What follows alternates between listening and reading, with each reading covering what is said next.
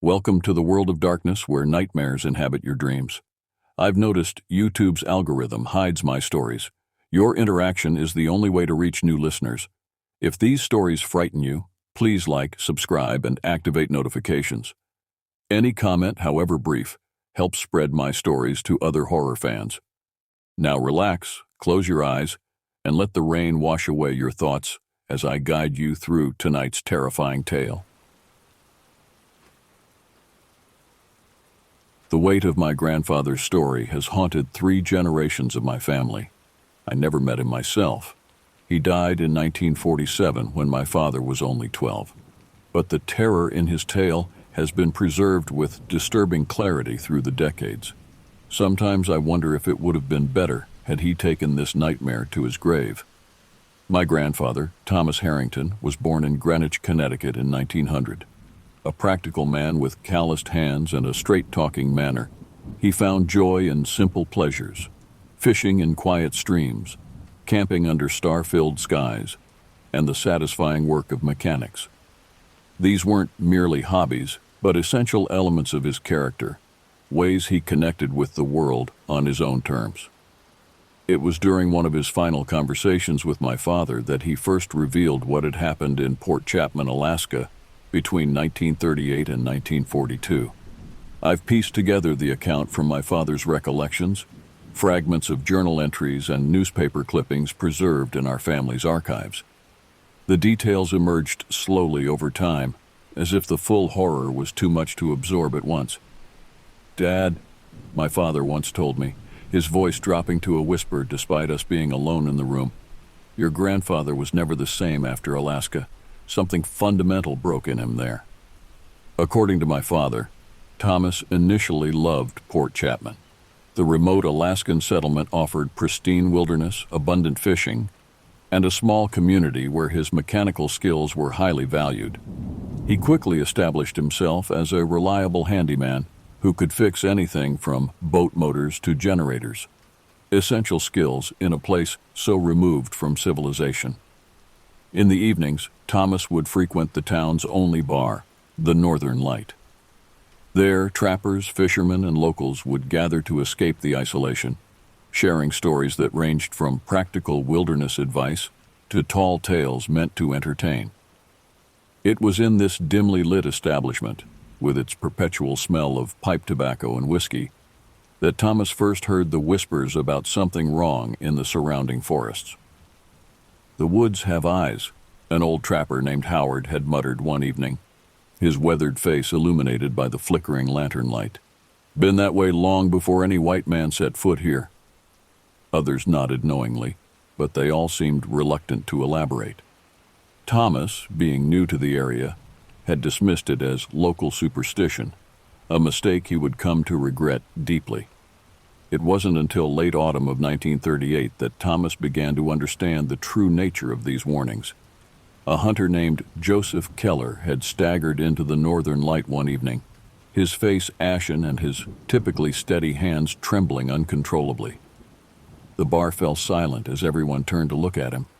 "I saw it," Joseph whispered, collapsing into a chair. "God help me, I saw it." Thomas watched as the bartender poured Joseph a double shot of whiskey without being asked. The hunter downed it in one swallow, some color returning to his face. "What happened out there, Joe?" someone finally asked.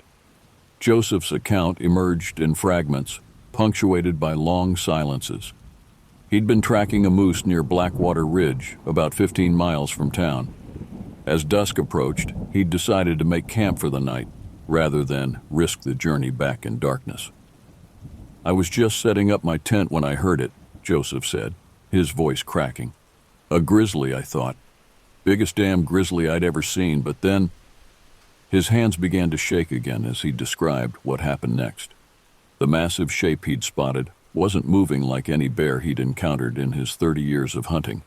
It had walked upright through the trees with an unnatural smoothness, observing him from a distance. "Then it screamed," Joseph said, his eyes wide with remembered terror. "Not a bear's roar, not an elk, not anything I've ever heard before or since. It was almost human, but wrong. So wrong." The scream had paralyzed Joseph with fear. He'd remained frozen by his half-assembled tent as darkness fell completely. Throughout the night, he could hear movement circling his campsite, branches snapping under heavy weight, and occasional sounds like low, guttural breathing. "It was toying with me," Joseph whispered, "playing with me like a cat with a mouse. I just knew, it could have taken me any time it wanted." When dawn finally broke, Joseph had abandoned his gear and ran all the way back to Port Chapman, stopping only when his legs gave out beneath him. My grandfather told my father how the locals had exchanged knowing glances throughout Joseph's story. This wasn't the first time they'd heard such an account, though it was perhaps the most detailed. There had been people who went missing before, Thomas had explained to my father, but after Joseph's story, it got worse, much worse. The winter of 1938 to 1939 was particularly harsh in Port Chapman. Heavy snowfall isolated the community for weeks at a time, and temperatures plummeted to record lows. Under normal circumstances, the residents would have banded together, finding strength in their shared struggle against the elements. But that winter, Thomas noticed a different atmosphere settling over the town like a shroud. People traveled in groups even for short distances. No one ventured into the surrounding forest unless absolutely necessary. Windows were boarded not just against the cold, but against what might be watching from the tree line. The northern light remained busy, but conversations were hushed, and laughter became increasingly rare. Thomas threw himself into his work, repairing equipment damaged by the extreme cold and helping to maintain the town's vital generators. The practical demands of survival provided some distraction from the growing sense of unease, but even he couldn't ignore the changes taking place around him. It was Howard, the old trapper, who first approached Thomas directly about what was happening. "You're new here," Howard said one evening, sliding onto the stool beside Thomas at the bar. "So, you don't know the history?" Thomas recalled Howard's weathered face, lined with deep creases that spoke of decades spent in the harsh Alaskan wilderness. His left eye was clouded by cataracts, but his right remained sharp and alert. "What history?" Thomas asked. Howard took a long sip of his drink before answering. "The natives called this place the Valley of Shadows. They wouldn't hunt here, wouldn't even pass through if they could avoid it. Said the land was cursed, inhabited by something neither animal nor man." Thomas had wanted to dismiss this as superstition, but Howard's next words had chilled him to the bone. "Every 11 years it gets worse," Howard continued, his voice dropping to ensure they wouldn't be overheard. "People disappear, animals flee, and those who venture too deep into the woods don't come back whole, if they come back at all." "Why 11 years?" Thomas had asked. Howard shrugged. "Who knows? Some natural cycle, maybe. Or maybe whatever's out there gets hungry on a schedule. All I know is the last bad period was in 27, and folks around here are counting the days until spring, hoping it passes us by this time." But it didn't pass them by. As January gave way to February, and the deep winter maintained its grip on Port Chapman, the first disappearance occurred. It was William Monroe, a seasoned trapper who had lived in Port Chapman for over 20 years. He'd ventured out to check his lines during a brief break in the weather and never returned. 3 days later, a search party found his sled overturned near Raven Creek, about 7 miles from town. His dogs were gone, not just dead, but vanished completely. Of William himself, they found only his rifle, snapped in half as if by immense strength, and a trail of blood leading into a densely wooded ravine. The search party followed the trail until the light began to fade. No one was willing to remain in the forest after dark, not even to find their missing friend. They returned to town with grim faces and refused to discuss what they had seen in those woods. Thomas heard rumors, though. Whispers about massive, inhuman footprints in the snow, about trees that had been marked with claw marks over 10 feet from the ground, about the unnatural silence that had enveloped the forest. No birds, no small animals, nothing alive making a sound. 2 weeks after William's disappearance, a young couple vanished from a cabin just outside town. They were found 3 days later, or rather, parts of them were found. The discovery was made by their nearest neighbor, who immediately packed his belongings and left Port Chapman altogether, refusing to describe exactly what he had seen. By March, panic had taken hold of the community. Multiple families abandoned their homes, braving the still dangerous mountain passes to escape. Those who remained lived in a state of constant vigilance. No one ventured outside alone, even in daylight. Weapons were carried openly, though privately, many admitted that bullets seemed useless against whatever was stalking them. Thomas considered leaving several times, but found himself unable to abandon the people who had welcomed him into their community. His skills were needed more than ever, as equipment failures could now mean death for those who depended on heat and light to survive the remaining weeks of winter. It was during this period that Thomas had his own encounter, an experience he shared with my father only once, in the final days before his death in 1947. He had been repairing a generator at the edge of town when darkness fell more quickly than he had anticipated. Finishing his work by lantern light, Thomas gathered his tools and prepared for the half-mile walk back to his lodgings. The night was clear and bitingly cold, the stars unusually bright above the snow-covered landscape. Halfway home, Thomas became aware of an odd sensation, a pressure in his ears, as if the atmosphere around him had suddenly changed. He stopped, listening intently. The normal sounds of the night, the distant hum of generators, the occasional creak of snow-laden branches, had disappeared completely. The silence was absolute and profoundly unnatural. Then he heard it, a soft, rhythmic sound from the tree line to his right. Something moving through the snow, something large but unnervingly quiet for its size. Thomas stood frozen, his toolbox clutched in numb fingers, as the sounds circled around behind him. He would later tell my father that what terrified him most was the intelligence he sensed behind the movement. This was not the random wandering of an animal. Whatever watched him from the darkness was calculating, patient, and fully aware of the fear it inspired.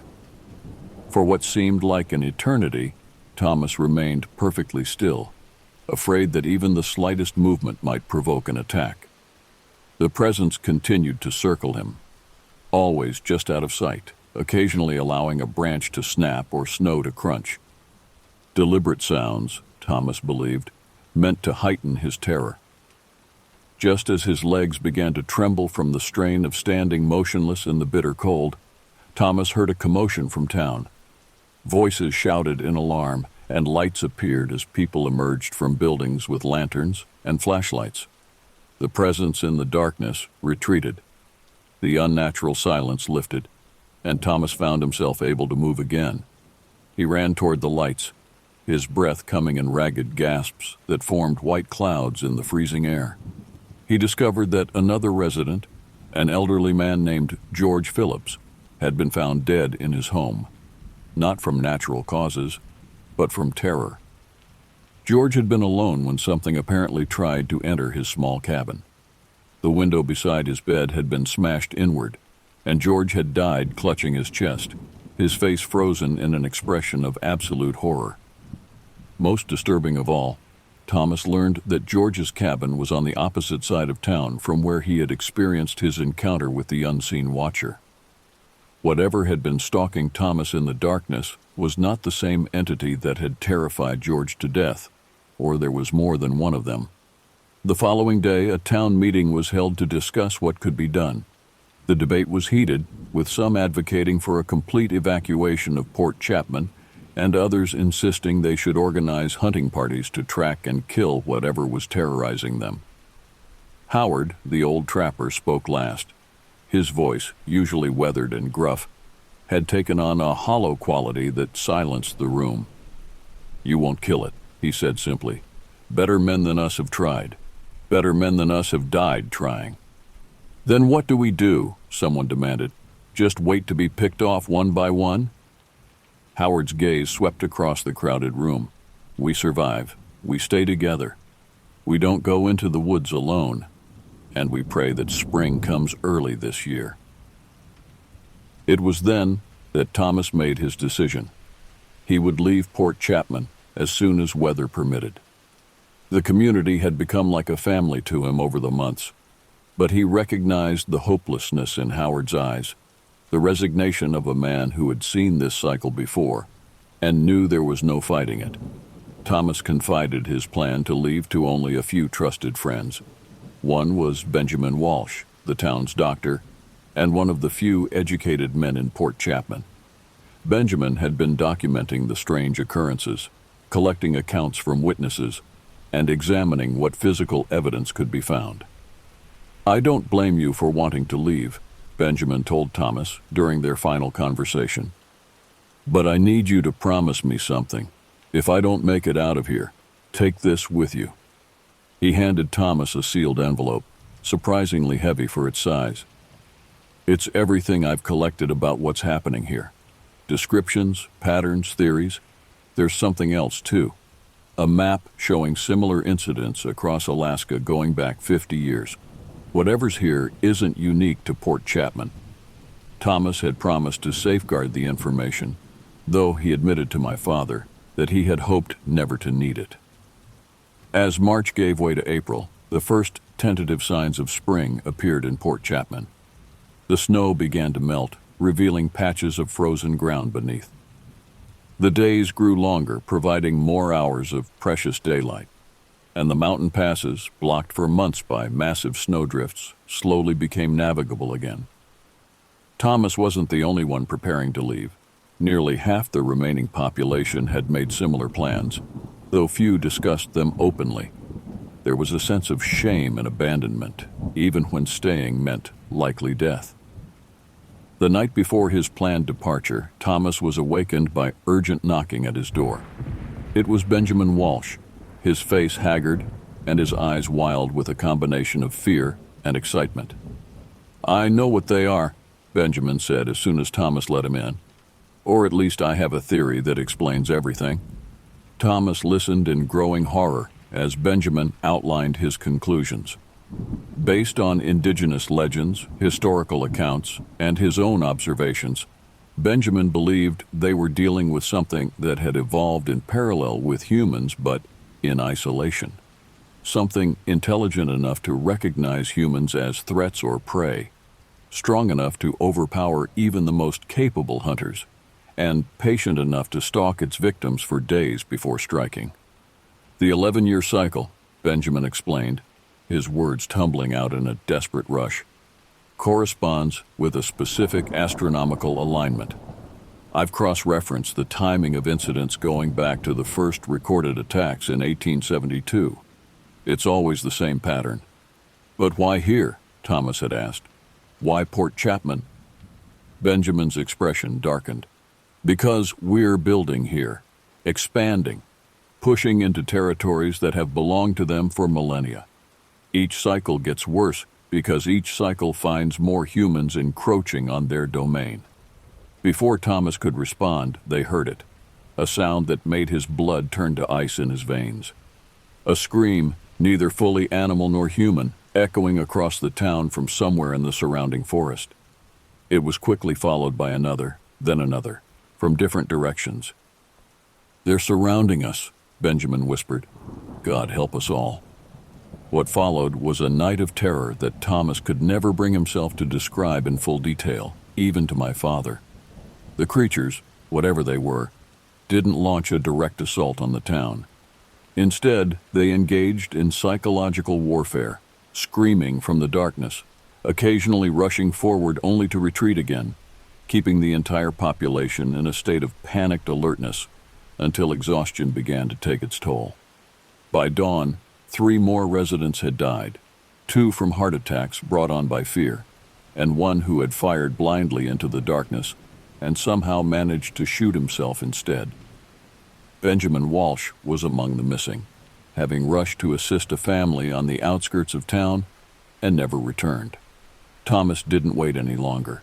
He gathered what belongings he could carry, including Benjamin's sealed envelope, and joined a group of 15 others, who had decided to leave immediately.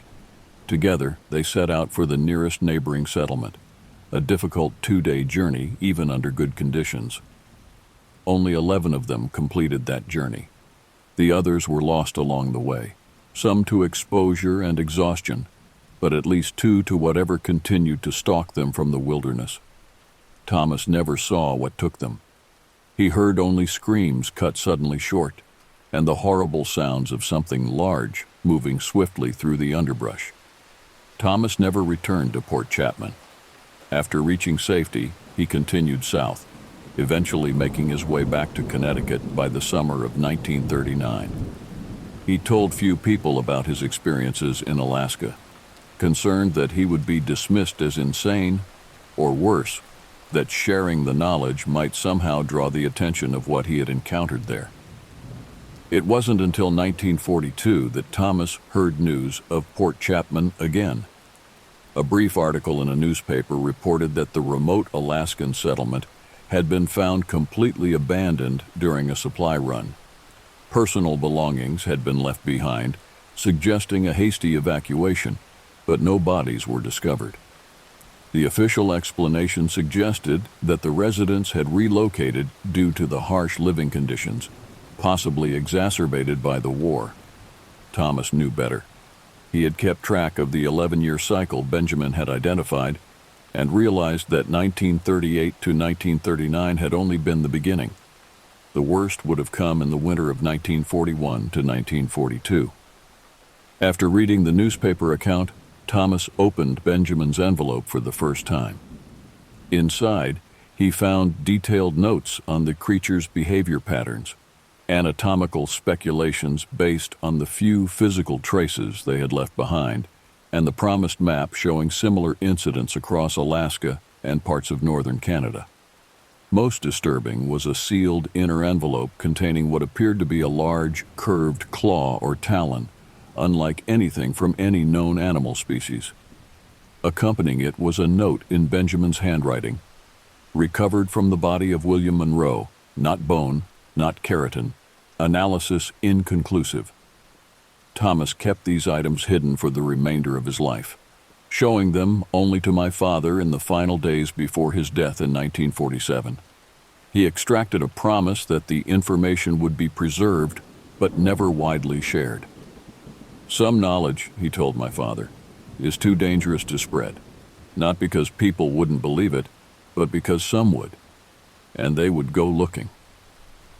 My father kept his promise. He safeguarded Benjamin's documents and the mysterious claw, eventually passing them to me along with the full account of my grandfather's experiences in Port Chapman. I've spent years researching the incident, cross-referencing my grandfather's story with historical records and similar accounts from the region. What I've discovered is troubling. Port Chapman was indeed abandoned in 1942 and never resettled.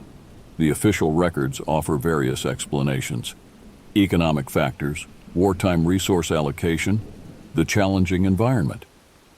But deeper investigation reveals a pattern of similar abandonments across the region, always in remote areas, always following reports of animal attacks or unexplained disappearances. Benjamin's map has proven startlingly accurate. When I overlay it with more recent incidents, going well beyond the 1940s that marked the end of my grandfather's involvement, the pattern not only continues but expands. Whatever stalked Port Chapman hasn't disappeared. It may be spreading. Most concerning of all is the timing. If Benjamin's theory about the 11-year cycle is correct, we're approaching another peak period of activity. And, unlike in my grandfather's time, there are now far more communities, research stations, and tourist operations in the regions marked on his map. I've debated whether to make this information public. On one hand, a warning might save lives. On the other, as my grandfather feared, it might draw thrill seekers and cryptid hunters to these dangerous areas, resulting in more deaths. For now, I maintain my family's cautious approach. This account, and the evidence supporting it, remains private, a burden passed down through generations. I've made arrangements for it to be preserved should anything happen to me. but I share it selectively and with great care. One thing is certain. Whatever my grandfather encountered in those dark Alaskan woods has remained undiscovered by mainstream science. Perhaps that's for the best. Some predators are most dangerous once they know they've been seen, and some secrets are safer left in the shadows. But I still check the news from Alaska every day, watching for patterns in missing persons reports and unexplained incidents. And when I see them starting to cluster in the regions marked on Benjamin's aging map, I know the cycle has begun again. The woods are still watching, the shadows still hunger, and the 11-year cycle continues, whether we acknowledge it or not.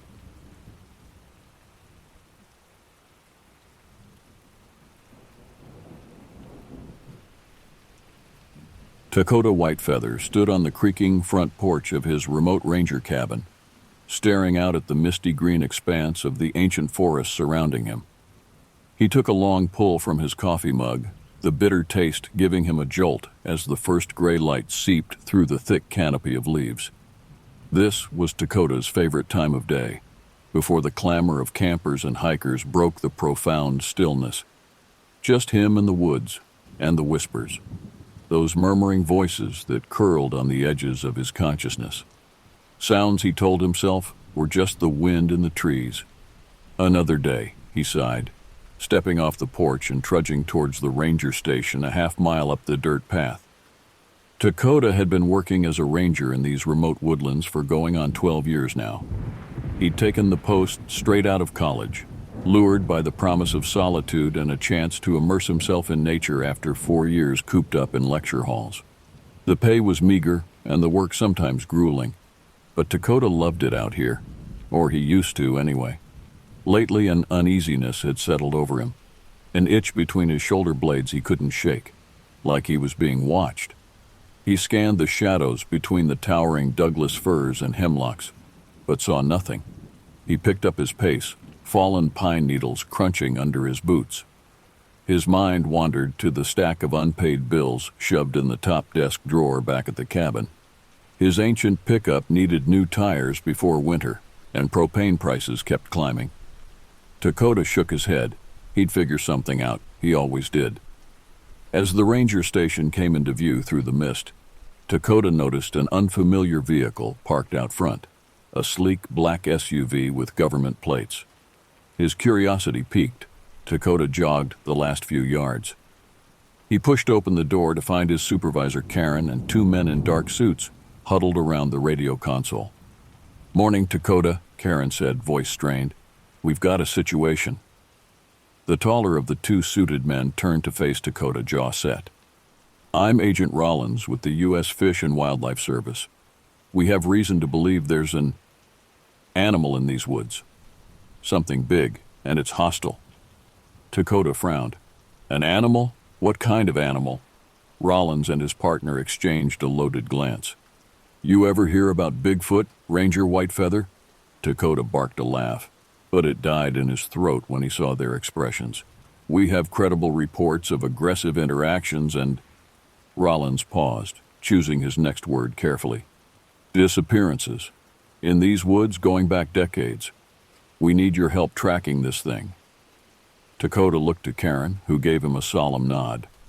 The whispers at the edges of his mind grew louder, more insistent. He took a deep breath of the loamy forest air. "Okay," Dakota said. "Tell me everything." The sky hung heavy and gray over the treetops as Dakota steered his pickup along the winding access road into the most remote areas of the forest. Agent Rollins sat silently in the passenger seat, inscrutable behind mirrored sunglasses. They'd spent the morning going over maps of the area, marking reported sightings and encounters. Most of the incidents had occurred within a 10-square-mile radius, clustered around a particularly dense and rugged stretch of old-growth forest. "What makes you so sure this is Bigfoot and not just a rogue bear or a puma?" Dakota asked. Rollins slid a manila folder from his bag and handed it to Dakota. "These were taken by trail cameras 3 weeks ago." Dakota flipped the folder open and felt his blood run cold. The grainy black and white photos showed an unmistakably bipedal creature, fur-covered and massive, lumbering between the trees. But it was the eyes that chilled him, glinting with a dark intelligence peering out from the shadows. "We've never had definitive proof like this," Rollins said. "The agency has spent decades chasing tall tales and blurry photos. But this," he tapped the picture, "this changes things." Dakota swallowed hard, his gaze tracing the creature's hulking outline. The silence stretched between them as he steered the pickup along a narrow dirt track. He opened his mouth to reply, but was cut off by a piercing shriek echoing through the forest. He slammed on the brakes, and the two men sat frozen, listening. Another anguished cry rang out, unmistakably human, and close. "Help! Someone help me!" Dakota threw the truck into park and leapt out, Rollins close on his heels. They plunged into the underbrush, thorns tearing at their skin as they ran towards the screams. They exploded into a small clearing and skidded to a halt, chests heaving. A woman's crumpled form lay at the base of a massive tree. Deep gouges scored the trunk, fresh sap oozing from the wounds. But no sign of her attacker. Dakota dropped to his knees beside her, fingers flying to the pulse point at her neck. He exhaled sharply when he found it, thready but present. "She's alive. Barely." As he rolled the woman gently onto her back, he saw the deep lacerations across her shoulders and torso. The flesh flayed savagely open. Claw marks. The hairs on the back of Dakota's neck prickled, and he looked up slowly. There, at the edge of the clearing, a pair of dark eyes glinted from the shadows of the forest, watching, waiting. Rollins drew his sidearm, the click of the safety deafening in the stillness. "We need to move, now." The woman, who Dakota now knew was named Lyra, had been airlifted to the nearest trauma center after they'd carried her back to the pickup. The medics said it was a miracle she'd survived the blood loss. Dakota sat on the tailgate, staring at the rust-colored stains on his hands. Rollins paced in agitated circles, yelling into his cell phone. "I'm telling you, it was here," he shouted. "We've got a Vic headed to Mercy General who's lucky to be breathing, and you're telling me to wait?" Dakota tuned out the agent's diatribe, his mind reeling. He'd come to these woods seeking peace, solace. But now that tranquility had been shattered by a horror he was still struggling to comprehend. He thought of the bone-deep gouges in that tree, the inhuman intelligence in those dark eyes. Thought of the voices forever whispering at the edges of his perception. Had they been trying to warn him? "Backup's on the way," Rollins said, snapping Dakota from his reverie. "But I don't think we can wait for them." The agent pulled a second pistol from an ankle holster and held it out to Dakota. "You know how to use one of these?" Dakota accepted the gun, the weight of it cold and heavy in his palm. He thought of his father teaching him to shoot tin cans off the back fence when he was a boy, a lifetime ago. "Yeah," he said hoarsely, "I can shoot." Rollins nodded grimly. "Good, because we're going to track this son of a bitch down. End this now." He checked his watch. "We've got maybe 3 hours of daylight left. Clock's ticking." They gathered supplies quickly. Rope, lights, first aid kit. Dakota hesitated only a moment before sliding the pistol into the waistband of his pants at the small of his back. The forest seemed to darken ominously around them as they set out, angling west towards the creature's last known location. The trees grew older as they hiked deeper into the backcountry, trunks thickening and underbrush choking the forest floor. Dakota fought down the atavistic terror rising in his gut. He knew these woods, had walked this land for years. But now each shadow seemed to conceal a menace. Each whisper carried on the wind a portent of doom. A twig snapped in the trees to their right and both men froze, hands dropping to their weapons. A breathless moment passed. Two, a large buck stepped into view, eyeing them placidly before bounding away. Dakota exhaled shakily. They trekked onwards, senses straining against the dimming light. It was Rollins who found the footprints, if they could even be called that. Indentations in the loam nearly 2 feet long, toes tipped with jagged claws. Dakota's blood ran cold at the sight. They followed the trail as it wove through the trees, the forest unnaturally silent around them. No birdsong, no skittering of small creatures in the undergrowth, as if all life had fled before the predator's advance. The trail terminated abruptly at the yawning mouth of a cave, a black wound in the hillside. A fetid stench wafted from the depths, and Dakota's stomach clenched. The whispers in his mind rose to a fever pitch, indistinct but insistent. Rollins unholstered his weapon with a grim set to his jaw. He caught Dakota's gaze, inclining his head towards the cave. Dakota swallowed against his heart, hammering in his throat, and followed the agent into the roiling darkness, gun drawn. The shadows swallowed them whole as they moved deeper into the belly of the mountain. The close-pressed walls seemed to drink the feeble beams of their flashlights, leaving only a sphere of dim illumination around them. Bones crunched under their boots, and Dakota tasted bile at the back of his throat. They couldn't have been in the tunnel for more than 10 minutes, but it felt like an eternity, the darkness and dread pressing against Dakota's skin like a living thing. And then the passage opened into a broad cavern, and his heart seized in his chest. A massive form crouched against the far wall, fur matted and fangs glinting in the flashlight's glow. The creature rose slowly to its full, towering height, muscles rippling under shaggy hide. Rollins opened fire, the cracks of gunshots deafening in the confined space. But the beast charged forward with shocking speed, heedless of the bullets piercing its bulk. A taloned hand swatted the agent aside like a rag doll, his body striking the wall with a sickening crunch.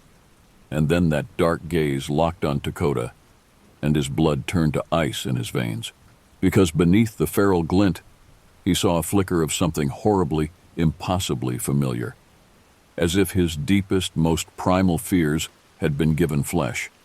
The creature lunged, and Dakota stumbled backwards, his heel catching on a rock and sending him sprawling.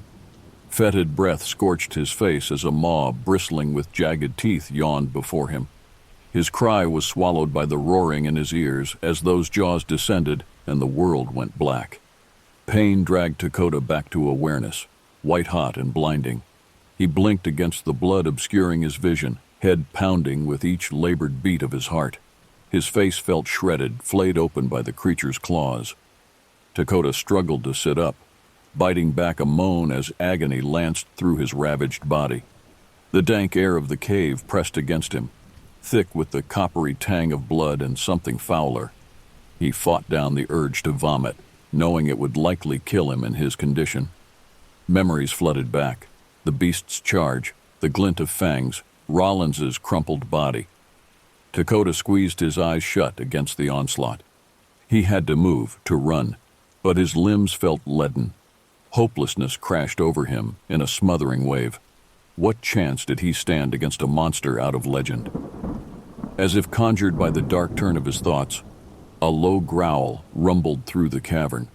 Dakota's head snapped up, adrenaline spiking.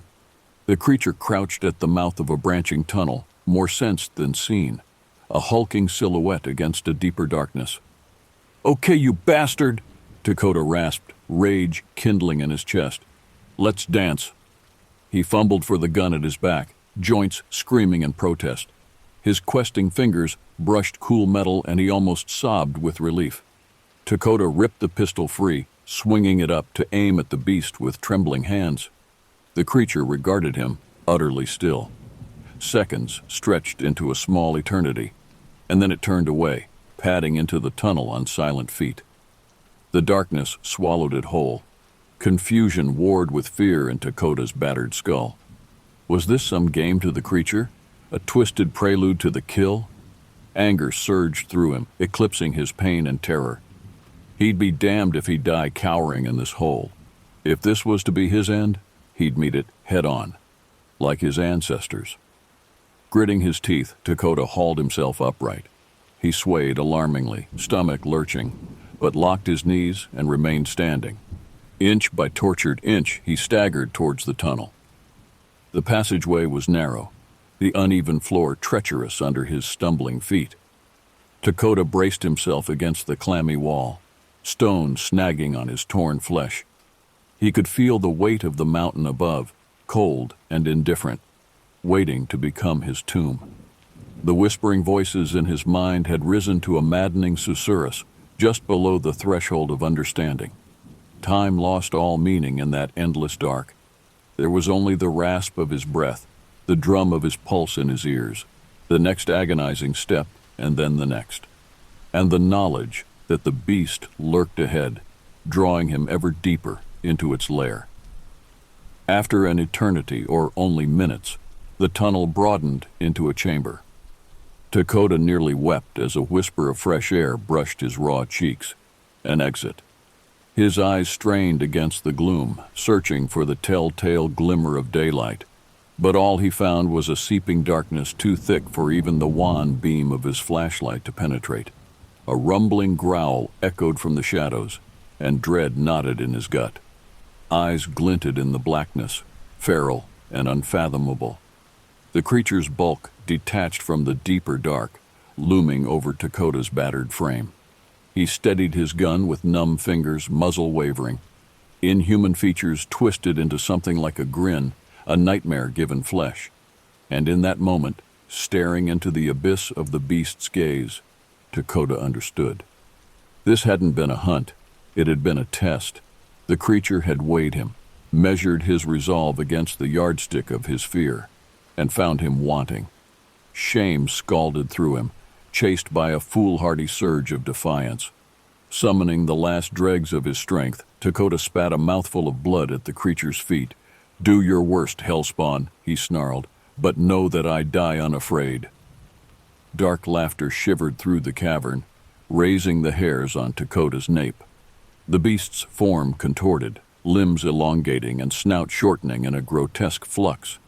Dakota's gun fell from slack fingers as a scream caught behind his teeth. Where the creature had loomed now stood himself, a perfect mirror image, from the fall of his dark hair to the familiar planes of his face. But the eyes, God, the eyes, depthless voids swallowing light and hope and sanity. The whispers in his mind crescendoed to a deafening roar, and, in an instant of terrible clarity, he finally understood their words. "We are coming, Dakota Whitefeather. Your world will be ours." And then the darkness took him, and he knew no more. Consciousness returned in fits and starts, a gradual surfacing from the depths of oblivion. Dakota groaned, the sound scraping like gravel in his parched throat. Mustering his strength, he cracked his eyes open, immediately squinting against the harsh fluorescent glare. Confusion swamped him as he took in the sterile white walls, the quietly beeping monitors. A hospital. How? Memory slammed into him like a freight train, and he jackknifed upright, a strangled cry tearing from his throat. The creature, the cave, his doppelganger. "Whoa, easy there, Ranger." Dakota's head snapped towards the voice, heart thundering against his ribs. Agent Rollins sat slouched in a plastic chair beside the bed, one arm bound in a sling. "You're lucky to be alive," Rollins said, leaning forward with a wince. "Found you unconscious at the mouth of the cave. Thought you were dead at first." Dakota shook his head, immediately regretting it as pain spiked through his skull. What happened? The creature?" Rollins's face shuddered. "Gone. Tracked it for a day after the rescue team airlifted you out. Trail went cold at the river." Ice slithered down Dakota's spine. "It's still out there. And we'll find it," Rollins said, voice hardening. "I've already requested additional personnel and resources from HQ. This has become a top priority."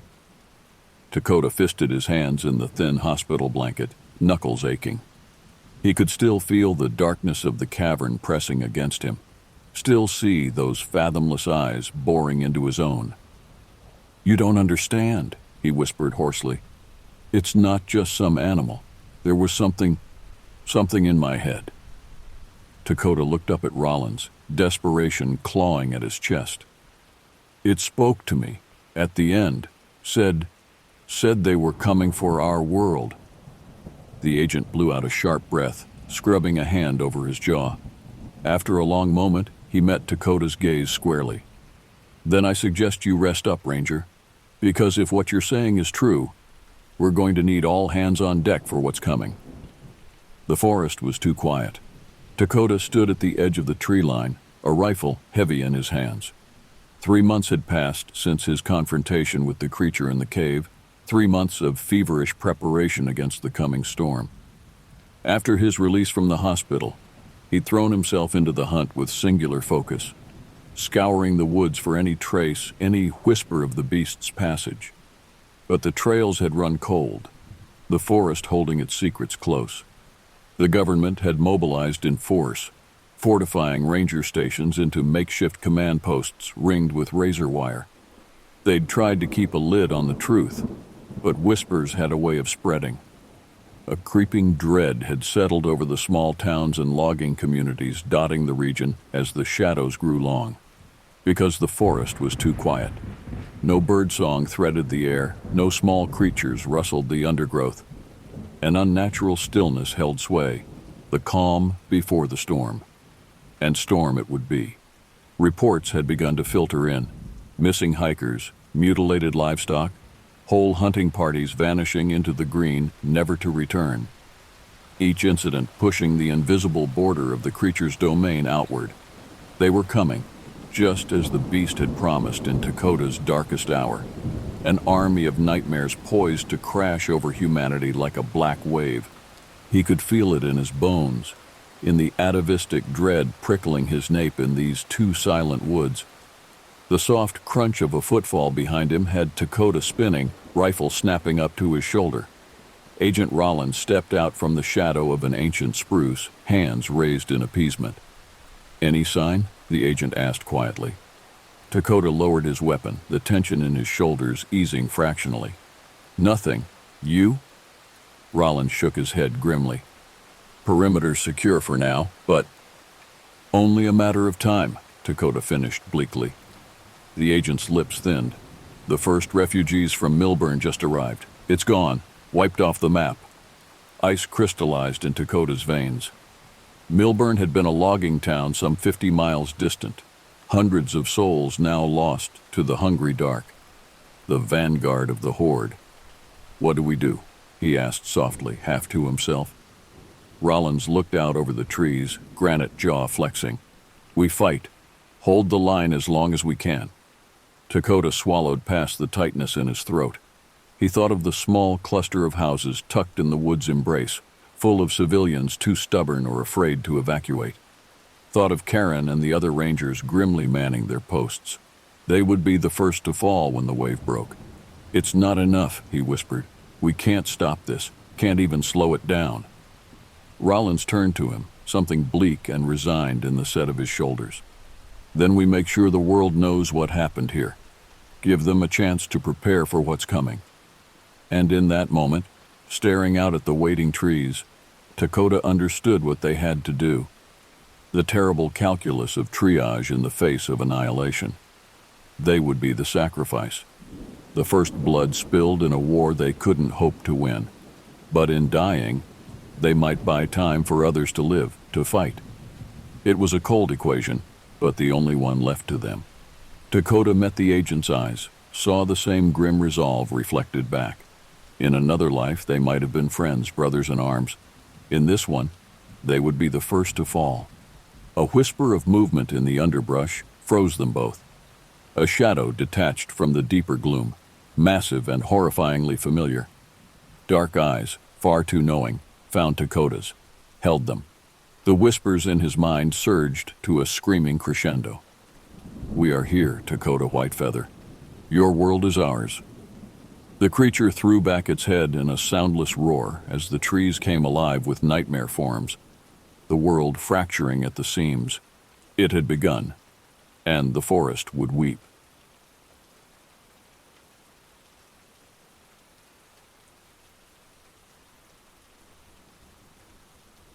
The old-timers always said these woods were alive.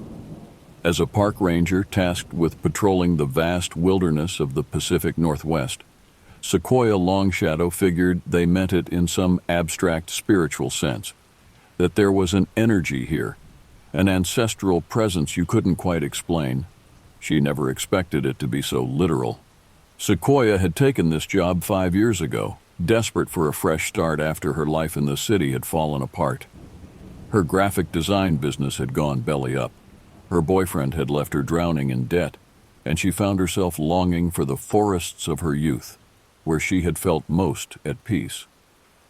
When a ranger position opened up at Pinnacle National Park, a rugged expanse of ancient Douglas firs and towering redwoods, she jumped at the chance. The solitude suited her.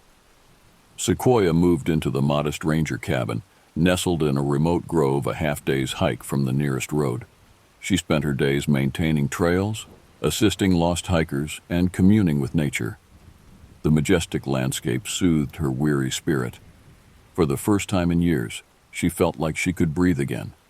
But there was something strange about this place, an unsettling energy permeating the time-worn trees. Sometimes, out of the corner of her eye, Sequoia swore she saw a huge, shadowy figure moving between the trunks, watching, waiting. When she turned to look, it would be gone. The local tribes spoke of a creature they called Sasquatch, a giant ape-like being said to roam these woods. Most dismissed it as myth, but a few of the elders swore they had encountered the beast. They described an odor like rotting fungus, an ear-splitting howl that echoed through the night, a towering silhouette glimpsed in the moonlight. Sequoia wasn't sure what to believe.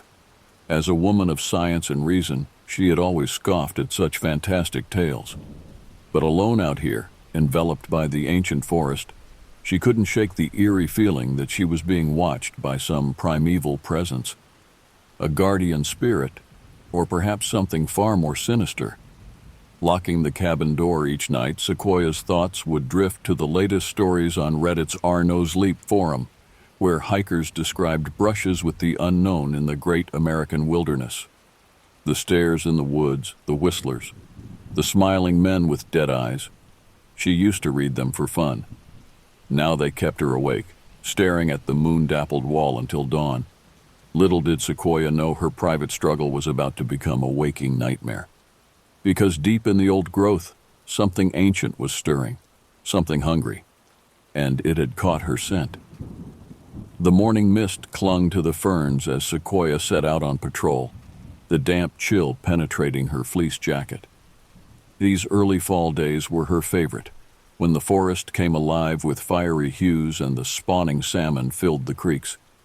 But today, an unsettled feeling gnawed at her gut. Something seemed off about the woods. The usual chittering of squirrels and trilling of varied thrushes was replaced by an oppressive silence, like the calm before a storm. Even the wind held its breath. The hair on the back of Sequoia's neck prickled.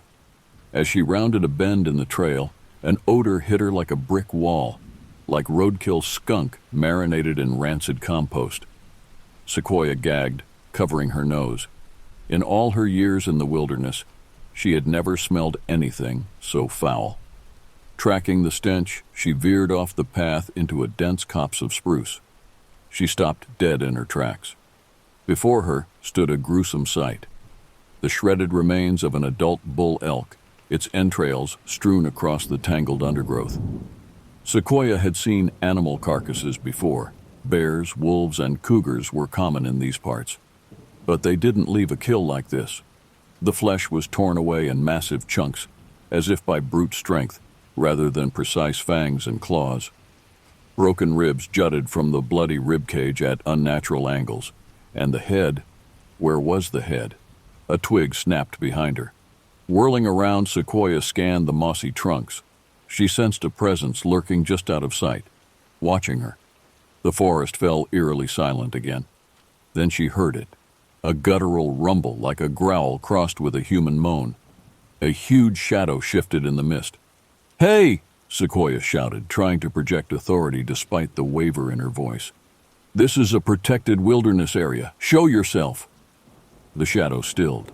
For a moment, the only sound was blood dripping from the elk carcass. Then, with astonishing speed for its size, the dark figure crashed off through the brush, trampling everything in its path. Sequoia's knees buckled and she caught herself against a spruce trunk, heart thundering against her ribs. What in God's name was that thing? Part of her didn't want to know.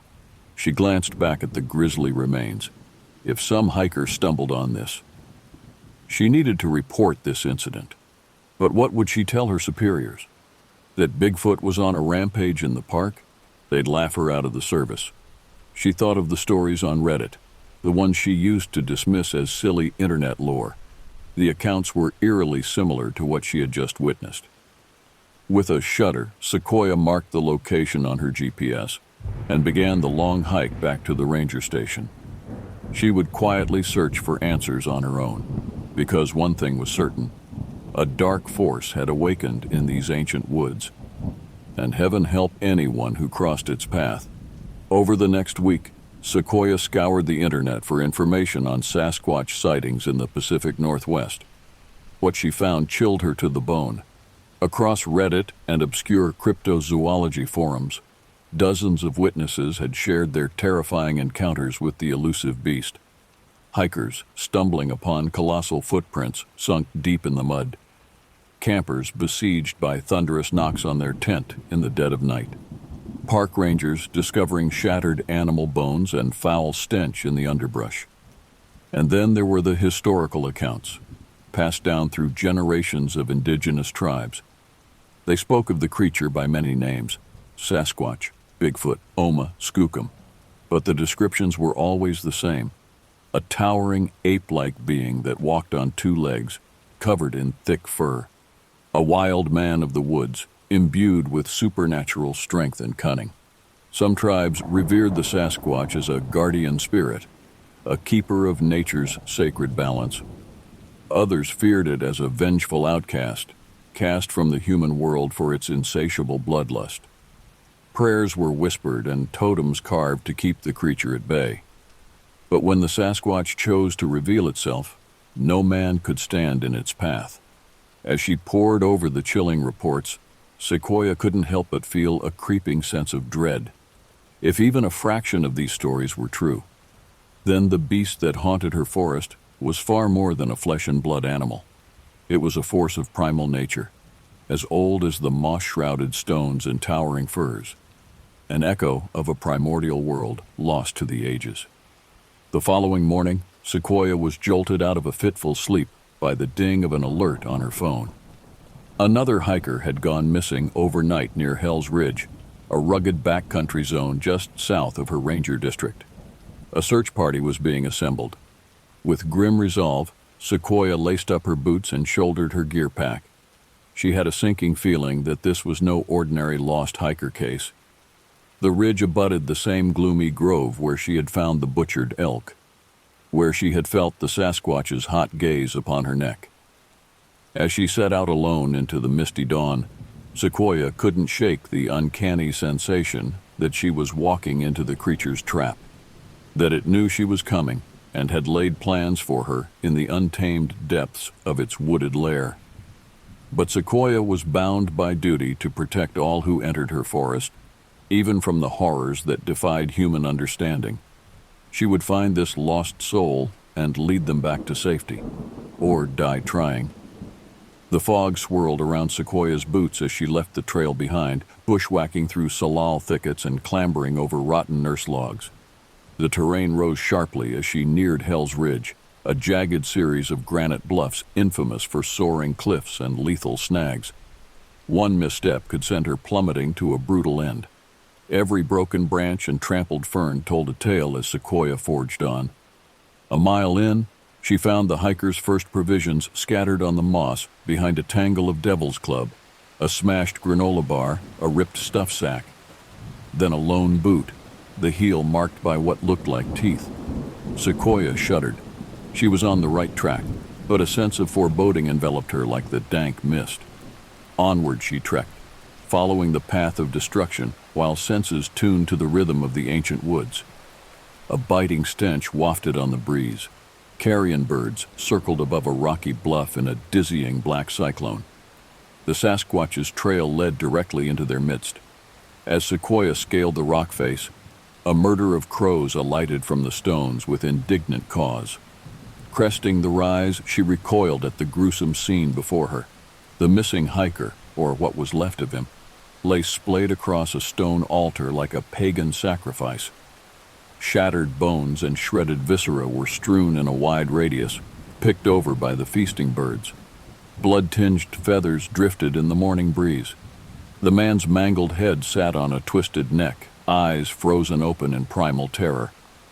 Sequoia's knees buckled and bile rose in her throat. Never had she witnessed such wanton savagery. No human could have done this. As she scanned the grim tableau, her eye caught a glint of metal in the gore. A smashed lantern. The hiker's last futile attempt at defense against the raging colossus. A low, keening moan cut through the fog behind her. Sequoia stiffened. She knew that sound, bone deep, the same unearthly keen that had quickened her heart that day in the killing coppice. It was here, watching, waiting. With painful slowness, Sequoia turned to face her tormentor. At the edge of the bluff, shrouded in roiling mist, stood a towering silhouette. It loomed at least 8 feet tall, arms hanging like gnarled branches at its sides. Sunken eyes glinted with feral cunning from a grim, almost human face. The Sasquatch had revealed itself at last, and she was trapped on the precipice with it blocking the only escape.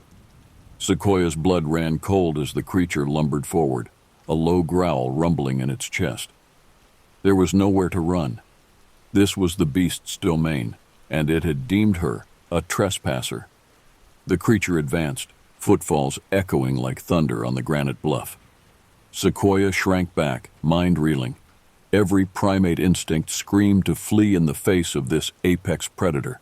But there was nowhere to go. The cliffs fell away to jagged rocks behind her. Sequoia's hand crept to the bear spray on her belt. A pitiful defense against a force of nature, but it was all she had. The Sasquatch halted, black eyes boring into her soul. Its nostrils flared, lips rippling back to reveal yellowed fangs. Studying, considering. I don't want to hurt you, Sequoia managed, voice quavering. Please, let me go. The Sasquatch cocked its massive head, akin to a curious hound. Did it understand? For a heartbeat, woman and beast locked eyes. Two immeasurably different minds trying to commune across an immeasurable divide.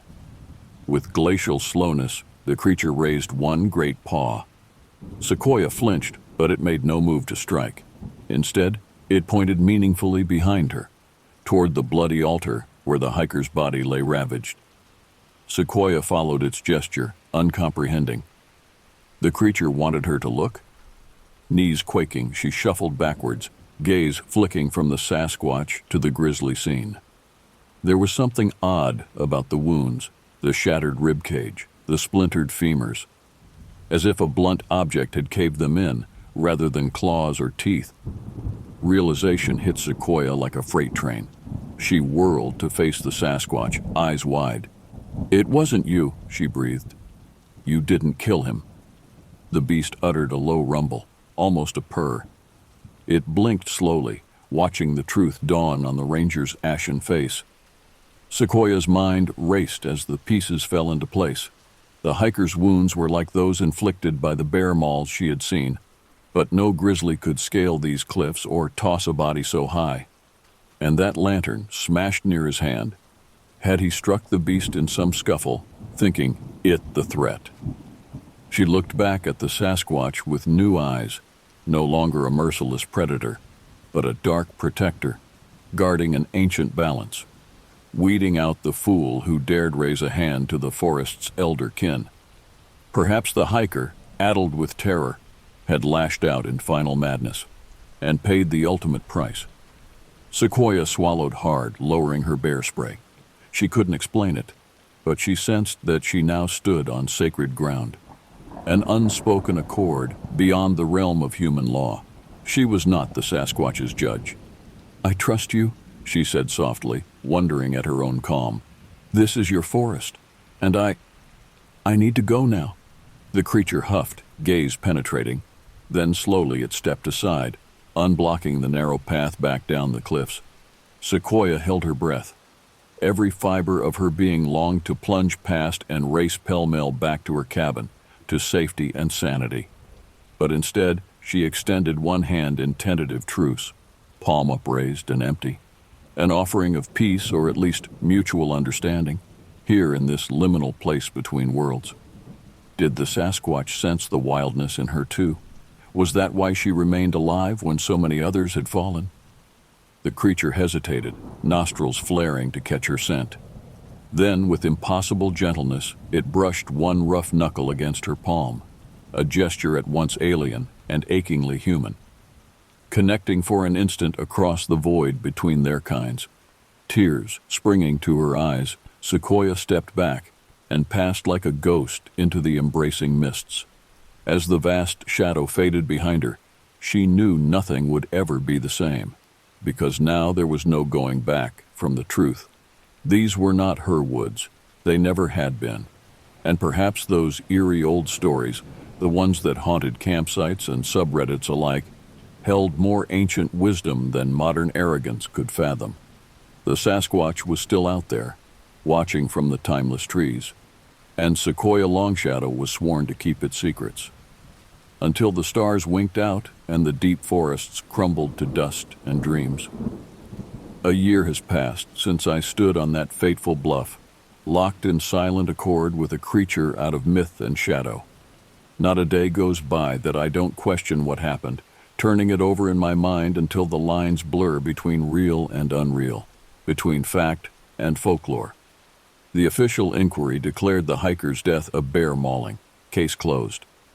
I filed my report and held my tongue, knowing full well no one would believe the truth, maybe not even myself, had I not stared into those fathomless black eyes and felt the touch of that great hand. Sometimes I wonder if I imagined it all, if the isolation of these great woods has finally cracked my last tether to the rational world. But then I look out at the endless carpet of green treetops undulating to the misty horizon, and I know something ancient and inscrutable still walks these timeless paths, something that defies explanation or classification. I'm no longer the person I was when I first set foot in this wilderness. The forest has changed me, or perhaps it simply peeled back the veneer of civilization to reveal some primal core I never knew existed. Out here, the lines between human and animal, natural and supernatural, seem as flimsy as cobwebs. We are all part of an intricate dance as old as stone. There are nights when the wind keens through the eaves and the chitter of nocturnal creatures swells to a dark symphony that I swear I can hear it calling. A long, mournful howl that seems to echo from another age, when giants walked the earth and man was but a murmur in the shadows. It raises the hairs on my neck and sends my heartbeat stuttering, because I know I will answer that summons one day. I've stopped trying to convince myself that the Sasquatch isn't real. I know what I saw, what I felt in that eternal moment of connection. The truth is out there, stalking the blank spaces on the map where few dare to tread, and I've made my peace with being one of its keepers. So I remain at my post, walking that liminal line between the known and the unknowable, watching over the forest and all those lost souls who wander into its primeval grasp, never suspecting the mysteries that lurk just out of sight. I'll guide them back to safety if I can. But if they stray too far into the wild abyss, well, that's between them and the Sasquatch.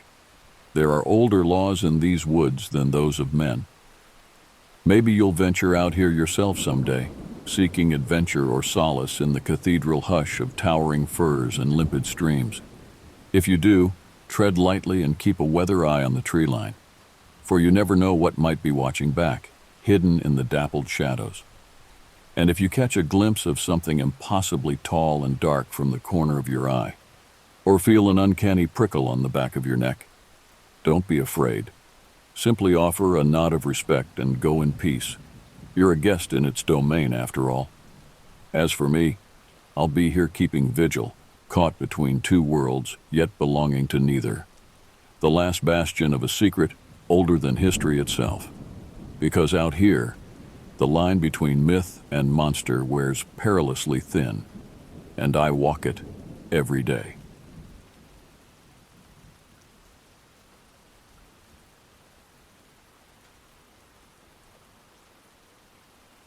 October 31st, 1978. The date remains etched in my memory like initials carved into ancient wood. I was 14 then, a freshman at Westfield High in northern New Jersey, still clinging to the precipice between childhood and whatever comes after. Halloween had always been my favorite holiday, but that year, that night, would forever change what fear meant to me. The afternoon sky had turned the color of bruised fruit by the time Coach Harmon finally blew his whistle, ending our football practice. Most guys rushed to the showers, eager to start their Halloween festivities, but Ben, Theo, and I lingered on the field, stretching our sore muscles and planning our night. "Are we still hitting Oak Ridge Avenue?" Theo asked, adjusting his shoulder pads. "My cousin says they give out full-sized candy bars at the Blue Victorian." Ben scoffed, flicking his long hair from his eyes. "Aren't we getting too old for that shit?"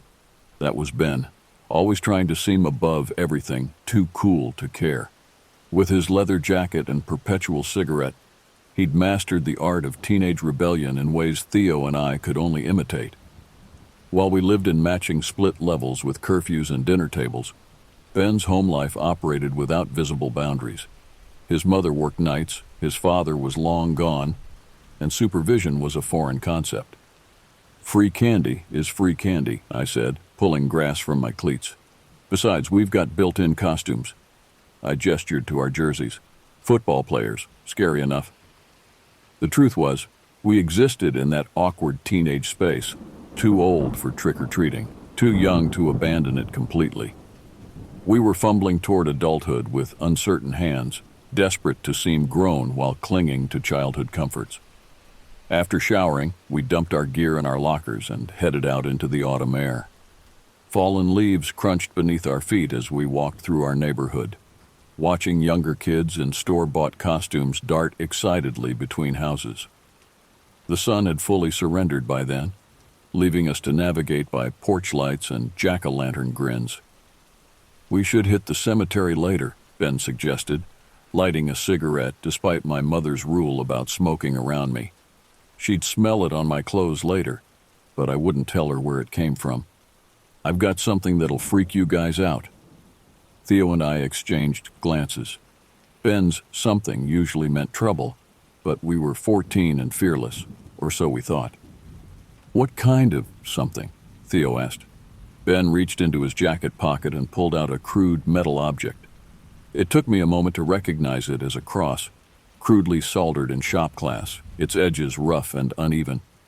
"Made it last week," he said, flipping it upside down. "Call me Johnny Blade." I rolled my eyes. Ben had been obsessed with heavy metal lately. Black Sabbath, Iron Maiden, Dio.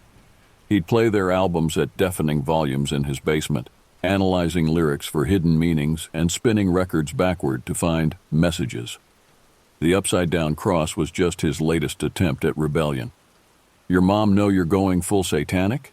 I asked, trying to sound casual. Ben shrugged. "She doesn't notice shit. Besides, it's Halloween. Perfect night to summon something, don't you think?" His words sent an unexpected shiver through me. The night suddenly felt colder, the darkness deeper. But I laughed it off, punching his arm as we approached our first house. "Just don't get us arrested, okay? My dad will kill me if I get another call from Officer Jennings." We hit about 20 houses, our pillowcases gradually filling with candy, despite awkward looks from adults who clearly thought we were too old for this. Around 9, with our haul secured, Theo suggested we head to his place. His parents were at a neighborhood party until midnight. "We can raid their liquor cabinet," he offered. "Just a little from each bottle so they won't notice." It seemed like the perfect end to our night. We had no idea it was only the beginning. Theo's house stood at the end of a cul-de-sac, a modest split level with aluminum siding and perfectly trimmed hedges. Normally, we'd head straight to the basement with its wood-paneled walls and worn pool table. But tonight Theo led us to the first floor and into his parents' bedroom. "Why are we in here?" I asked, suddenly uncomfortable. There was something invasive about being in Mr. and Mrs. Bradshaw's private space. Their matching nightstands, the floral bedspread, framed wedding photos. "Dad keeps the good stuff in here," Theo explained, heading for the closet. Besides, all the Halloween candy is upstairs. We dumped our bags onto the bed, sorting through our haul while Theo searched the closet. Ben sprawled across the mattress, examining a small bottle of bourbon he'd smuggled from home. Found it! Theo emerged triumphantly with a bottle of brandy. We'll just take a little. They never drink this stuff except at Christmas. That's when it happened. The clock radio on the nightstand clicked on by itself, sudden and loud. Static filled the room before settling on a late-night talk show. The three of us froze. Very funny, I said, assuming one of them had hit a button. Turn it off. Ben raised his hands. Wasn't me. Theo approached the radio cautiously. It's got a timer. Dad probably set it. He switched it off, but the skin at the nape of my neck tightened. Something felt wrong. We continued sorting candy, trading pieces, and arguing over which were worth keeping, when the overhead light flickered, once, twice, then steadied. We paused again, exchanged glances. Old wiring, Theo said with forced casualness. Ben sat up, a strange expression crossing his face. Or maybe it's a sign? He pulled out the crude metal cross, flipping it upside down. It is Halloween after all. Don't, I said, the word escaping before I could stop it. But Ben was already standing, moving toward the radio with exaggerated ceremony. "Oh, mighty dark Lord," he intoned, his voice dropping to a theatrical whisper. "We summon thee on this hallowed night." "Stop being a dick," Theo said, but his voice wavered. The light flickered again, more violently this time. The radio switched back on, cycling rapidly through stations, snippets of music, voices, static. "Ben, seriously," I said, "cut it out." But his eyes had taken on a glazed quality. He moved to the lamp, holding the cross over it. "By the power of darkness, I command thee to appear." The temperature in the room seemed to drop. I felt goosebumps rising on my arms, a heaviness settling in my chest. Ben's performance had crossed some invisible line from stupid to unsettling. That's when he noticed the wooden crucifix hanging above the bedroom door, a simple blessing Mr. Bradshaw's Catholic mother had insisted upon. Ben approached it slowly, raising his metal cross toward it. "In the name of..." What happened next defies logical explanation. One moment Ben was standing by the door, the next he was airborne, his body lifting 3 feet off the ground before being hurled across the room. He landed on the bed between Theo and me, with such force that the frame creaked in protest. I scrambled backward, falling off the bed and onto the floor. The lights were pulsing now, the radio cycling through stations at impossible speed, the volume rising and falling in waves. "What the fuck?" Theo shouted, but his voice seemed distant through the noise. Ben's body convulsed on the bed, his back arching at an unnatural angle. His eyes rolled back, showing only whites, and his mouth opened in a silent scream. Then his tongue began to curl backward, as if he were trying to swallow it. "Help him!" I screamed, frozen in place. Theo lunged forward, forcing his fingers into Ben's mouth, trying to keep his airway clear. "Ben! Ben!" I couldn't move. Terror had cemented my limbs, turned my blood to ice. All I could do was watch as my friend's body betrayed him, as something unseen worked its will upon him. And then, as suddenly as it had started, it stopped. The light steadied, the radio fell silent. Ben's body went limp, his breathing ragged but present. "What?" he gasped, his voice raw. "What happened?" Theo and I exchanged horrified glances. "You don't remember?" I asked. Ben sat up slowly, touching his throat. "I was by the door and then... nothing." We tried explaining what we'd seen, but the words felt inadequate, failing to capture the wrongness of it all. Ben listened in silence, his face growing paler with each word. "We need to get out of here," Theo finally said, glancing nervously at the bedroom door. None of us argued. We spilled onto Theo's front lawn like survivors from a shipwreck, gulping fresh air and putting distance between ourselves and the house. The neighborhood seemed unnervingly normal. Porch lights glowing, distant laughter of trick-or-treaters, a dog barking somewhere down the street. How could everything look so ordinary when the world had just tilted on its axis? "It was a joke," Ben said suddenly, hugging himself against the autumn chill. "I was just messing with you guys." Theo shook his head. "No way. You were off the ground, Ben. I saw it." "People don't float," Ben insisted, but his voice lacked conviction. "And they don't get thrown across rooms by invisible forces." I stared back at Theo's house. From outside, we could see the bedroom window where the lights were still flickering erratically. The sight sent fresh terror coursing through me. "Your parents' room," I whispered to Theo. "What are you going to tell them?" The color drained from his face. "Oh shit. They'll kill me if they think we were in there." We stood in uncertain silence, the gravity of our situation sinking in. Something impossible had happened, something none of us understood, and Ben, tough, rebellious Ben, looked broken. His hands trembled as he tried and failed to light a cigarette. "I should go home," he said finally, his voice small. "Can you even walk?" Theo asked. Ben had been nearly catatonic after the incident, barely able to navigate the hallway to the front door. "I'll call my mom," he said, avoiding our eyes. Theo went back inside, using the phone in the kitchen while keeping a wary distance from the bedroom door. Ben and I waited on the lawn, not speaking. What was there to say? I watched him, searching for signs of what? Possession? Mental breakdown? He just looked like Ben, pale, shaken, but still my friend. "You don't remember anything?" I finally asked. He shook his head. "Just cold. It felt really cold, and then nothing." He hesitated. "Did I say anything when it was happening?" "No," I assured him. "You couldn't speak." Relief flooded his features, making me wonder what he feared he might have said. Before I could ask, Theo returned. "Your mom's coming," he told Ben. "Said she'd be here in 10 minutes.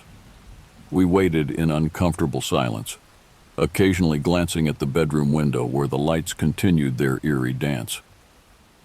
None of us suggested going back inside. When Ben's mother's station wagon finally pulled up, he moved toward it like a sleepwalker. At the last moment, he turned back to us, his expression haunted. "Don't tell anyone," he pleaded. "Please." We nodded, watching as he climbed into the passenger seat. His mother waved cheerfully, oblivious to the night's events. As they drove away, I wondered if Ben would ever be the same. "What now?" Theo asked, once they'd disappeared around the corner. I looked back at his house. "I should go home too. My parents—" "Don't leave me here alone," he interrupted, panic edging his voice. "Not with that." I couldn't blame him. The thought of going back inside made my stomach turn. "We could wait in the garage until your parents get home?" He nodded gratefully. Yeah, that works." We retreated to his father's workshop, sitting on metal stools amid the organized tools and half-finished projects. Neither of us mentioned what we'd witnessed.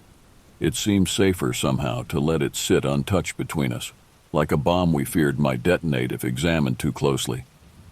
When headlights finally swept across the garage door shortly after midnight, we both sagged with relief. Theo's parents were home. We wouldn't have to face the darkness alone. "Remember," Theo whispered as we went to greet them, "not a word about the bedroom."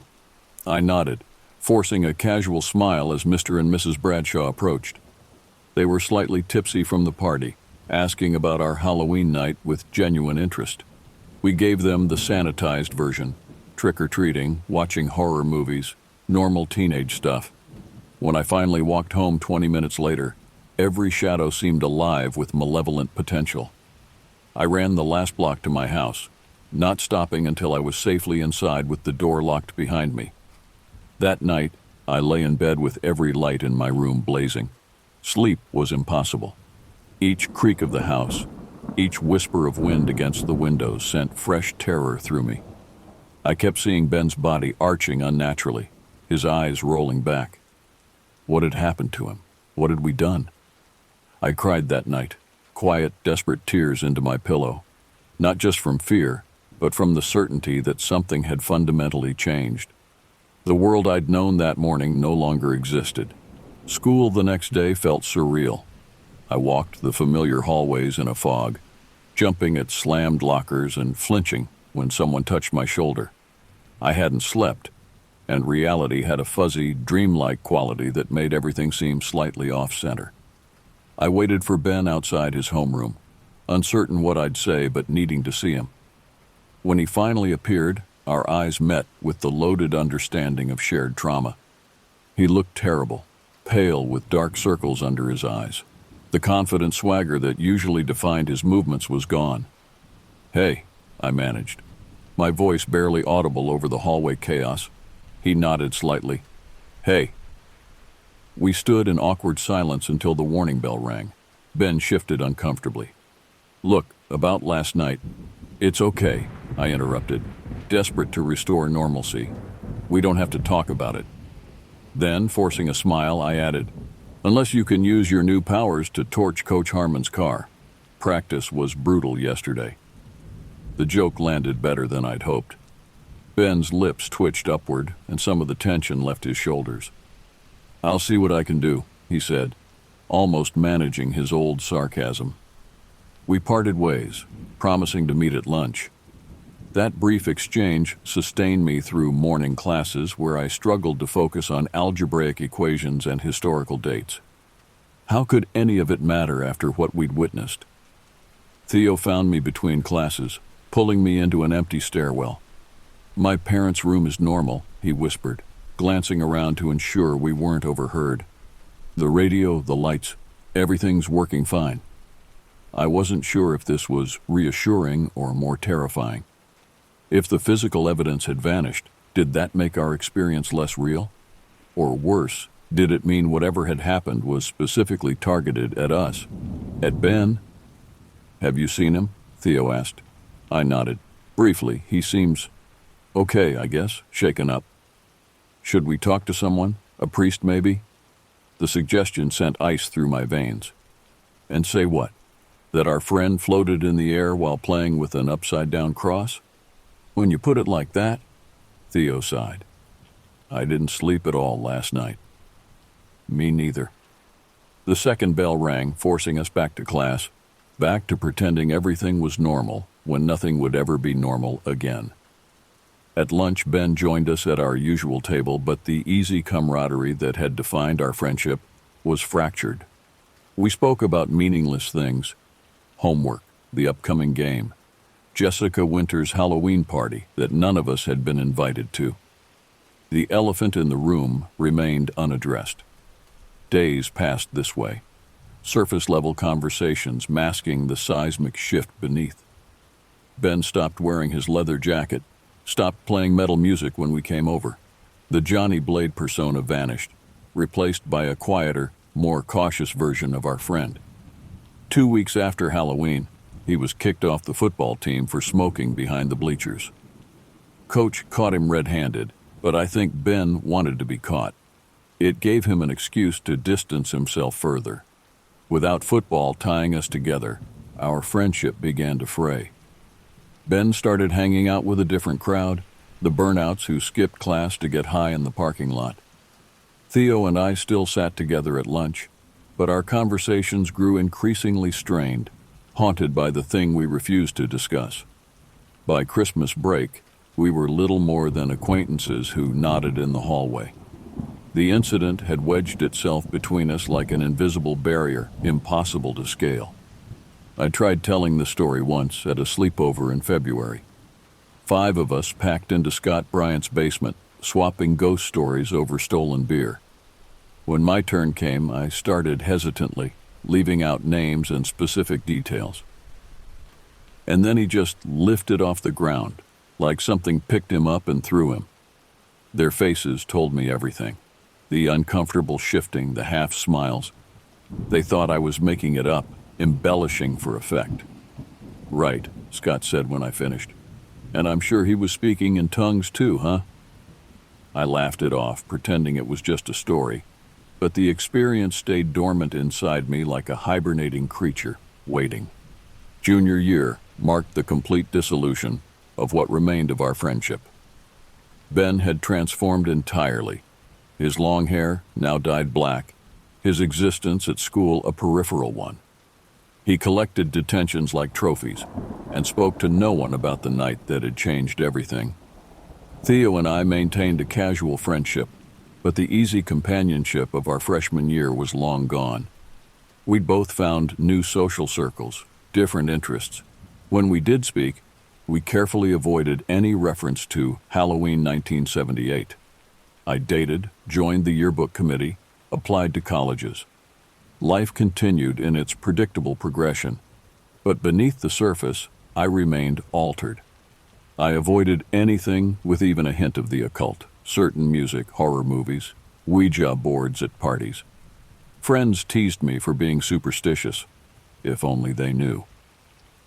In April of that year, I ran into Ben at the record store downtown.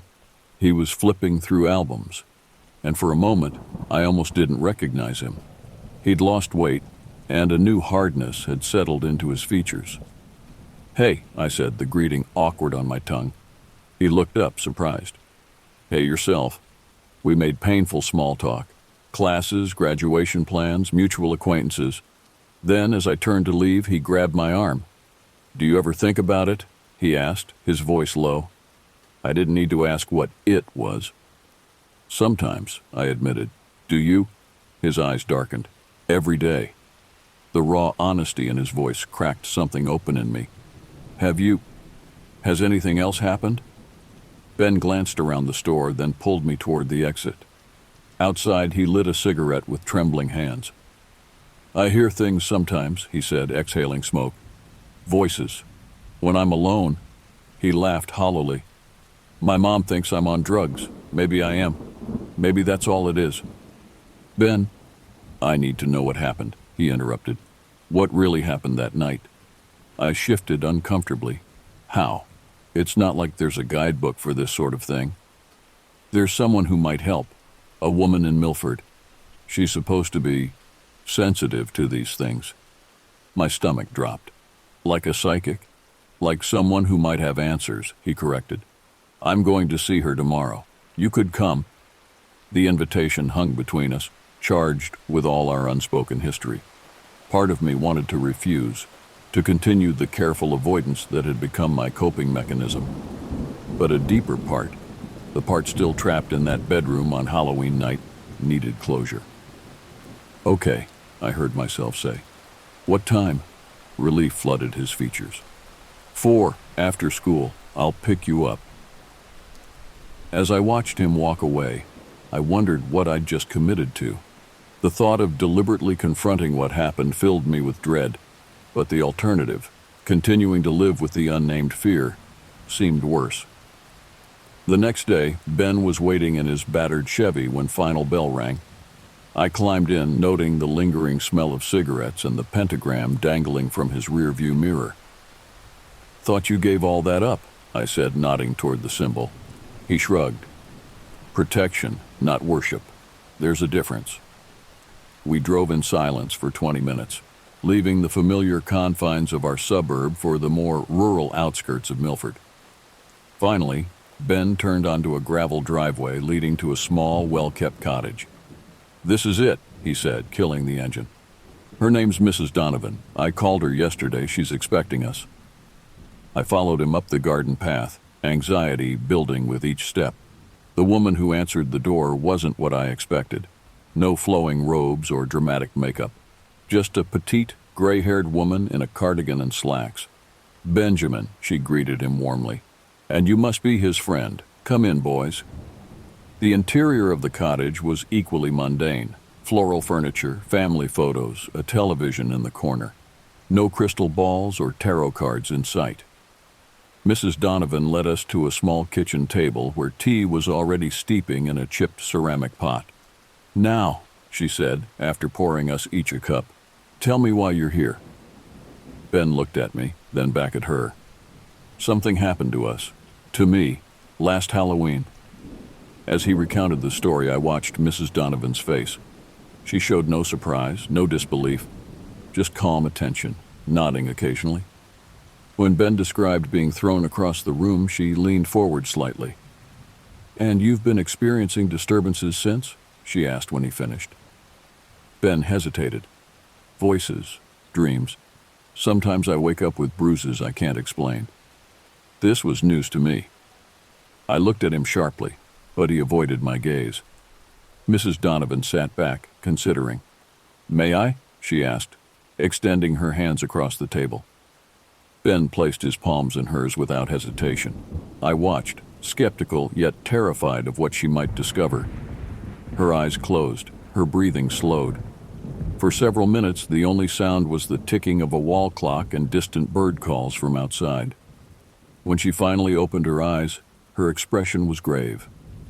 You opened a door that night, she said softly. With your actions, your words. Something noticed. What kind of something? I asked, my voice barely audible.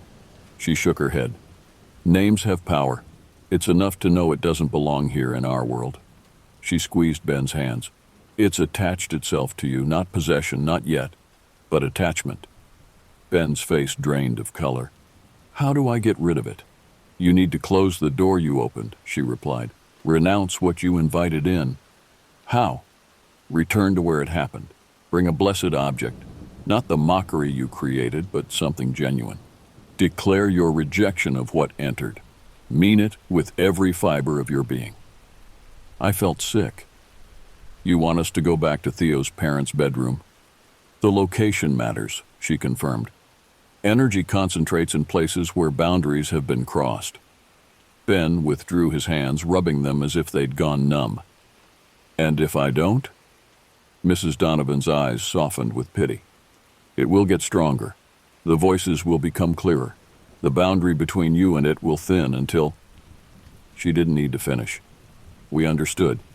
Convincing Theo was harder than I'd anticipated. After 2 years of careful avoidance, suddenly suggesting we revisit the site of our collective trauma seemed insane.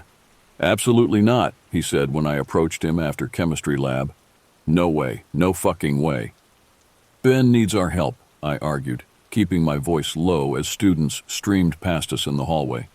Ben hasn't spoken to me in over a year, Theo countered. And now he wants to perform some exorcism in my parents' bedroom. Are you hearing yourself? I couldn't blame him. From the outside, it did sound crazy. But I'd seen Ben's face when Mrs. Donovan described what was happening to him. I'd recognized the desperation, the fear. Something is wrong with him, Theo, really wrong. And it started that night with us. Theo leaned against the lockers, conflict evident on his face. My parents are going to Hartford this weekend, he said finally. Visiting my aunt. We'd have the house to ourselves. Relief flooded through me. So you'll do it? I didn't say that.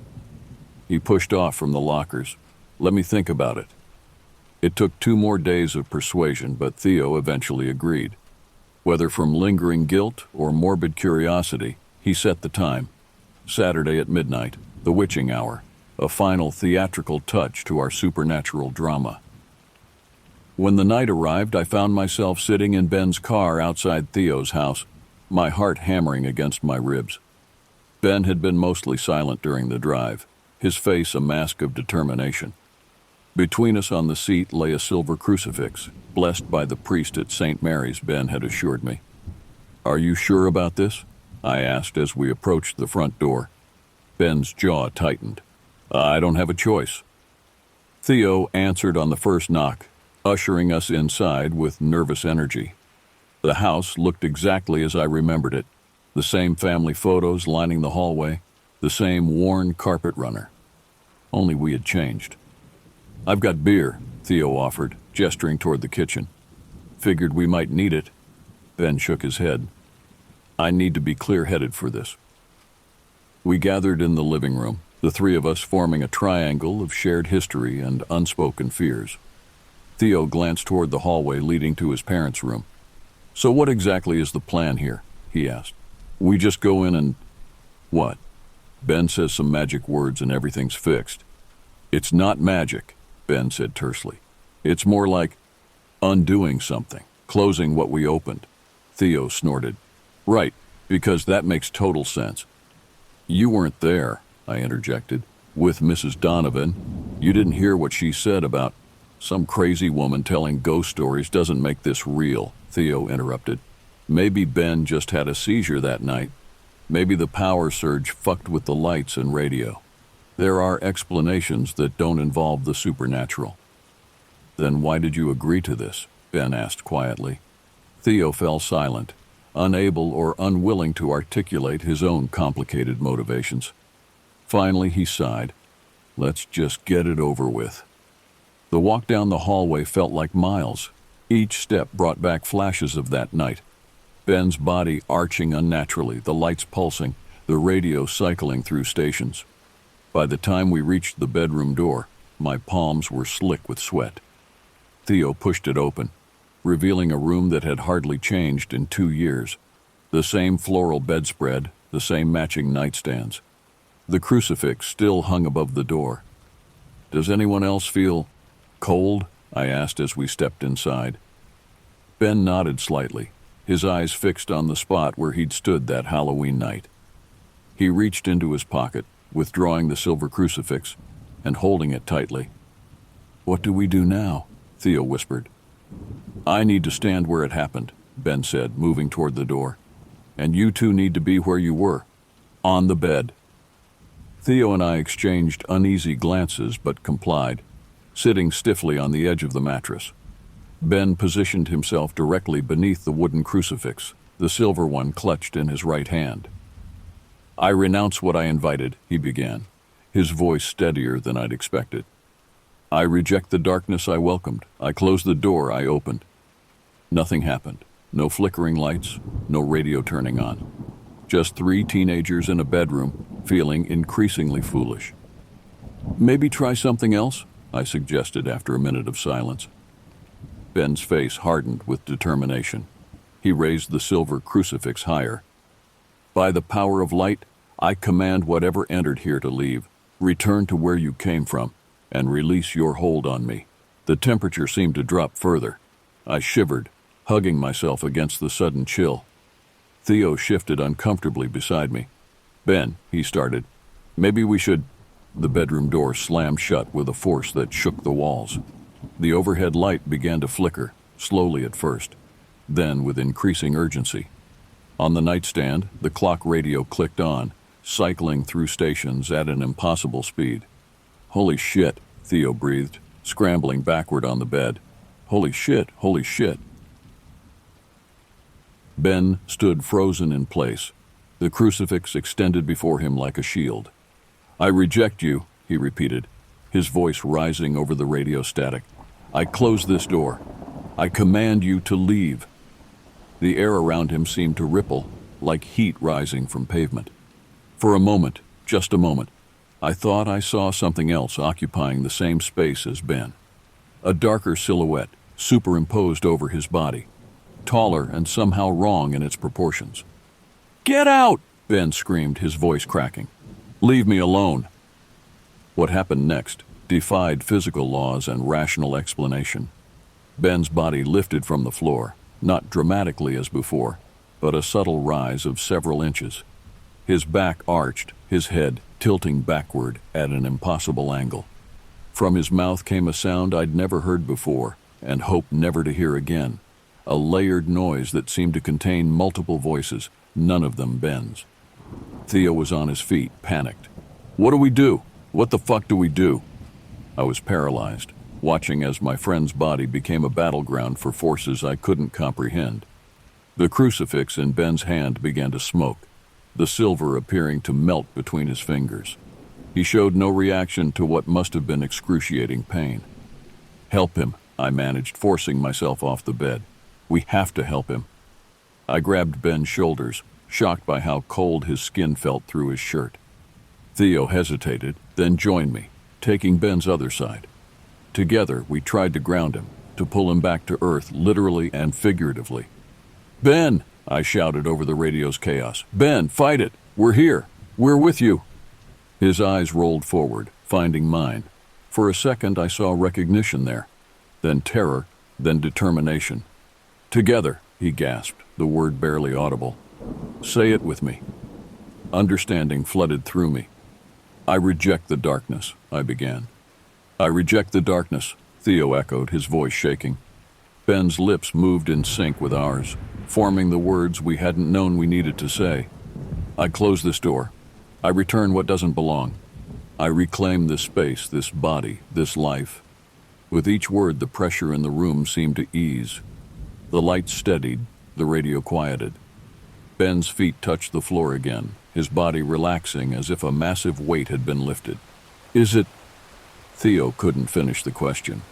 Ben looked at his blistered palm where the crucifix had burned him. I think so, he whispered. I think it's gone. We stood in stunned silence, the three of us connected by touch and shared trauma, and something deeper that had no name. The bedroom felt ordinary again, just furniture and wallpaper and the distant sound of a neighbor's dog barking. We should get that burn looked at, I finally said, gesturing to Ben's hand. He shook his head. It's okay. It's worth it. We left the bedroom together, closing the door firmly behind us. None of us suggested staying in the house any longer than necessary.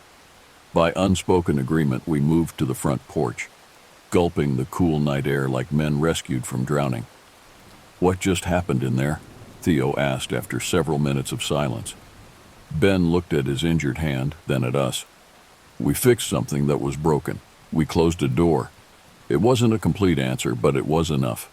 Some experiences defy language, existing in spaces between what we know and what we fear. What happened that night, both nights, would always live in that liminal space for me. In movies, shared trauma bonds people together permanently.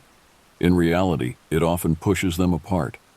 Despite what we'd experienced, what we'd overcome together, the three of us continued our separate trajectories through high school and beyond. Ben transferred to a different school for senior year. His mother remarried, relocating them to Pennsylvania.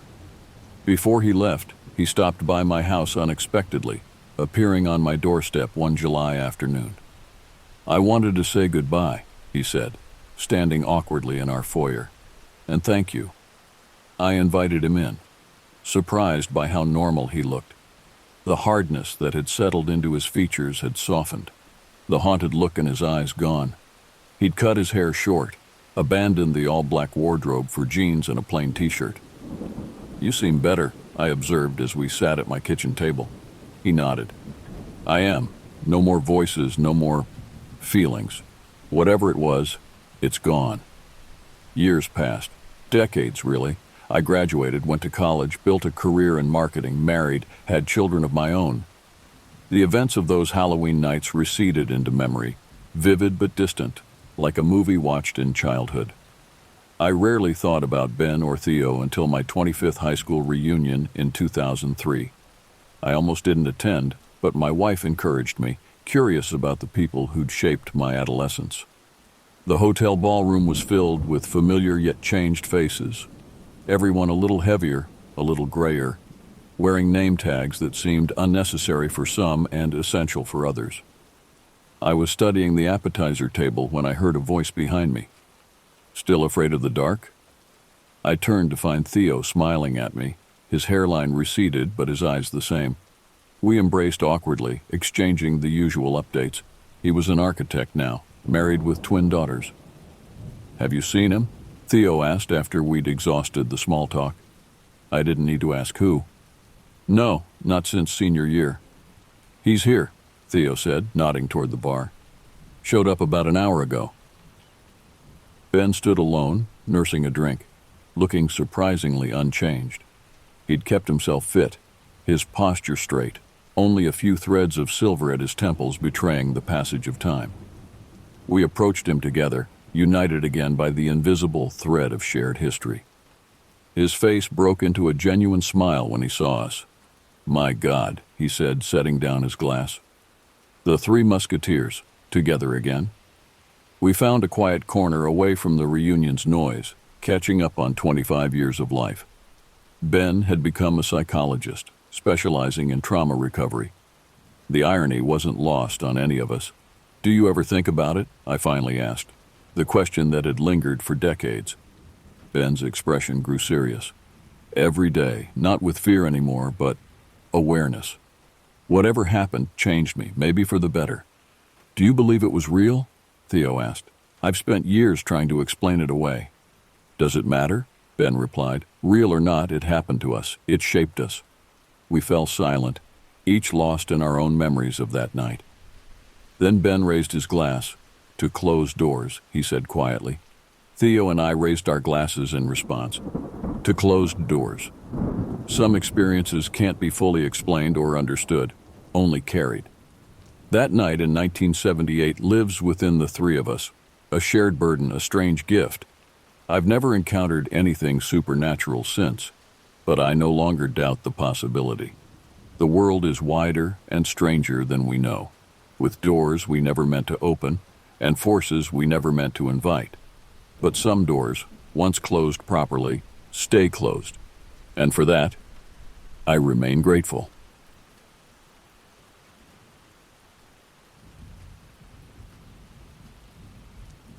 I'm from Lancaster, Pennsylvania, and my story begins on a frigid Sunday in January 2021. Winter had wrapped its icy fingers around our town, leaving the landscape barren and ghostly in its grasp. The Susquehanna River flowed silently beside the trail at Chickies Rock, near the Route 30 bridge, a place familiar to locals but holding secrets I would soon wish had remained hidden. My older brother James and I had arrived around 4:30 p.m. The sun was already beginning its descent, casting long shadows across the snow-covered ground. The temperature had dropped significantly since morning, and our breath hung in visible clouds before us as we trudged along the empty trail. The parking lot had been vacant, except for our weathered Honda Civic, its blue paint chipped and faded from years of Pennsylvania winters. "Nobody's crazy enough to be out here today except us," James had remarked as we stepped onto the trail, our boots crunching through the thin layer of ice that had formed over yesterday's snowfall. We were looking for a quiet spot away from the main path, somewhere to smoke and talk without interruption. Our weekly hikes had become a tradition over the past year, a way to escape the confines of our small apartment and the mundane routine our lives had fallen into since the pandemic began. The woods were eerily quiet that day. No birds sang, no squirrels darted between the naked trees. Even the usual distant rumble of traffic crossing the Route 30 bridge seemed muted, as if the cold had dampened all sound. I remember pulling my scarf tighter around my neck, fighting against the wind that seemed to find every gap in my clothing. "I need to take a leak," James announced after we'd walked about half a mile. "Keep going, I'll catch up." He stepped just a few feet off the trail behind a large oak tree. I continued walking alone, my thoughts drifting as I admired the way the fading sunlight glinted off ice-encased branches. The beauty of winter had always captivated me, despite its harshness. The stillness of it all felt almost sacred, like walking through a vast, frozen cathedral. That's when I saw it. About 30 yards ahead, something moved on the trail. At first, I thought my eyes were playing tricks on me, a shadow perhaps, or a branch swaying in the wind.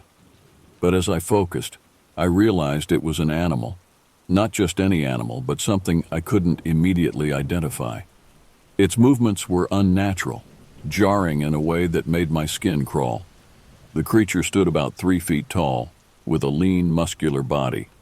Its fur was a strange ashen gray, almost translucent in the fading light. The proportions were all wrong, elongated hind legs reminiscent of a kangaroo, but with the slender frame of a greyhound. Its face was narrow, deer-like, with ears that seemed too large and alert for its body. The most disturbing aspect was its gait. It moved with an unsettling bounce, occasionally rising to stand on its hind legs before dropping back down to all fours. Each movement seemed deliberate, calculated, as if it were studying the terrain, or me.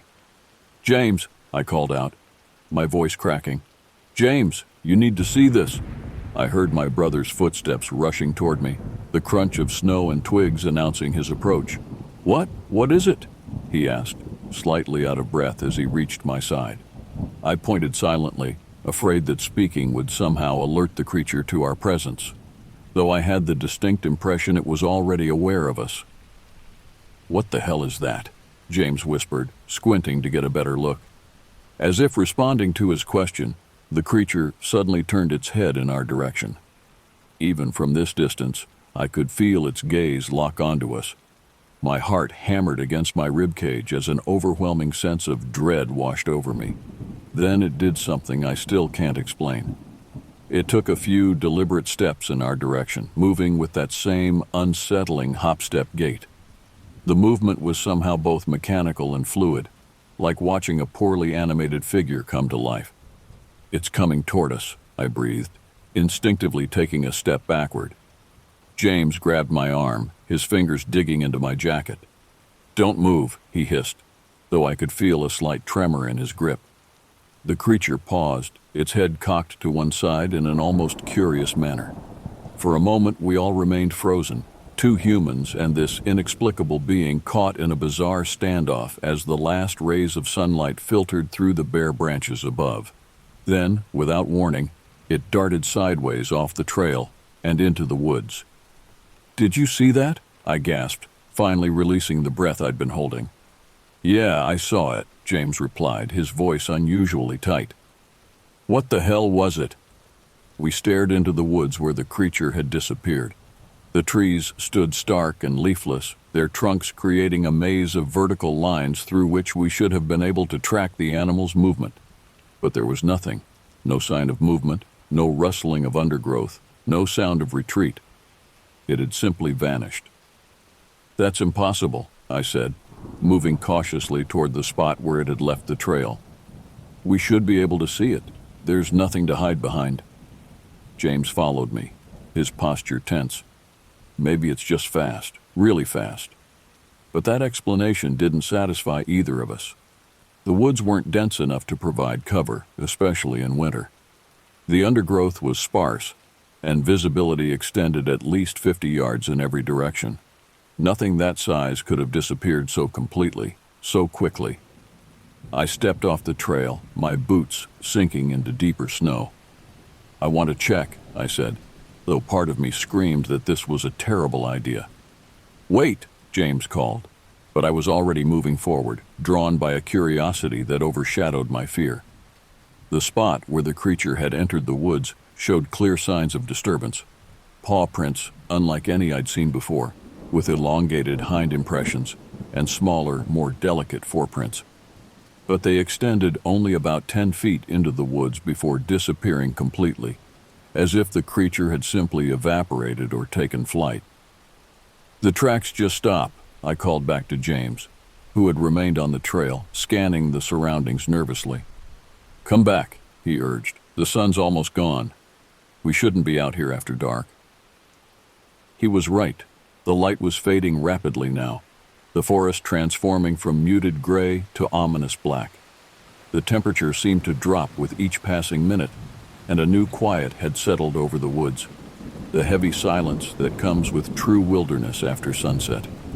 I reluctantly returned to the trail, unable to shake the feeling of being observed.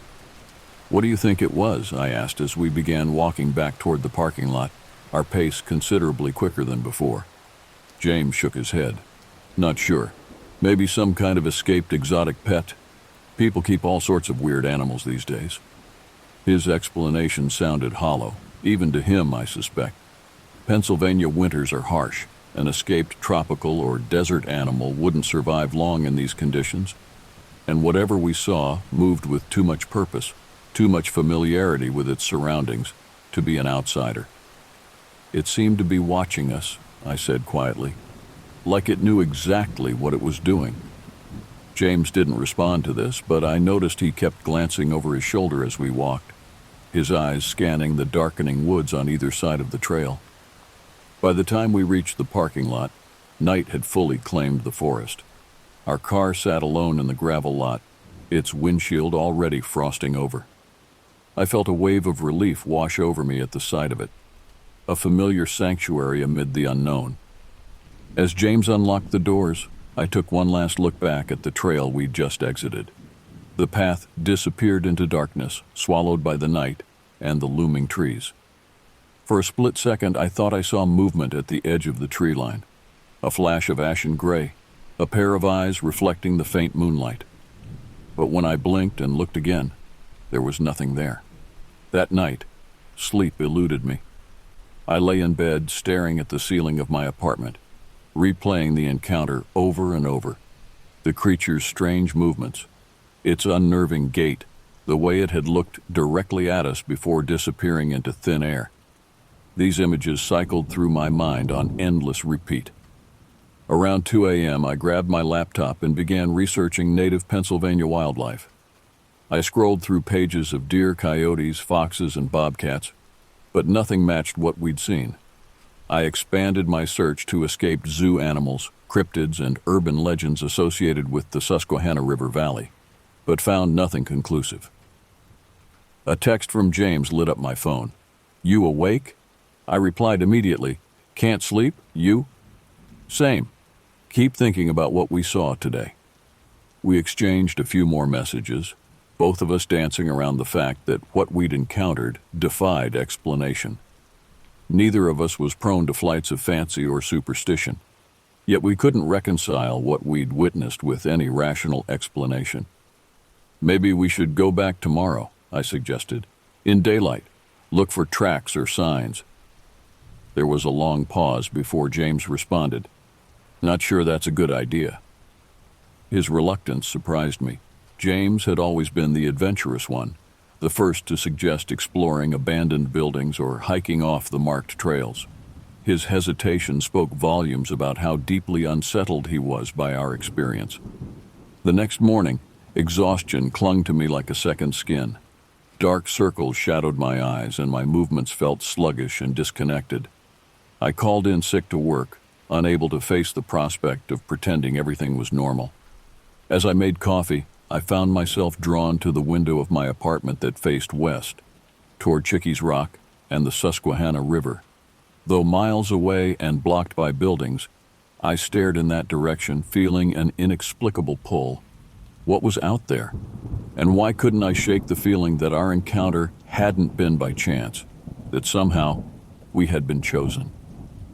Despite James's initial reluctance, 3 days later we found ourselves back at the Chickies Rock trailhead.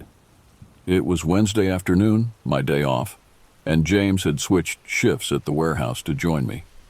The parking lot had a few more cars this time, a middle-aged couple preparing for a hike and a solitary photographer adjusting equipment near his truck. The presence of others provided a small comfort as we set off down the now familiar path. Daylight revealed a different forest than the one we'd fled from on Sunday evening. Sunlight filtered through the bare branches, casting intricate shadow patterns on the snow. Birds called to one another, and occasionally a squirrel would dart across our path. "It all seems so normal now," James remarked as we approached the area where we'd had our encounter. I nodded, though I couldn't shake the underlying tension that had settled in my stomach since we'd arrived. The forest felt watchful, as if the trees themselves were bearing witness to our return. We slowed as we reached the spot. It looked unremarkable in the daylight. Just another stretch of the well-worn trail, bordered by leafless trees and patches of melting snow. "It was right about here," I said, pointing to the area ahead where the trail curved slightly. James nodded, his eyes scanning the surroundings with methodical precision. "And it went off the trail there," he added, gesturing to a small gap between two oak trees. We stepped off the path and into the woods, careful to avoid disturbing any potential evidence. 3 days of intermittent snow and sunshine had erased most signs of our previous visit, but I was determined to find something, anything, that would validate what we'd seen. For nearly an hour we combed the area in widening circles, looking for tracks, fur, or other signs of the creature's presence. The couple we'd seen in the parking lot passed by on the trail, nodding politely in our direction before continuing their hike. "What exactly are you boys looking for?" a voice called from the path. I turned to see the photographer we'd noticed earlier, his camera hanging from a strap around his neck. He was older than I'd first thought, perhaps in his 60s, with a weathered face and keen eyes that seemed to miss nothing. "Just looking around," James replied vaguely. The man studied us for a moment, then stepped off the trail to join us. "You saw something, didn't you?" he asked quietly. The photographer's name was Howard Brenner. He'd been documenting the changing landscape around the Susquehanna for over 30 years, he told us, as we sat on a fallen log just off the main trail. "I've seen things in these woods that defy explanation," he said, his voice low despite the fact that we were alone. "Things that shouldn't exist, at least not according to any biology textbook." I exchanged a glance with James, whose skepticism was evident in his furrowed brow. Yet I found myself leaning forward, eager to hear more. "What did you see?" Howard asked us directly. After a moment's hesitation, I described our encounter, the strange creature with its kangaroo-like hind legs, greyhound body, and deer-like features. I mentioned its ashen gray color and the way it had moved with that unnatural hopping gait. Most importantly, I described how it had seemingly vanished into thin air, leaving no trace in a woods where concealment should have been impossible. Howard listened without interruption, nodding occasionally as if confirming details against some mental checklist. When I finished, he remained silent for a long moment, gazing out into the forest. "You're not the first," he finally said. "There have been sightings around here going back decades. Most people keep quiet about it. Who wants to be the local crackpot, right? But I've documented at least 7 separate encounters since 1996. "What is it?" James asked, his skepticism giving way to genuine curiosity. Howard shook his head. "I don't know, not for certain. But I have theories." He reached into his camera bag and pulled out a small, worn notebook. Flipping through the pages, he stopped and showed us a sketch, a detailed drawing of a creature remarkably similar to what we'd seen. This was drawn by a biology professor from Franklin and Marshall College in 2008, Howard explained. He was collecting specimens along the river when he had an encounter much like yours. The sketch captured the creature's unsettling proportions and strange features with disturbing accuracy. Seeing it rendered by someone else, someone who had no connection to us or our experience, sent a chill down my spine. "There's more," Howard continued, turning to another page. This one contained not a sketch, but a photocopy of what appeared to be an old newspaper clipping.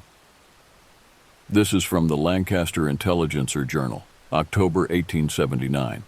A report from local farmers about strange creatures seen near the river after a period of unusual flooding." The archaic language of the article described gray beasts of unnatural configuration that moved with a most disturbing leap-walking manner and disappeared as if by ethereal means when pursued. "People have been seeing these things for over a century," Howard said, closing his notebook. "Always near the river, always elusive, always defying classification." As Howard shared more of his research with us, the afternoon light began to wane. Winter days are short in Pennsylvania, and darkness comes quickly. I hadn't noticed the time passing, so engrossed was I in the photographer's stories and theories. "We should head back," James finally said, checking his watch. "It's almost 5 o'clock. Howard nodded, returning his notebook to his bag. "You're right.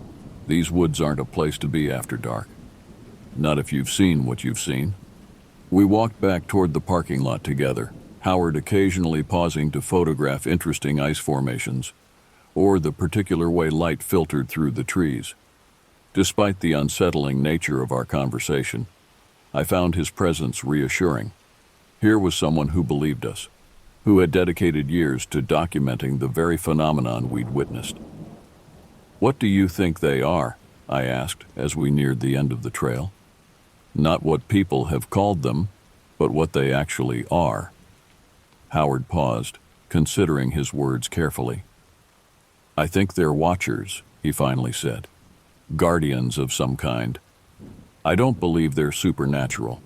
More likely some undiscovered species that's evolved to be perfectly adapted to this specific ecosystem. Their ability to seemingly vanish, probably some form of camouflage we don't understand yet. Nature is full of adaptations that seem impossible until they're explained." His rational approach was comforting, though it didn't entirely dispel the unease I still felt when thinking about our encounter. "Will we see it again?" James asked. "Maybe," Howard replied, "but I suspect only if it wants to be seen." We reached the parking lot as the last rays of sunlight disappeared behind the western hills. Howard's truck was parked next to our car, both vehicles now the only ones remaining. As we exchanged phone numbers and promised to stay in touch, I glanced back toward the trailhead one last time. The forest beyond had been swallowed by darkness, the path disappearing into an impenetrable wall of shadow. And there, just at the edge where light gave way to darkness, I thought I saw a flicker of movement, a lean gray shape with eyes that seemed to glow with their own inner light. "Howard," I said quietly, not taking my eyes off the spot. "Look." But by the time he turned, whatever I'd seen, if I'd seen anything at all, had vanished. "The Watchers," Howard murmured, a note of reverence in his voice. "Always watching, rarely seen." As we drove away from Chickie's Rock that evening, I couldn't shake the feeling that we were leaving something unfinished. Our encounter had opened a door to a world operating alongside our own, a world of creatures that defied conventional explanation, of mysteries hiding in plain sight. I've returned to that trail many times since, sometimes with James, sometimes with Howard, occasionally alone. I've never again seen the creature as clearly as I did that January evening, but I've caught glimpses, a flash of movement in my peripheral vision, tracks that stop abruptly in the middle of open ground, the sensation of being observed when no one else is around. Whatever lives in the woods beyond Chickie's Rock, whatever watches from the shadows along the Susquehanna, remains a mystery. But I know what I saw, and I know that sometimes, when I walk those trails, it sees me too.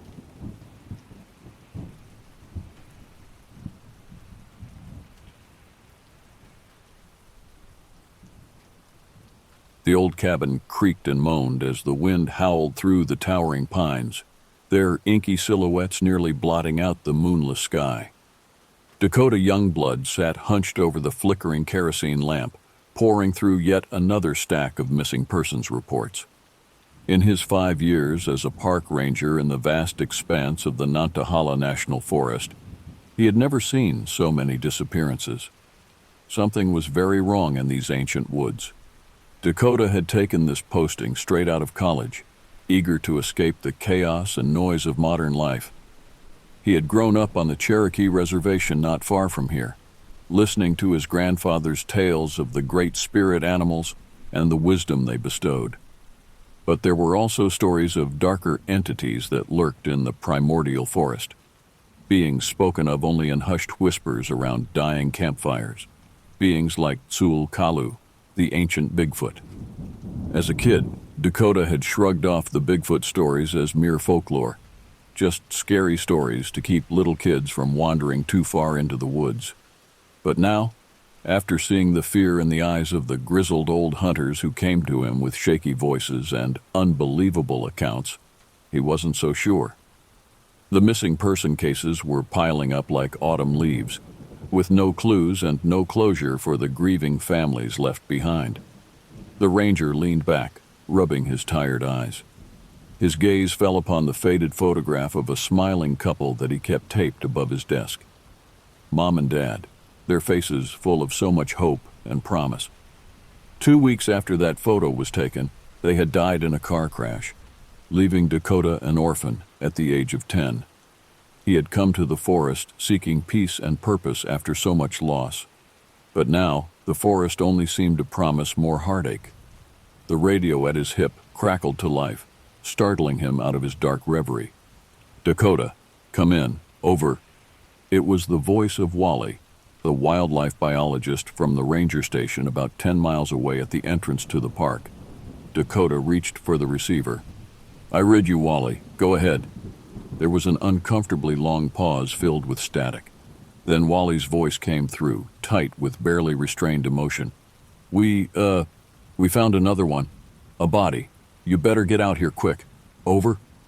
Dakota closed his eyes and swallowed hard. God, not another one. How was he going to keep this park open if tourists kept winding up dead under mysterious circumstances? Roger that, Wally. Send me your coordinates. I'm on my way. Over and out. As Dakota shrugged on his jacket with the faded ranger patch and headed out into the night, he couldn't shake the feeling of being watched. The towering trees felt like silent sentinels guarding ancient secrets, secrets he was starting to believe might be better left buried. He trudged to his battered Forest Service Jeep and turned the key. The old engine groaned to life reluctantly. Dakota rubbed the dashboard affectionately. At least this old beast hadn't abandoned him yet, unlike his last girlfriend.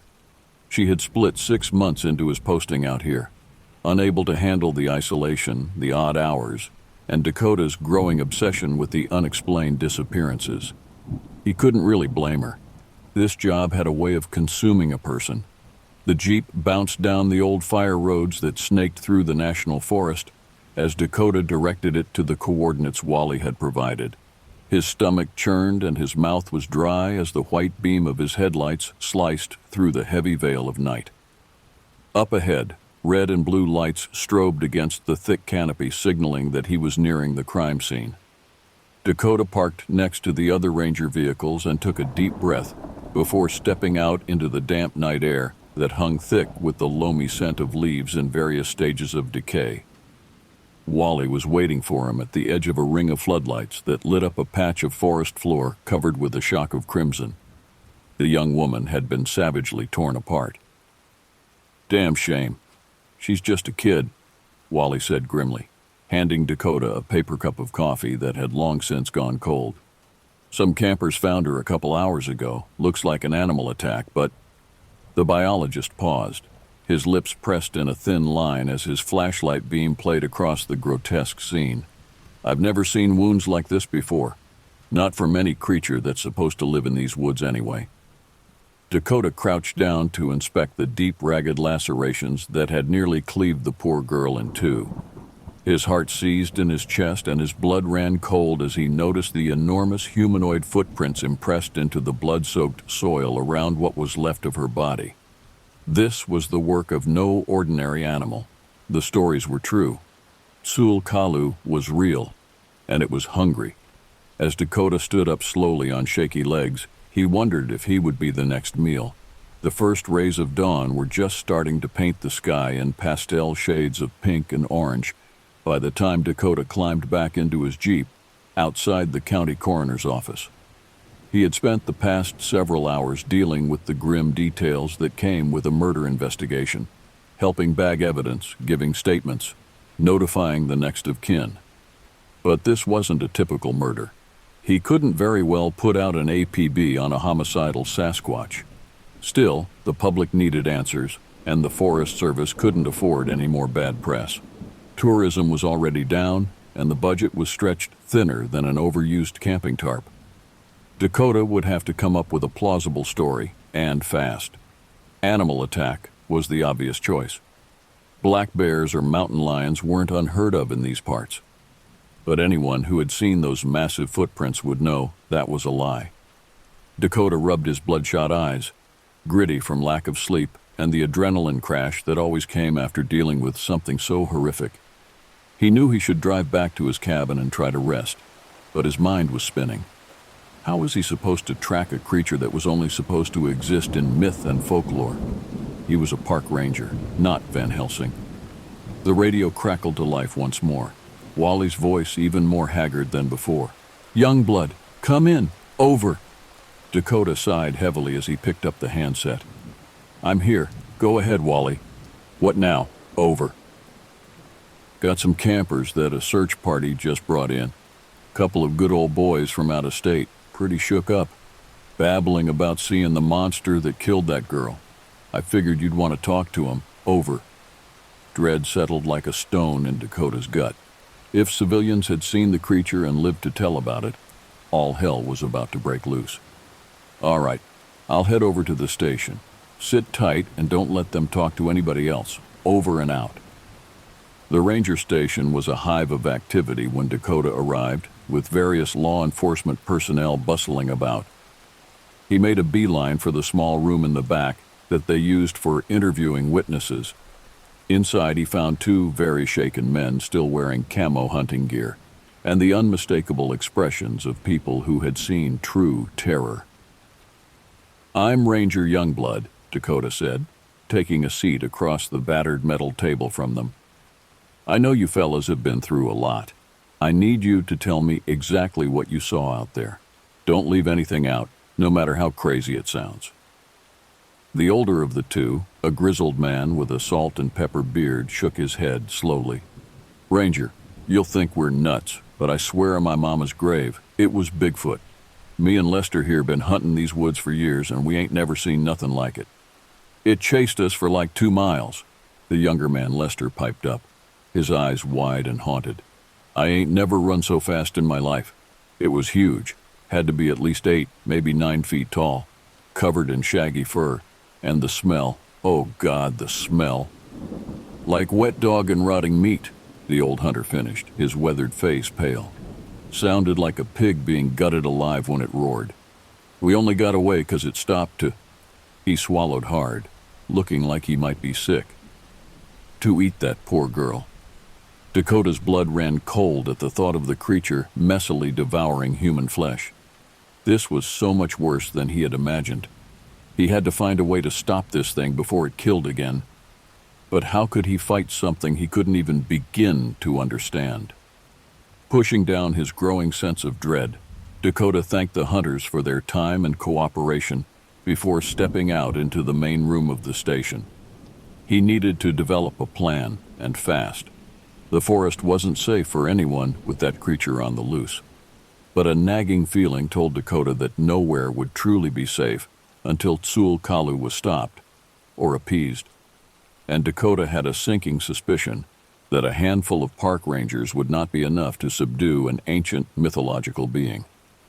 They were going to need help, but who could possibly be equipped to deal with a threat like this?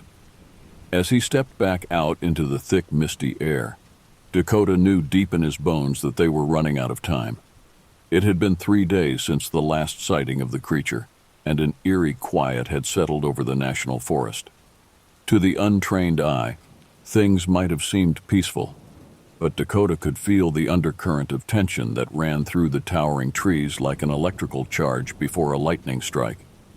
It was the calm before the storm, and if he didn't act soon, that storm would break in a shower of blood and viscera. After poring over every piece of lore and historical record he could get his hands on, Dakota was starting to understand what they were up against. Tsul Kalu wasn't just some wild animal or even a bizarre cryptid. It was a figure of ancient legend, a powerful spirit of the forest that had been revered and feared by the Cherokee people for generations. And for good reason, it seemed. The story spoke of Tsul Kalu as a guardian of the wilderness, a protector of the delicate balance between man and nature. It was said to watch over the animals of the forest and punish those who took more than their fair share. Dakota thought of all the poachers and litterers he had dealt with over the years. Could the creature be acting out some sort of twisted justice? But there was more to the lore than that. Darker tales of Tsul Kalu's insatiable hunger for human flesh, of its ability to mimic the voices of loved ones to lure unsuspecting people deep into the woods, where they would never be seen again.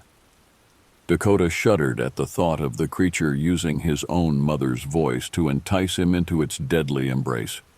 No wonder the Cherokee had been so wary of this thing. What Dakota couldn't figure out was why it had waited until now to start openly attacking people. There had always been the occasional strange sighting or unexplained disappearance around the forest, but nothing on this scale. What had changed? Why was Tsul Kalu suddenly so bold and so bloodthirsty? He knew he needed help, answers that couldn't be found in dusty library books or fading online databases. And there was only one place he could think to turn: the reservation.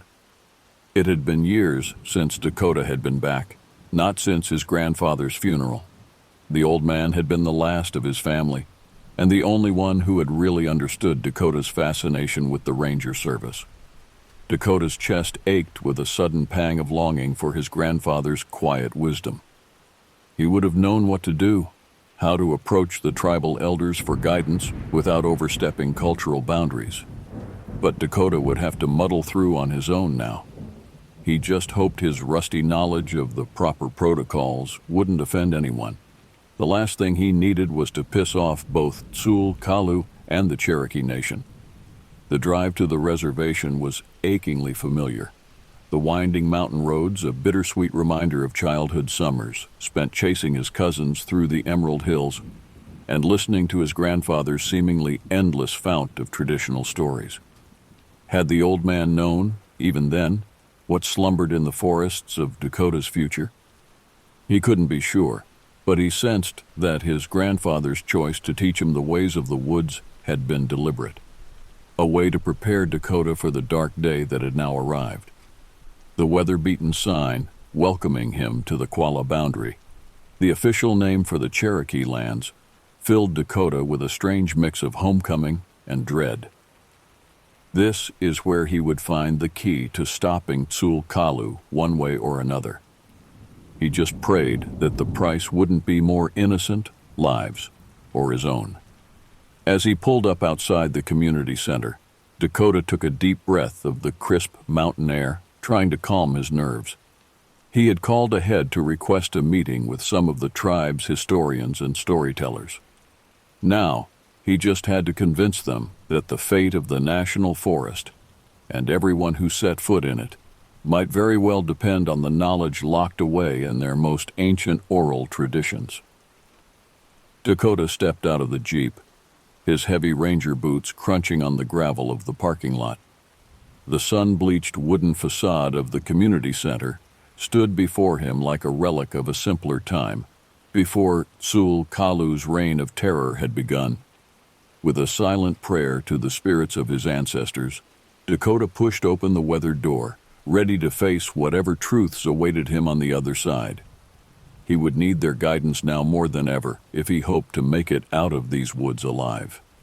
The air inside the community center was heavy with the scent of sage and cedar, a testament to the cleansing rituals that had taken place there over the decades. Dakota felt a strange sense of comfort wash over him, almost as if the spirits of his ancestors were welcoming him back into the fold after so many years away. But the tense expressions on the faces of the elders gathered in the large central room quickly chased away any feelings of warmth. Dakota Youngblood, a wizened old man with long silver braids, greeted him solemnly. "Your grandfather spoke of you often. He had high hopes for you, said you had a strong spirit. I am glad you have finally found your way back to us, though I wish it were under better circumstances." Dakota nodded respectfully, suddenly feeling like that awestruck little boy who had hung on his grandfather's every word again. "Thank you for agreeing to see me," he said, his voice rough with emotion. "I know I have been away too long, but I need your help. We all do." The elders exchanged heavy glances before the old man spoke again. "You have come about Tsul Kalu, haven't you? About the missing people, the bodies found in the woods?" Dakota's heart leaped into his throat. So they did know something. "Yes," he managed. "I've seen the signs. I know the legends are real. And I'm afraid that if we don't find a way to stop the creature, more innocent people are going to die." Another elder, a woman with keen eyes, leaned forward. "Tsul Kalu is not just a creature, Dakota Youngblood. It is a force of nature, a spirit of the wild that has existed since the beginning of time. It cannot be stopped, only respected and appeased." "But why is it killing now?" Dakota asked desperately. "The stories say it protects the forest, that it only punishes those who abuse the land. Most of the victims were just innocent campers and hikers." The elders looked at each other again, a heavy silence settling over the room. Finally, the old man sighed. "There is a prophecy," he began, his voice low and grave. "A warning that has been passed down through generations. It says that when man's greed and disregard for the earth reaches a tipping point, Tsul Kalu's rage will know no bounds. It will feast on the flesh of the innocent and guilty alike until the balance is restored." Dakota felt his blood run cold. "Balance? What do you mean?" The woman with the keen eyes spoke again. The forest has been crying out in pain for years now, Dakota. The logging, the mining, the pollution, it's all taken a heavy toll. Tsul-Kalu is the spirit of the land itself, and it can no longer bear the wounds that mankind has inflicted. There have been protests against the logging company for months now, another elder chimed in, but they have fallen on deaf ears. The hunger for profit has drowned out the voice of reason and respect for the land. Dakota's mind was reeling. He had always tried to be a good steward of the forest, to teach campers and hikers to tread lightly and take only what they needed. But he knew that in the grand scheme of things, his efforts had been a drop in the bucket compared to the rampant exploitation that had been going on for decades. "What can I do?"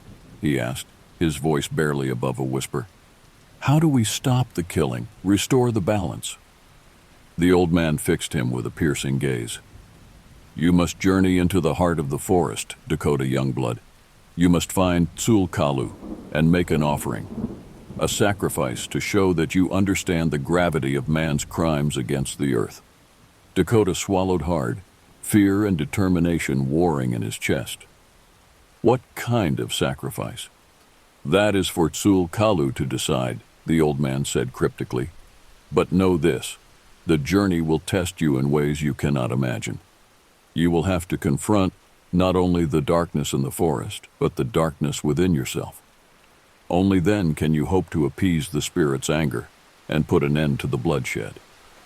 Dakota nodded slowly, understanding now what he had to do. It wouldn't be easy, and there was no guarantee he would even survive the encounter with Tsul-Kalu, but he knew he had no choice. He was the only one who even stood a chance of reasoning with the creature, of making it understand that not all humans were enemies of the land. "I'll do it," he said, his voice growing stronger with resolve. "I'll make the journey, face Tsul-Kalu, but I'll need your prayers and your wisdom to guide me." The elders nodded solemnly, rising to their feet. "We will prepare the sacred herbs and the offerings for your journey," the old man said. "At dawn tomorrow, you must set out for the place where the shadows grow thickest and the trees whisper of ancient secrets.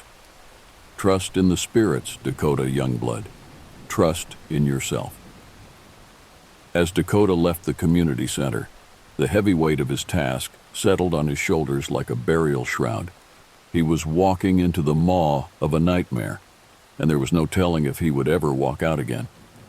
But for the sake of the forest, for the sake of the innocent lives hanging in the balance, he knew he had to try. The night air was thick with the promise of rain as he climbed into his Jeep and headed back to his lonely cabin to prepare for the ordeal ahead. The elder's words echoed in his mind, a sacrifice, a reckoning. Dakota could only pray that, when the time came, he would have the strength to face the terrible truth that awaited him in the heart of the forest. For he knew now that it was not only the fate of the land that hung in the balance. It was his own soul. Dawn broke over the misty mountains like a bloodstain spreading across gauze, staining the world in shades of crimson and shadow. Dakota had hardly slept, his mind spinning with visions of gnashing teeth and ancient eyes glowing in the dark.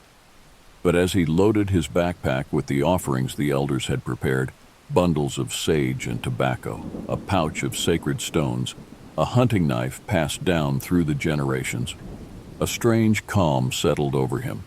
This was his destiny, he realized. All the pain and loss of his life, all the years of wandering and searching, had led him to this moment. He was the only one who could walk the line between the worlds, the only one who might be able to soothe the spirit's rage and restore the delicate balance. It was a heavy burden, but one he knew he had to bear. With a final glance at the faded photograph of his parents, Dakota set out into the waiting forest. He had told Wally and the other rangers that he would be offline for a few days, tracking down some leads in the more remote areas of the park. It wasn't exactly a lie, but he knew they could never understand the true nature of his mission. This was between him and Tsul-Kalu now.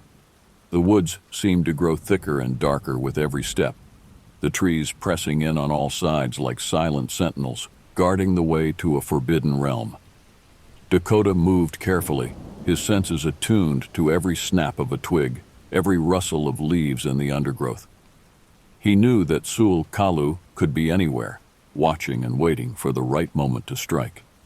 By midday, he had reached a part of the forest he had never explored before, a place where the shadows pooled like stagnant water, and the air hung heavy with an unseen menace. It was here, the elders had told him, that he would find the heart of Sul Kalu's domain, the place where the veil between worlds grew thin and the ancient spirits walked the earth.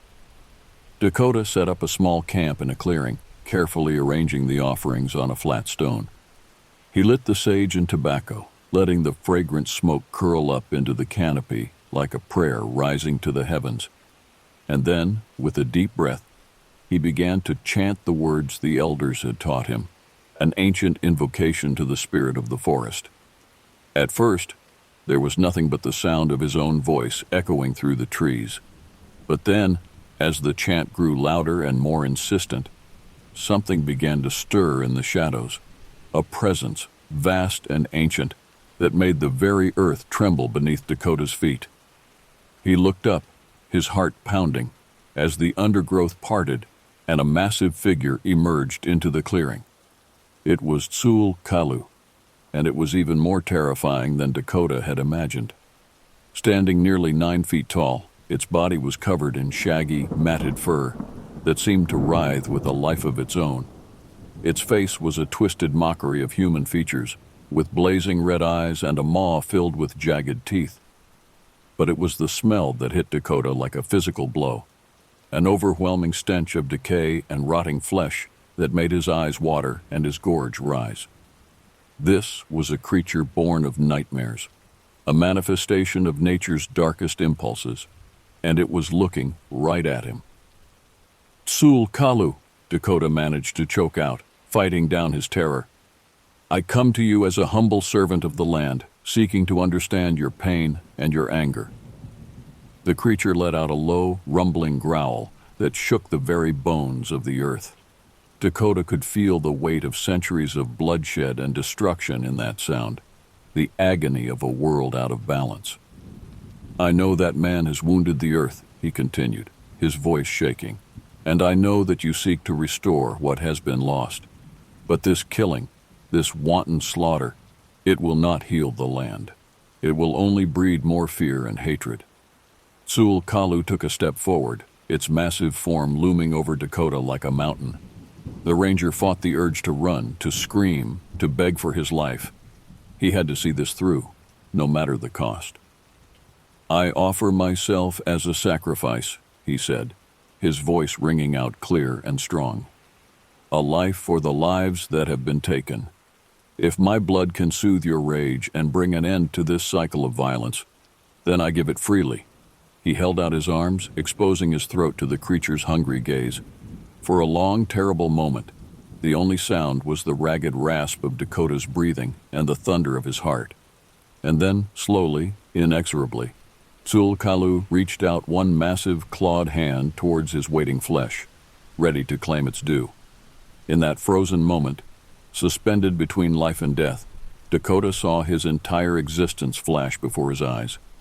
The joyful summers spent chasing his grandfather through the emerald hills of the reservation, the wrenching grief of his parents' funeral, the hollow ache of the empty days that followed, the quiet peace he had found in the forest, the sense of purpose that had filled him as he devoted his life to protecting the wild places that had always called to his soul. And he saw, with startling clarity, the truth that had always lurked beneath the surface of his being. The reason he had been drawn to the ranger service, to the ancient legends of his people, to the mysteries that lurked in the shadows of the forest. He was a guardian, a bridge between the worlds of man and nature. And this was his ultimate test, his chance to fulfill the destiny that had been written in his blood since the day he was born. As Sul Kalu's claws pierced his flesh, Dakota felt a searing pain unlike anything he had ever experienced. It was as if the creature's rage, its ancient hunger, was pouring into him like molten lead, burning away everything that was human and mortal. He screamed, his voice echoing through the trees like the cry of a wounded animal. But even as the agony threatened to consume him, Dakota held fast to his purpose. He fixed his gaze on Tzul'Kalu's blazing red eyes, his own vision blurring with tears of pain and understanding. "I see you," he whispered, his voice raw and barely human. "I see your pain, your anger, your grief, and I forgive you." For a single breathless moment the world seemed to stop. The wind stilled in the trees, the birds fell silent in the branches. And in that perfect crystalline silence, something shifted between the man and the beast. A connection, a bond that transcended the boundaries of flesh and spirit. Slowly, incredibly, Tzul'Kalu withdrew its claws from Dakota's chest. The ranger fell to his knees, gasping and shuddering as the pain receded to a dull, throbbing ache. He looked up at the creature, expecting to see rage, hunger, a lust for his blood. But instead, he saw something that made his heart catch in his throat. Tears, glistening on the matted fur of Tzul'Kalu's cheeks. The creature was weeping, its massive shoulders shaking with a grief that echoed through the ages. "You understand," Tzul'Kalu said, its voice like the rumble of distant thunder. "You have seen the truth of the land's pain, the price that must be paid for the sins of man." Dakota nodded, struggling to his feet. His shirt was soaked with blood, but he barely felt the wounds. All he could feel was a sense of overwhelming clarity, a certainty that he had found his true purpose at last. "I will be the voice of the forest," he said, his words ringing out like a vow. "I will teach others to walk softly on the earth, to honor the delicate balance that sustains us all, and I will never forget the sacrifice that was made here today." Tzul'Kalu regarded him for a long, silent moment. Then, with a final solemn nod, the creature turned and vanished back into the shadows of the forest. Dakota knew, with a certainty that went beyond words, that the killing was over.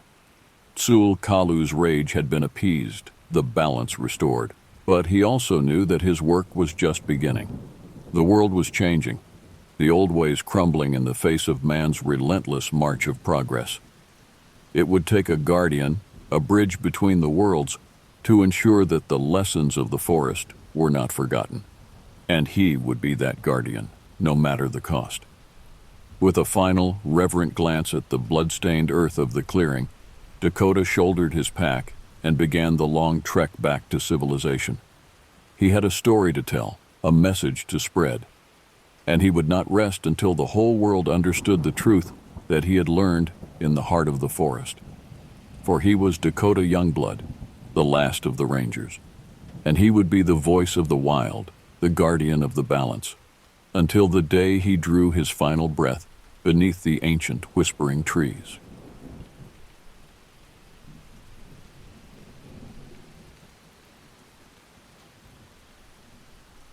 My name is Ahanu Blackfeather, and I've been a park ranger in Denali National Park for 7 years now.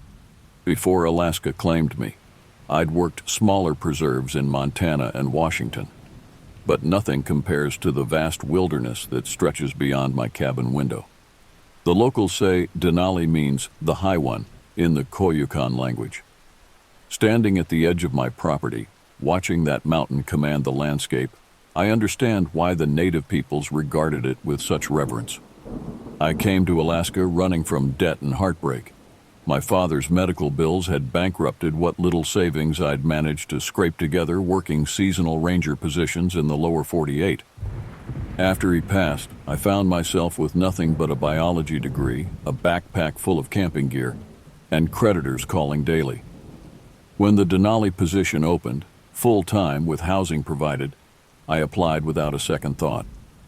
The Park Service cabin they assigned me sits on the edge of a spruce forest, about 40 miles from the nearest town. It's a simple one-bedroom structure with a wood stove, small kitchen, and a front porch that faces the mountains. In summer, I wake to meadows of fireweed and the distant calls of sandhill cranes. In winter, the isolation becomes complete. Snow drifting against the windows, aurora borealis painting the sky in ghostly ribbons of green and purple. I loved the solitude at first. After growing up on the Blackfeet Reservation in Montana, where privacy was scarce, having space to breathe felt like luxury. My grandfather had taught me to track, to read the wilderness like a book. Those skills served me well here, where my job often involves finding lost hikers or monitoring wildlife movements across the vast tundra. The land will speak to you, my grandfather used to say, but only if you know how to listen. I've always been a good listener. 3 weeks ago, something in these woods started speaking, and I wish to God I couldn't hear it. It began with footprints. I was checking trail conditions after an early October snowfall when I spotted them crossing the path. Human-shaped, but wrong somehow. The stride was too long, toes splayed wider than any normal foot. I followed them for half a mile before they simply stopped, as if whatever made them had suddenly taken flight. That night, I heard knocking on my cabin door. 3 sharp raps that echoed through the darkness at 2:17 a.m. When I checked, no one was there, but something had scattered the firewood I keep stacked on the porch. The temperature read -15 degrees Fahrenheit, too cold for most animals to be active. The next morning, I radioed my supervisor, Maya. "Probably just a moose rubbing against your cabin," she said, her voice crackling through the static. "Thompson over in Sector 4 had a black bear trying to den under his porch last winter." I didn't tell her about the footprints or how the knocking came again the next night. Same time, same 3 raps. I didn't tell her that when I looked out the window, I saw a figure standing at the tree line. Too tall, too thin to be human, but standing upright nonetheless. I come from people who believe in skinwalkers, humans who through dark medicine can transform into animals, or something between human and beast. My grandfather spoke of them in whispers, never at night, never by name. To speak of evil is to invite it, he would say. As a college-educated park ranger with scientific training, I've always dismissed such stories as cultural metaphors, warnings wrapped in supernatural clothing. But science has no explanation for what happened 3 days later, when I found a perfectly preserved coyote skin stretched across my front door, pinned with bone needles, still wet with blood despite the freezing temperatures. The radio was dead when I tried to call it in. My satellite phone, too. Even my truck wouldn't start. Winter had arrived early in Denali, and I was alone with something that shouldn't exist. Something that knocked 3 times in the darkness and left impossible footprints in the snow.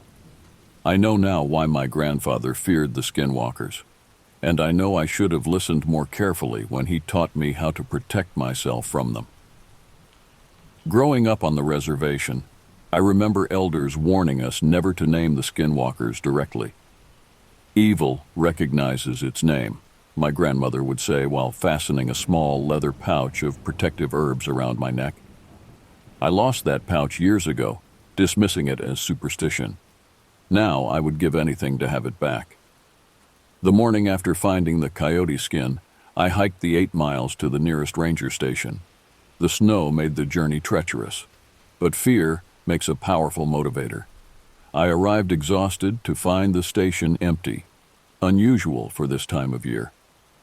A note on the bulletin board indicated that all personnel had been called to the south entrance for a search and rescue operation. I tried the landline. Dead. With night approaching and no desire to hike back to my cabin in darkness, I decided to wait for someone to return. I built a fire in the wood stove and settled in with the station's logbook, hoping to distract myself. What I found instead sent ice through my veins. Multiple entries over the past month detailed strange occurrences, unexplained tracks, equipment failures, livestock mutilations in nearby communities. One entry from Ranger Peterson described finding a deer carcass twisted into impossible shapes, as if someone had tried to fold it into origami. Another from Ranger Williams noted his dogs refusing to enter certain areas of the forest, standing at attention and growling at nothing. The final entry, dated just 3 days prior, simply read, "It's watching us." Sleep was impossible after that. I sat by the window, rifle across my lap, watching the darkness beyond the glass. Around midnight, I saw movement at the edge of the trees, a figure walking upright but wrong somehow, its proportions distorted. It paused, and though I couldn't make out features in the darkness, I felt it looking directly at me. Then it mimicked my posture, head tilted slightly, shoulders squared. It was studying me. I blinked, and it was gone. By morning, I'd convinced myself it had been a product of exhaustion and fear, until I saw the tracks circling the entire station, passing by each window in turn. The radio crackled to life suddenly, making me jump. "Ahanu? Come in, Ahanu!" Maya's voice tense with concern. "I'm here, but I'm at Toklat Station. Something's wrong at my cabin." Static then. "We know. Thompson found something. We've been trying to reach you. Stay where you are. We're sending a team." "What did Thompson find?" My mouth went dry. A long pause. "We're not sure. Animal remains, a lot of them, arranged around your cabin, like some kind of boundary." I thought of the footprints that stopped suddenly, as if whatever made them had taken flight. I thought of the impossible figure at the tree line. "Maya, has anyone gone missing recently? Any tourists or locals?" More static then. "How did you know?" "We've had 3 disappearances in the last month. Hikers. We found their gear, but no bodies." I closed my eyes, remembering stories my grandfather told. Skinwalkers need to feed. They hunt the isolated, the vulnerable, but they also hunt those who recognize them for what they are. "Maya, I need you to look into something. Ask the local tribal elders about protective measures. Tell them—" I hesitated, reluctant to name what I feared. "Tell them it's about the Yi Nald Lushi." "The what?" "Just tell them. They'll understand." I spent that day securing the station, salting thresholds, hanging mirrors in windows.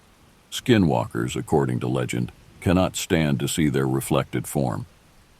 I found sage in the emergency medical kit and burned it in every room. The team Maya promised never arrived. The radio went silent by dusk. As darkness fell, I heard footsteps on the station's metal roof, pacing, methodical. Then a voice called down through the chimney. "Ahanu!" My name, but in my own voice. Perfect mimicry. 3 knocks at the door followed. I pressed myself against the far wall, clutching my rifle, knowing bullets would be useless against what waited outside. "I know your name now," the voice called, still using my voice but somehow wrong, like an instrument slightly out of tune.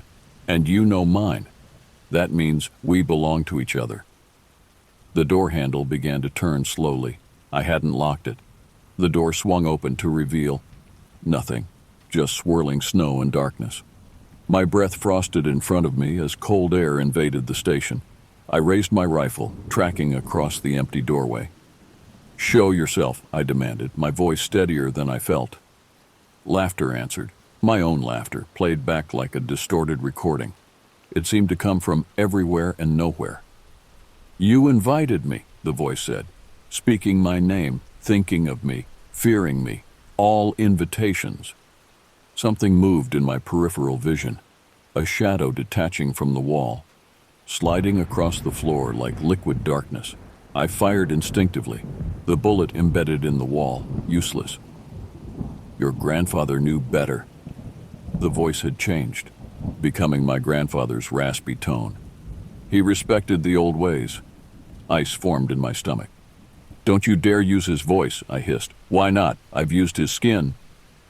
The shadow coalesced, rising up like smoke forming into substance. It took shape slowly. A tall, emaciated figure with limbs too long, joints bent at unnatural angles.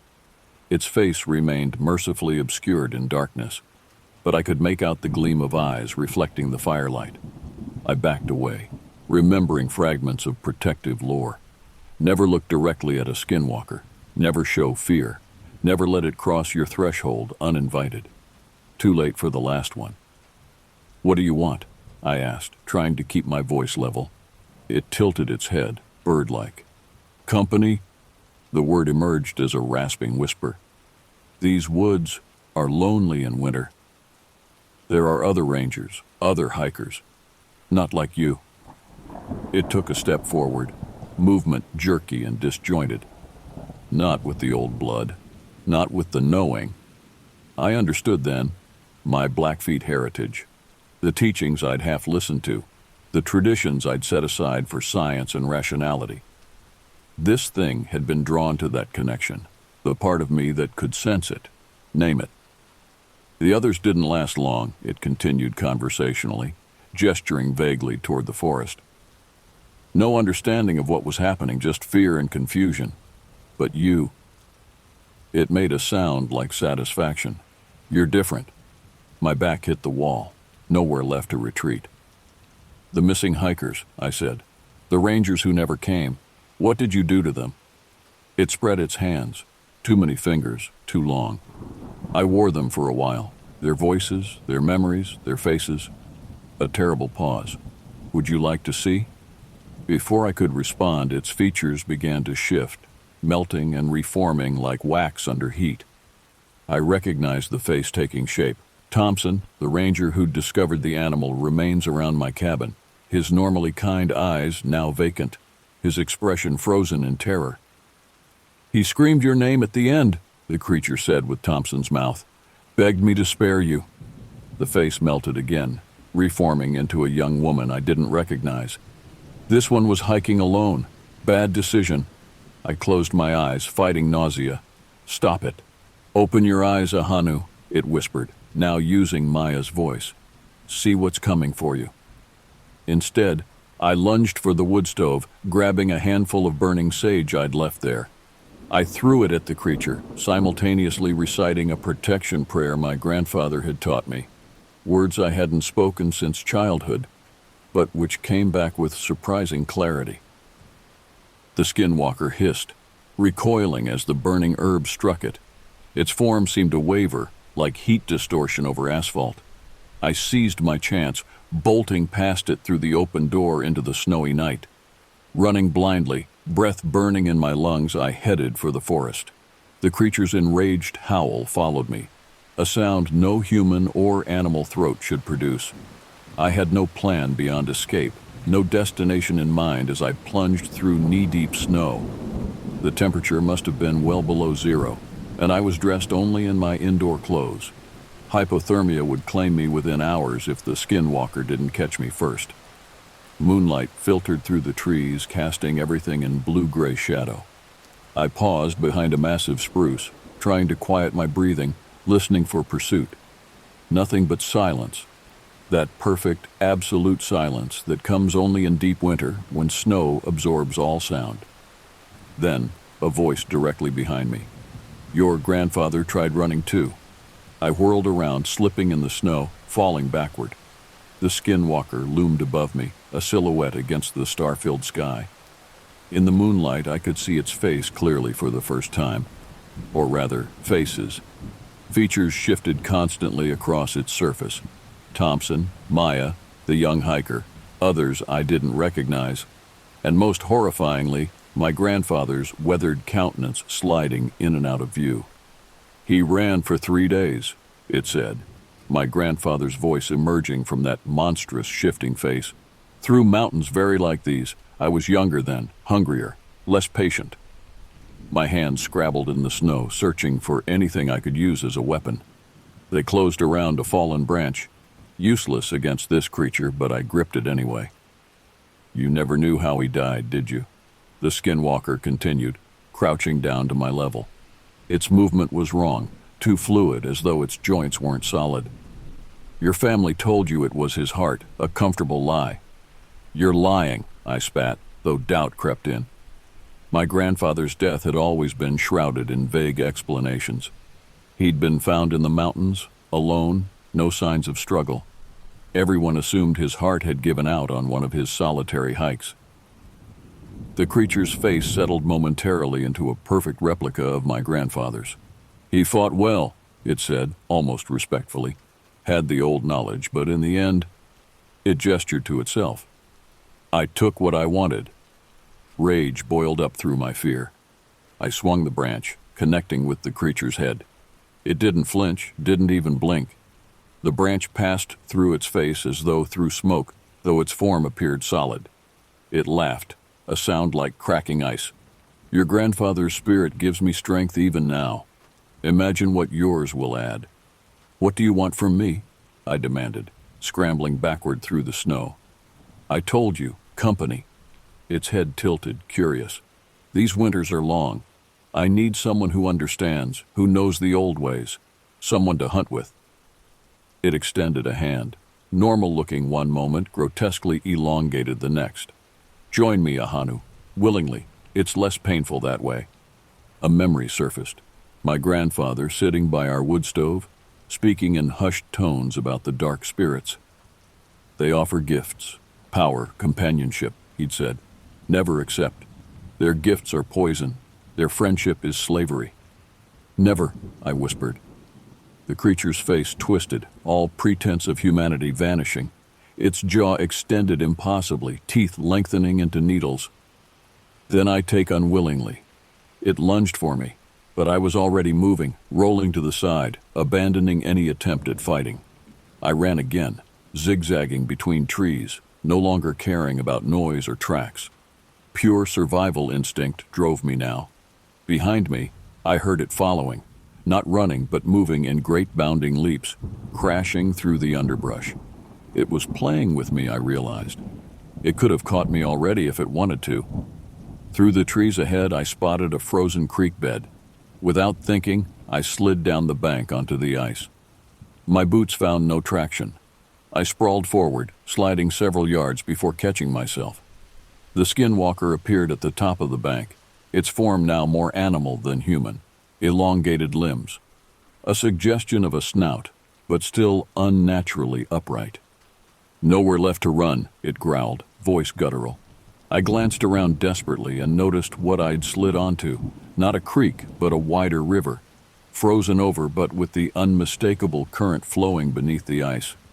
The Toklat River, and if I remembered my maps correctly. I'm not running anymore, I called, slowly standing on the slippery surface. You want me? Come get me. The skinwalker paused, seemingly surprised by my sudden defiance.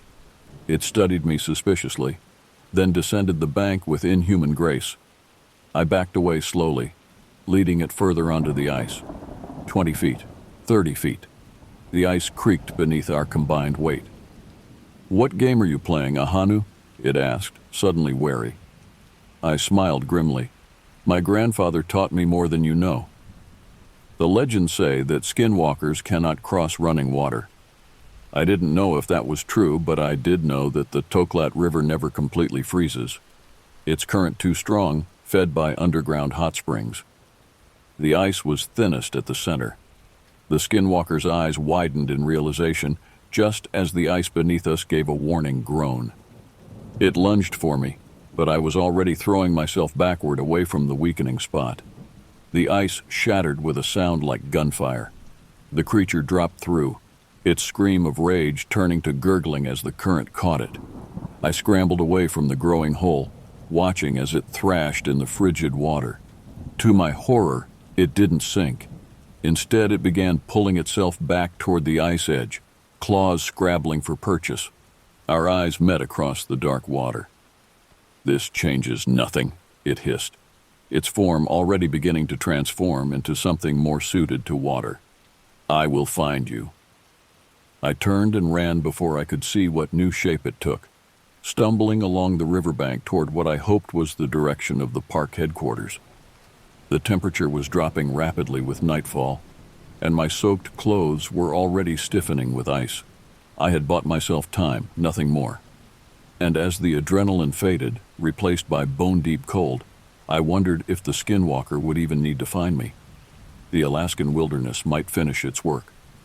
Through the trees ahead, impossibly, I saw lights, human lights, and for the first time in weeks, I felt something like hope. The lights belonged to a small hunting cabin, not park property, but private land bordering the preserve. Smoke curled from its chimney, promising warmth and, more importantly, human presence. I stumbled toward it, my legs numb, consciousness beginning to fade at the edges. I collapsed against the door, pounding weakly. "Help!" I croaked, my voice barely audible even to my own ears. The door swung open, and I fell forward into warmth and light. Strong hands caught me. "Jesus Christ," a gruff voice exclaimed. "You're half frozen." I tried to speak, to warn about what might be following me, but exhaustion claimed me. I remember being dragged inside, blankets piled on me, a fire blazing nearby. Then darkness. I woke to the smell of coffee and wood smoke. For a blissful moment, I thought I was back in my own cabin, that everything had been a nightmare. Then the pain hit, my extremities burning as circulation returned, my muscles screaming from exertion and cold exposure. "Easy there," said the same gruff voice. "You've got some frostbite, but nothing looks black yet. Should keep all your fingers and toes." I forced my eyes open. A man in his 60s sat nearby, bearded and weathered, dressed in typical Alaskan layers: flannel, wool, canvas. He held out a steaming mug. "Nathan Wells," he introduced himself. "You're on my hunting property." "Ahanu Blackfeather," I managed, taking the mug with trembling hands. "Park ranger." He nodded. "Figured as much from the uniform. What were you doing out in this weather without proper gear? Suicide mission? How to explain?" I sipped the coffee, gathering my thoughts. "Something's in the park," I said finally. "Something dangerous. It's killed people." Wells raised an eyebrow. "Bear? Wolf pack?" I shook my head. "Worse." "Well, whatever it is, it can wait till morning. Storm's picking up out there." I hadn't noticed, but now I heard it. Wind howling around the cabin's eaves, snow pattering against the windows. A blizzard was rolling in, which might be the only reason the skinwalker hadn't already found me. "How far are we from park headquarters?" I asked. 30 miles by road. But my truck won't make it in this weather." 30 miles. Might as well be 1,000. I closed my eyes, fighting despair. "You should rest," Wells said, standing. "We can radio for help when the storm breaks." "Radio?" Hope surged. "You have a working radio?" He nodded toward an old ham radio setup in the corner. "Solar-powered. Signal might not get through the storm, but we can try." I struggled to my feet, ignoring the pain. "We need to try now, before it finds us." Wells frowned. "Before what finds us?" I met his eyes. "Do you know the old stories, the native legends about skinwalkers?" Something flickered across his face. Recognition, then quickly masked. "My wife was Athabascan," he said carefully. "She had beliefs." "It's real," I said simply. "It's in these woods. It's hunting me." Wells was silent for a long moment. Then he nodded once, decisively. "Let's try that radio." The equipment was older than what we used at the park, but well maintained. Wells adjusted dials, trying different frequencies. Static answered each attempt. "Storm's interfering," he muttered. "Might have to wait." A sound outside made us both freeze. Something heavy moving on the cabin roof. The same pacing footsteps I'd heard at the ranger station. Wells's eyes widened. He reached slowly for a rifle mounted on the wall. "Bullets won't stop it," I whispered. "Maybe not," he agreed, checking the chamber regardless. "But my wife taught me a few things too." He moved to a trunk in the corner, extracting a small leather pouch, similar to the one my grandmother had made for me as a child. He pressed it into my hand. "Keep this on you." The radio suddenly crackled to life. "Repeat, any stations, emergency broadcast, evacuation order for all civilians within Denali National Park boundaries. Reports of multiple ranger casualties, unknown predator." Wells and I locked eyes. The evacuation explained why no help had come when Maya called it in. They were dealing with a larger crisis. The skinwalker had been busy. The footsteps above stopped. Something scratched at the chimney. "Ahanu," my own voice called down. "I found you." Wells moved with surprising speed for his age, grabbing a container of salt and laying a line across the threshold and windowsills. "We need to hold out till morning," he whispered. "It's strongest at night." 3 knocks at the door. The familiar pattern that had haunted me for weeks. "Ahanu," the voice called again, now perfectly mimicking Wells. "Let me in. I'm cold out here." Wells remained impressively calm. "My wife said they need permission to enter a home. Don't acknowledge it. Don't respond. The knocking intensified, becoming a pounding that shook the entire door. The temperature in the cabin plummeted suddenly. I could see my breath clouding in front of me. "This is my territory!" the voice roared, abandoning mimicry for something ancient and terrible. "You cannot hide from me in my own land." The windows rattled. The fire dimmed as though starved for oxygen. Outside, the storm howled with unnatural fury, snow and ice pelting the cabin like bullets. Wells and I retreated to the center of the room, backs together, watching every possible entrance. The protective pouch felt warm against my skin, the only warmth in the increasingly frigid cabin. "Dawn is 3 hours away," Wells murmured. "We just need to last 3 hours."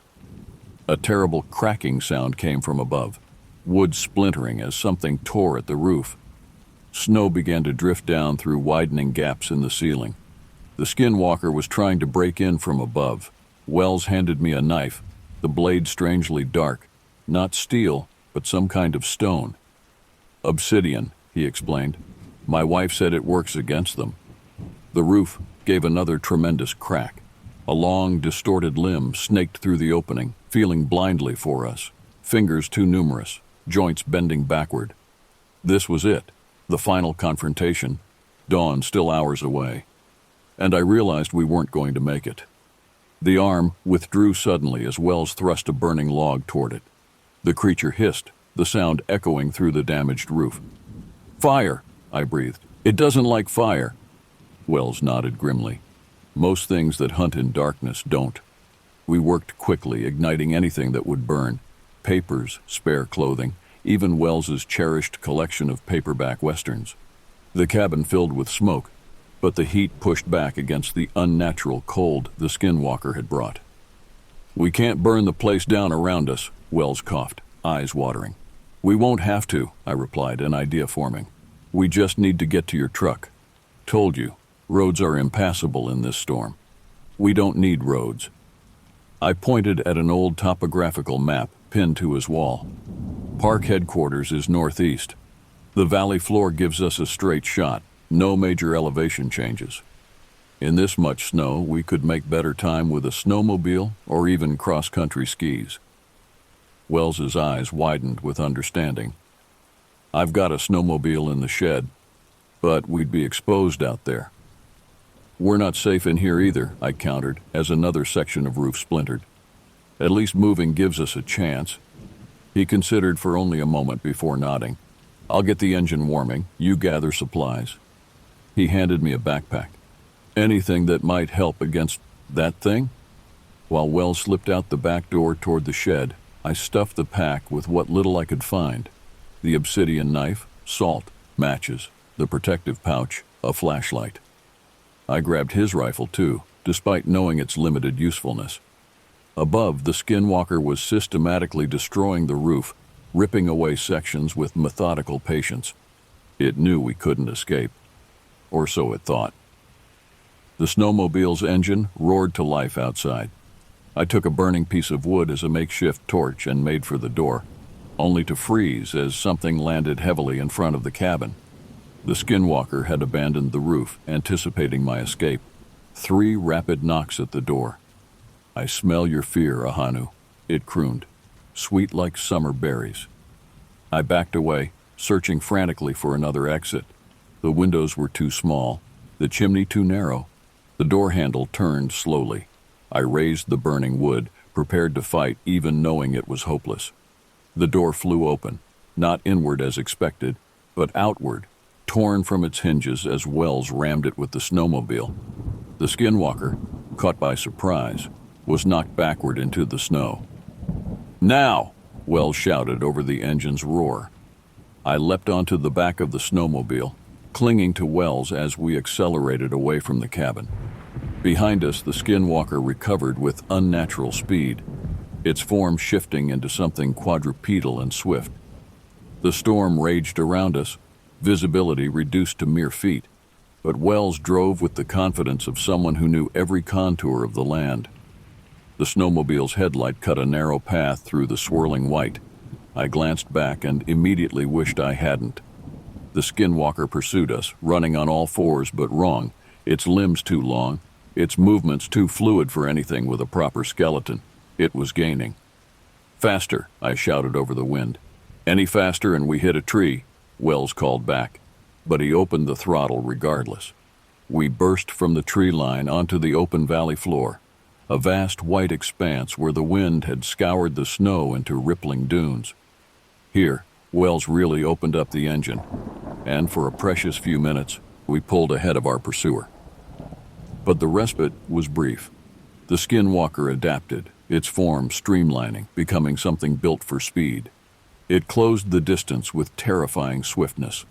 "It's coming," I warned. Wells didn't look back. "Check my saddlebag, left side." I rummaged through it one-handed, my other arm locked around his waist. My fingers closed around a cylindrical object, a road flare. "Use it," Wells shouted. I struck the flare as the skinwalker drew alongside us, close enough that I could see the constantly shifting features of its face. The flare ignited with a chemical hiss, burning magnesium bright. I thrust it toward the creature. The reaction was instantaneous and violent.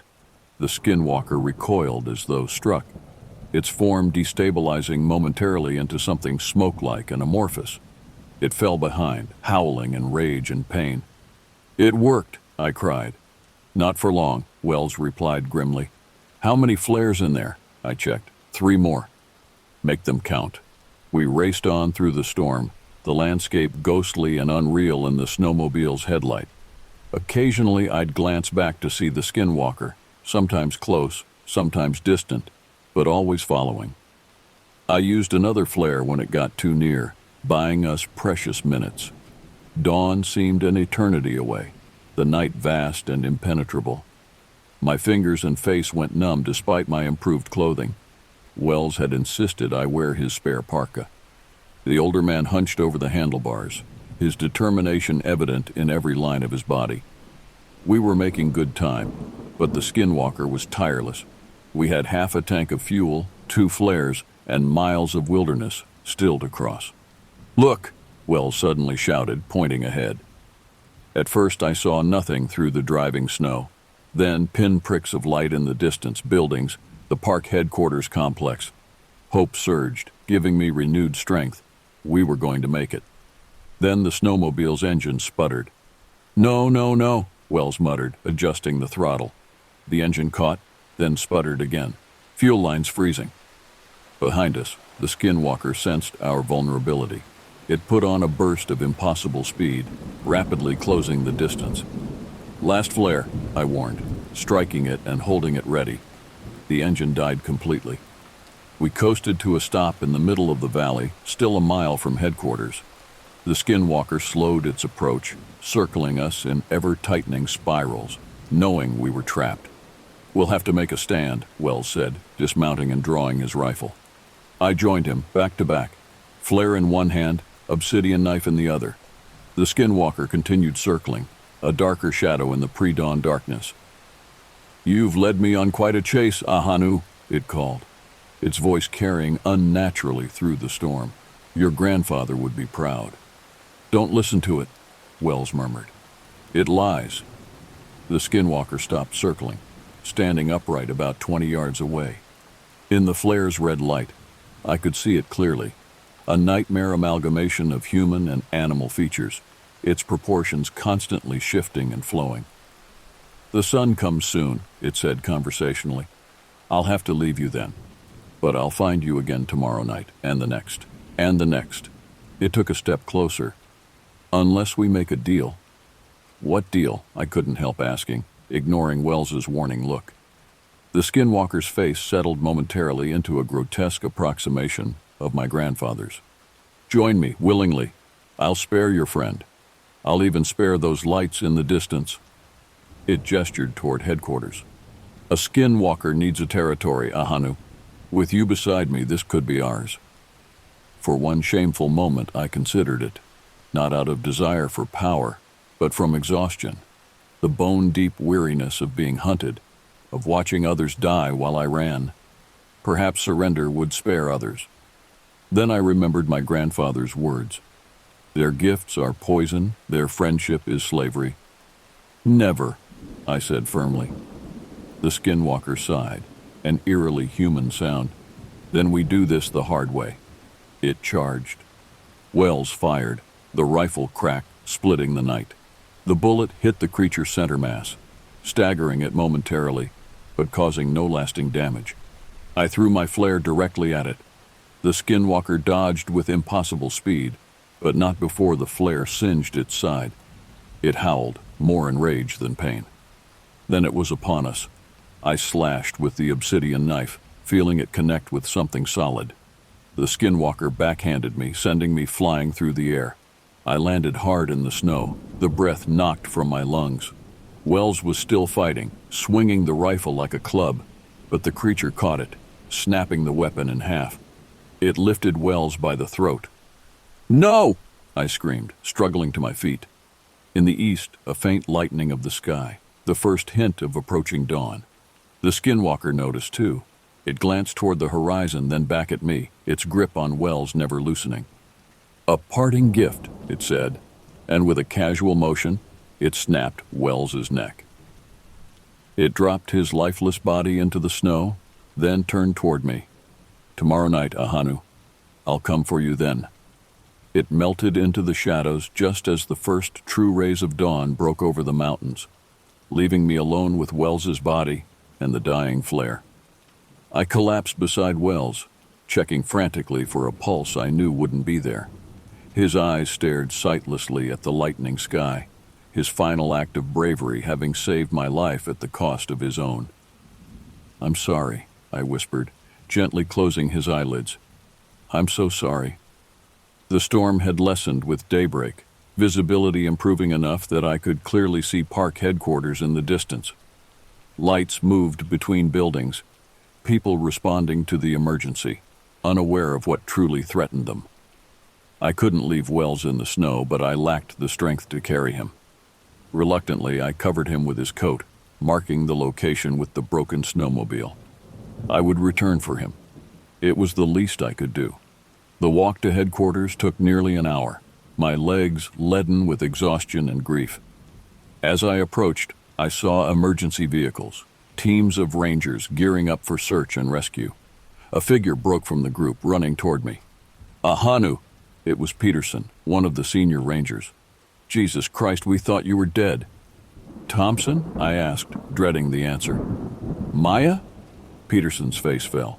"Thompson's body was found yesterday near your cabin. Maya's still missing." He gripped my shoulders. "What the hell is happening out there?" I opened my mouth to explain, then closed it.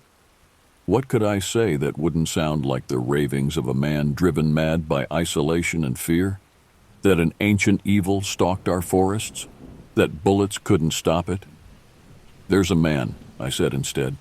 "About a mile back. He saved my life. We need to recover his body." Peterson nodded, signaling to a nearby team. As they prepared a retrieval sled, he led me inside the main building where warmth and the smell of coffee enveloped me. The headquarters buzzed with activity. Phones ringing, radios crackling, people moving with purpose. An evacuation was underway. Civilians being moved out of the park's boundaries until the predator situation was resolved. If only they knew. "You need medical attention," Peterson said, guiding me toward where a park medic had set up a treatment area. I shook my head. "What I need is to talk to someone who might believe me, someone who knows the old stories." Peterson gave me an odd look. "The tribal liaison is here, elder from one of the local villages. Been telling us we're dealing with something unnatural." Hope flared. "Take me to them, now." The elder was a small woman with silver hair and eyes that had seen too much. She sat calmly amidst the chaos, drinking tea while officials bustled around her. When she saw me, recognition flashed across her face, not of me personally, but of what I had encountered. "You've seen it," she said simply as I sat across from her. "Yes, no need to specify what it was." "And lived." She nodded approvingly. "Strong blood." "It's coming back tonight," I told her. "It said so." She sipped her tea, seemingly unsurprised. "They always return for those who escape them. It's a matter of pride." How do I stop it?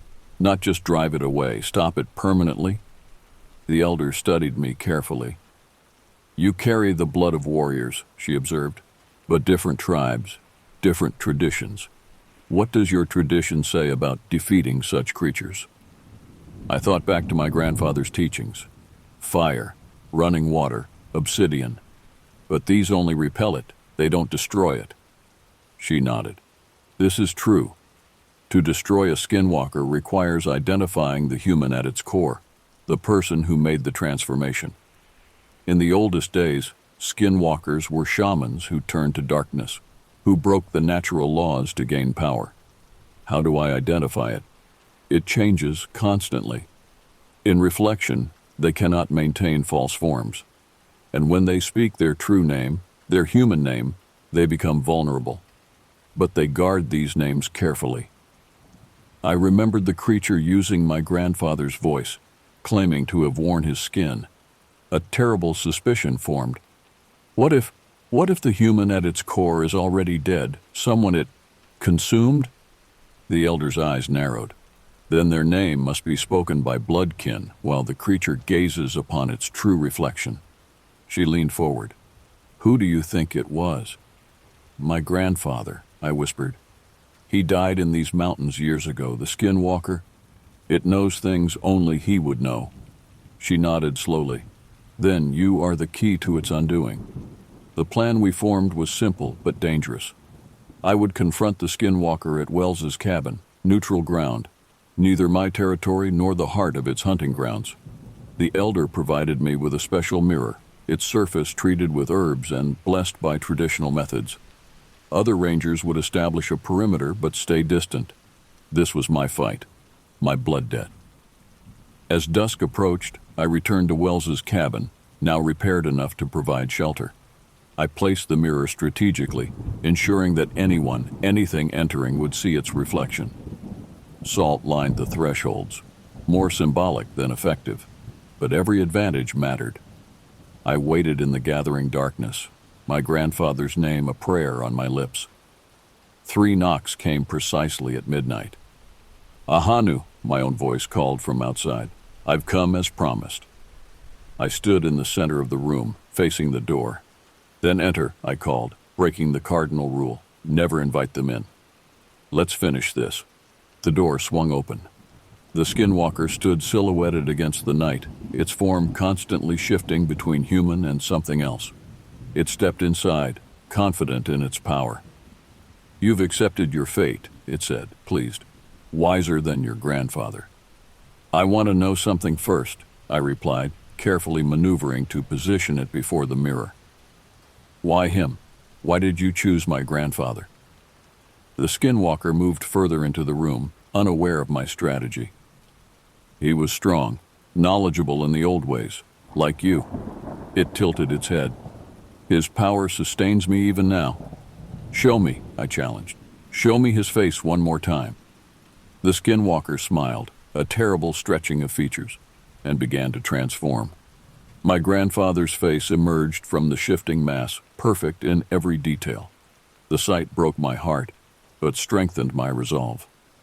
Look, I said, gesturing behind it. See what you've become. It turned, catching sight of itself in the mirror. In the reflection, the illusion failed. Instead of my grandfather's face, the mirror showed something withered and ancient, a human face twisted by darkness and hunger. I recognized it instantly, not my grandfather, but his brother, my great-uncle who had disappeared decades ago. Family legend said he'd gone to study with a shaman in Alaska and never returned. The truth was far darker. Joseph Blackfeather, I said clearly, speaking my great-uncle's true name. I see you. The skinwalker screamed, a sound of rage and disbelief. It lunged for me, but its movements had become sluggish, as if moving through thick liquid. Joseph Blackfeather, I repeated louder. Blood of my blood, I release you from this form. The creature's body began to crack like dry clay, light spilling from the fissures. It howled, clawing at its own disintegrating flesh. You cannot, it gasped, voice shifting between my great-uncle's and something inhuman. I am eternal, Nothing is eternal, I replied, thinking of Wells, of Thompson, of all those it had killed. Not even you. With a sound like breaking glass, the skinwalker shattered, not into pieces, but into light and shadow that dissipated like smoke. Where it had stood, a small pile of bones remained, human bones, ancient and weathered. My great-uncle's remains, the human who had transformed himself into a monster. I knelt beside them, exhaustion and relief washing over me in equal measure. Outside, I heard the rangers approaching, drawn by the skinwalker's final cry. "It's over," I told them as they burst through the door, weapons ready. "It's finally over." 3 months have passed since that night. Spring has come to Denali, the snow retreating to reveal the land beneath. I've remained as a ranger, though I requested transfer to a different sector, away from the places where too many memories linger. The official report lists an unidentified predator, possibly a bear hybrid, as responsible for the deaths. Few know the truth, and fewer would believe it. The elder returned to her village, but not before teaching me more of the old ways. Knowledge I'd once dismissed, but now embrace. I visit Wells's grave weekly, bringing small offerings as my grandfather would have done. His sacrifice saved not just me, but countless others the skinwalker would have hunted. At night I still wake sometimes thinking I hear 3 knocks at my door. The shadows still seem to move with purpose in the corners of my vision. But these are just echoes, memories of fear rather than danger itself. Or so I tell myself. Because the elder's final warning stays with me. Where one skinwalker walked, others may follow. The barriers between worlds grow thinner in places where death and power have mingled. And so I keep watch over these forests, these mountains. I listen when the land speaks. I remember the old ways. My name is Ahanu Blackfeather, and I guard the wilderness against things that should not exist. But sometimes, in the deepest part of night, I wonder if something out there is watching me in return, patient, hungry, waiting for me to lower my guard. 3 knocks in the darkness, a voice that sounds like my own, and the long winter that will come again.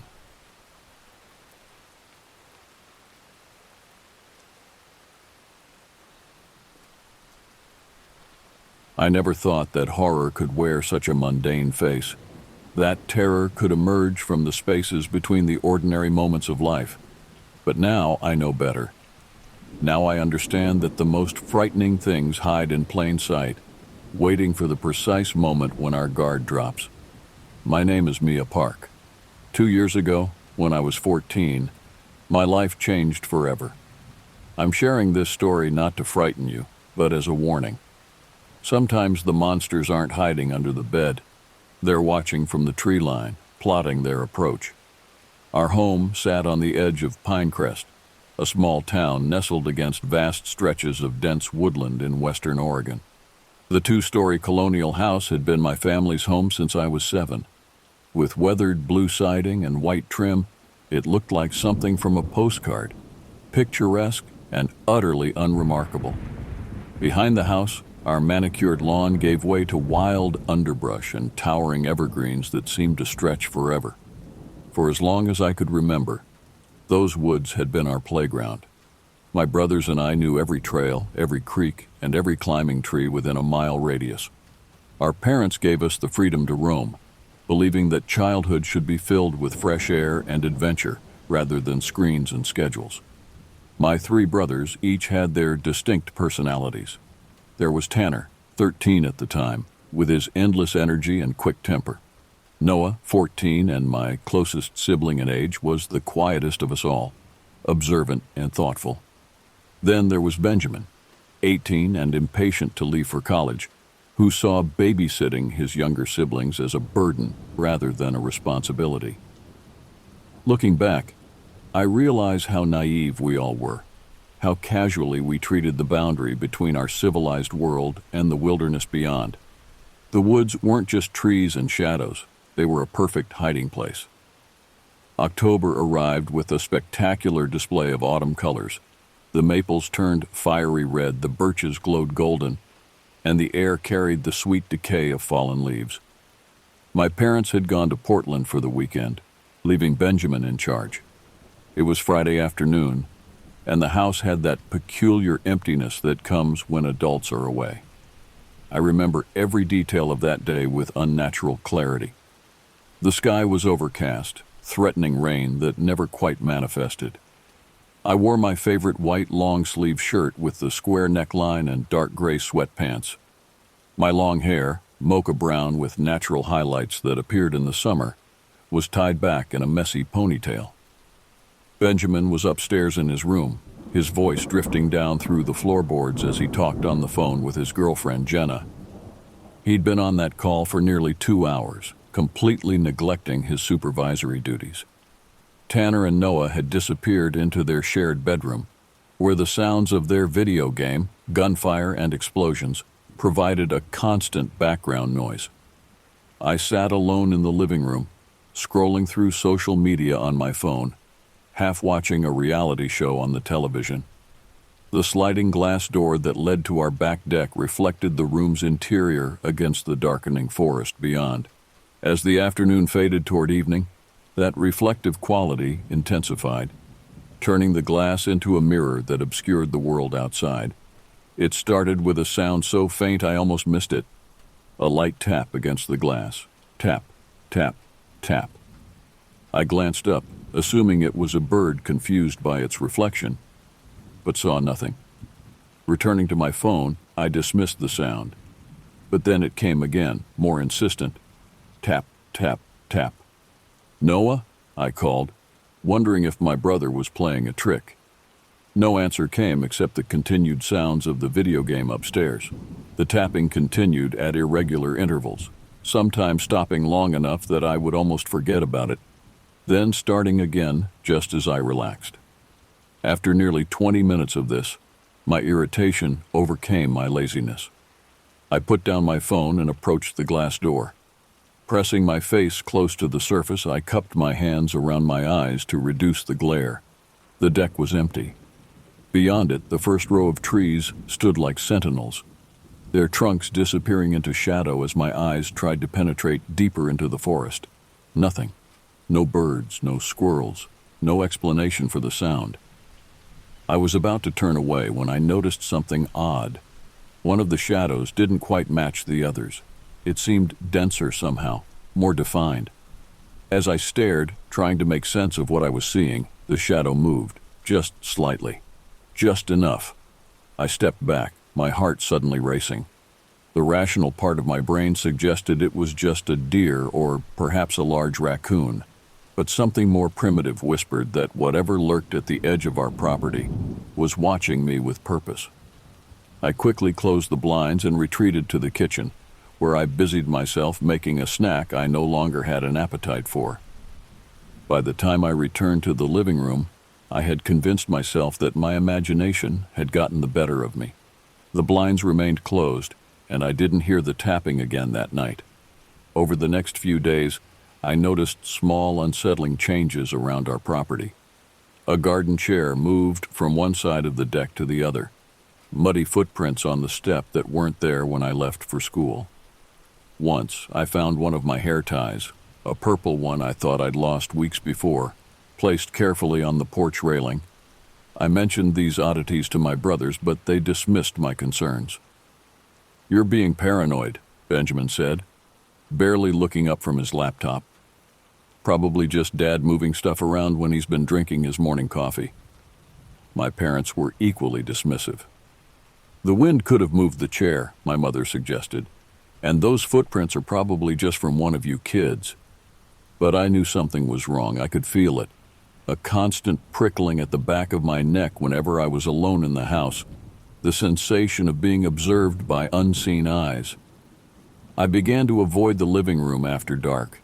I kept the blinds closed at all times. I double-checked the locks before bed.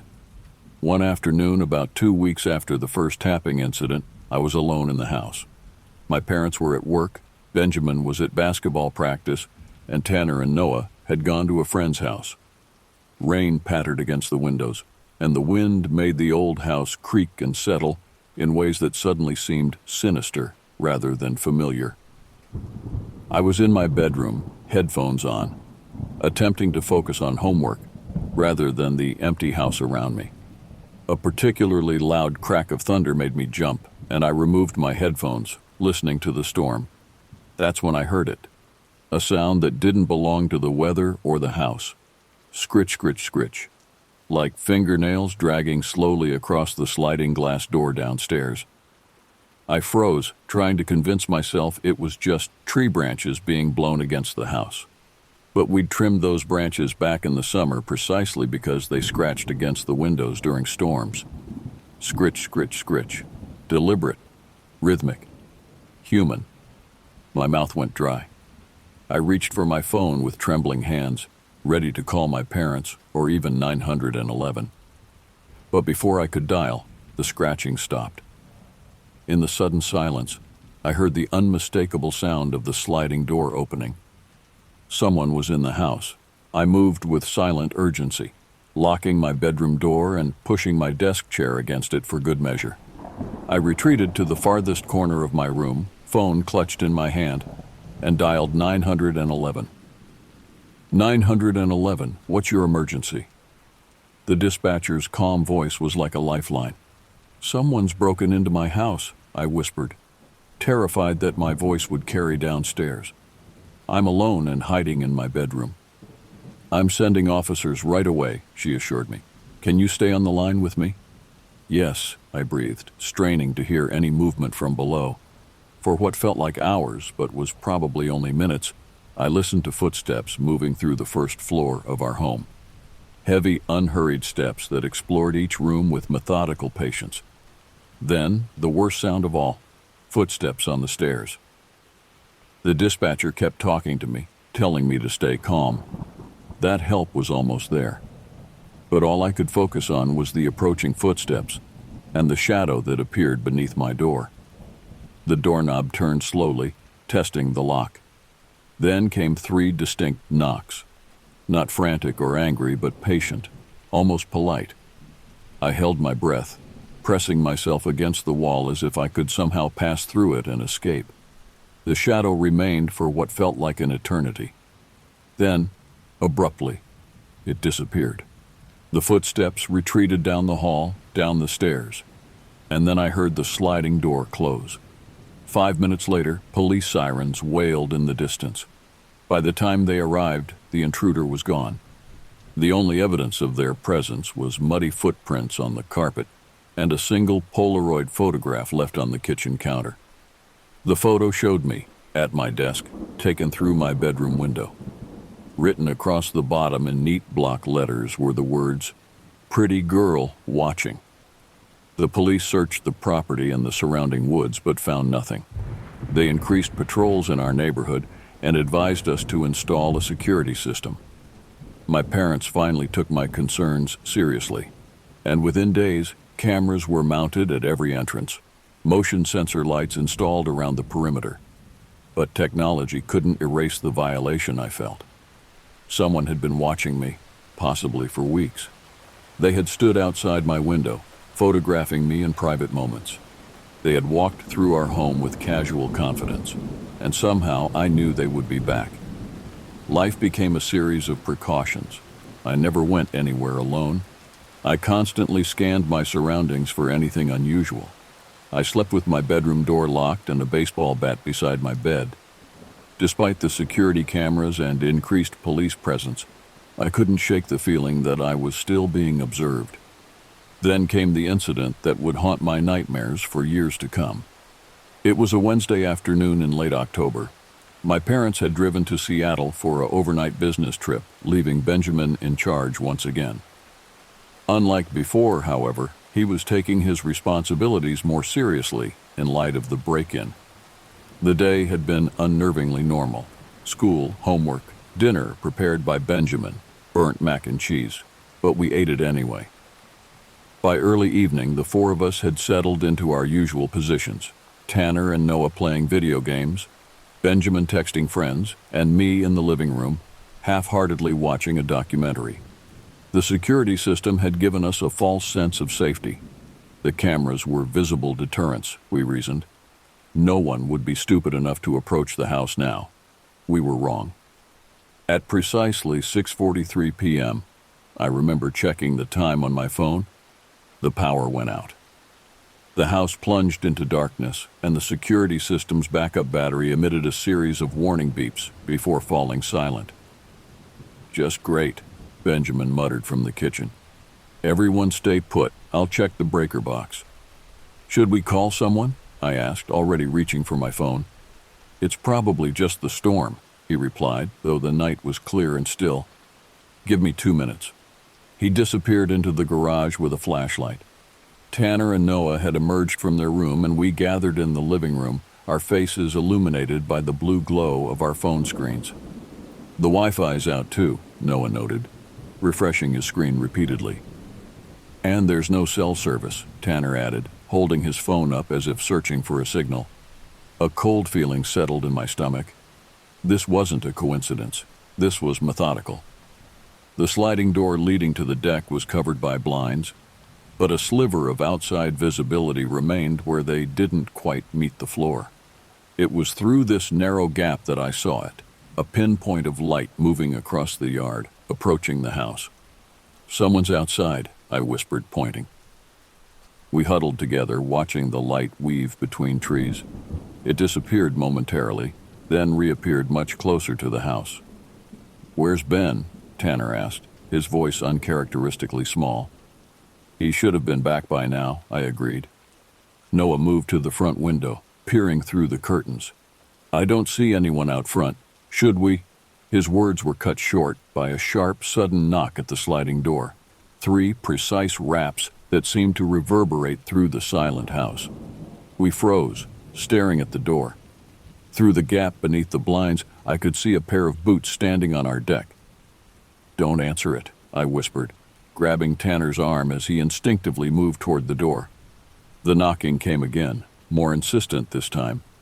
And then, horrifyingly, the handle of the sliding door began to move. We had locked it. I was certain we had locked it. But the handle continued to turn, and the door began to slide open. Just an inch at first, then wider, until a rush of cool night air swept into the room. The blinds were still drawn, creating a bizarre tableau where we could see only the intruder's feet and lower legs as they stepped into our home. "Benjamin?" Noah called out, his voice breaking. "Is that you?" The figure stopped. Slowly, a hand appeared at the edge of the blinds, fingers curling around the plastic slats. With deliberate precision, the blinds were pulled aside, revealing our visitor in full. It was a tall, lean figure dressed in a black hoodie and blue jeans. But it was the face, or rather the lack of one, that turned my blood to ice. A white mask covered their features, with crude black lines forming a simplistic smiling face. We screamed then, all 3 of us, scrambling backward toward the hallway.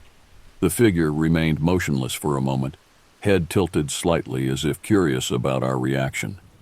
Then, with startling speed, they lunged forward. I don't remember making a conscious decision to run. My body simply reacted, primal survival instincts taking control. I pushed Tanner and Noah ahead of me toward the front door, but the masked figure was faster. They cut across the living room, blocking our escape route. "Upstairs," I shouted, changing direction. "Go!" We raced toward the staircase, the masked intruder close behind. I felt fingers brush against my hair, trying to grab it, and I ducked instinctively. We reached the stairs and began to climb, but I knew we were cornering ourselves. Where was Benjamin? Had the intruder already found him? We reached the second-floor landing, gasping for breath. "My room," I managed to say. "The lock—" Before we could move, a deafening boom echoed through the house. The masked figure, halfway up the stairs, stumbled backward. Benjamin stood at the bottom of the staircase, our father's shotgun raised to his shoulder. "Get away from my family," he growled, racking another shell into the chamber. The masked intruder clutched their shoulder, dark liquid seeping between their fingers. For a terrible moment, they remained still, the painted smile on their mask creating a grotesque contrast to the violence of the scene.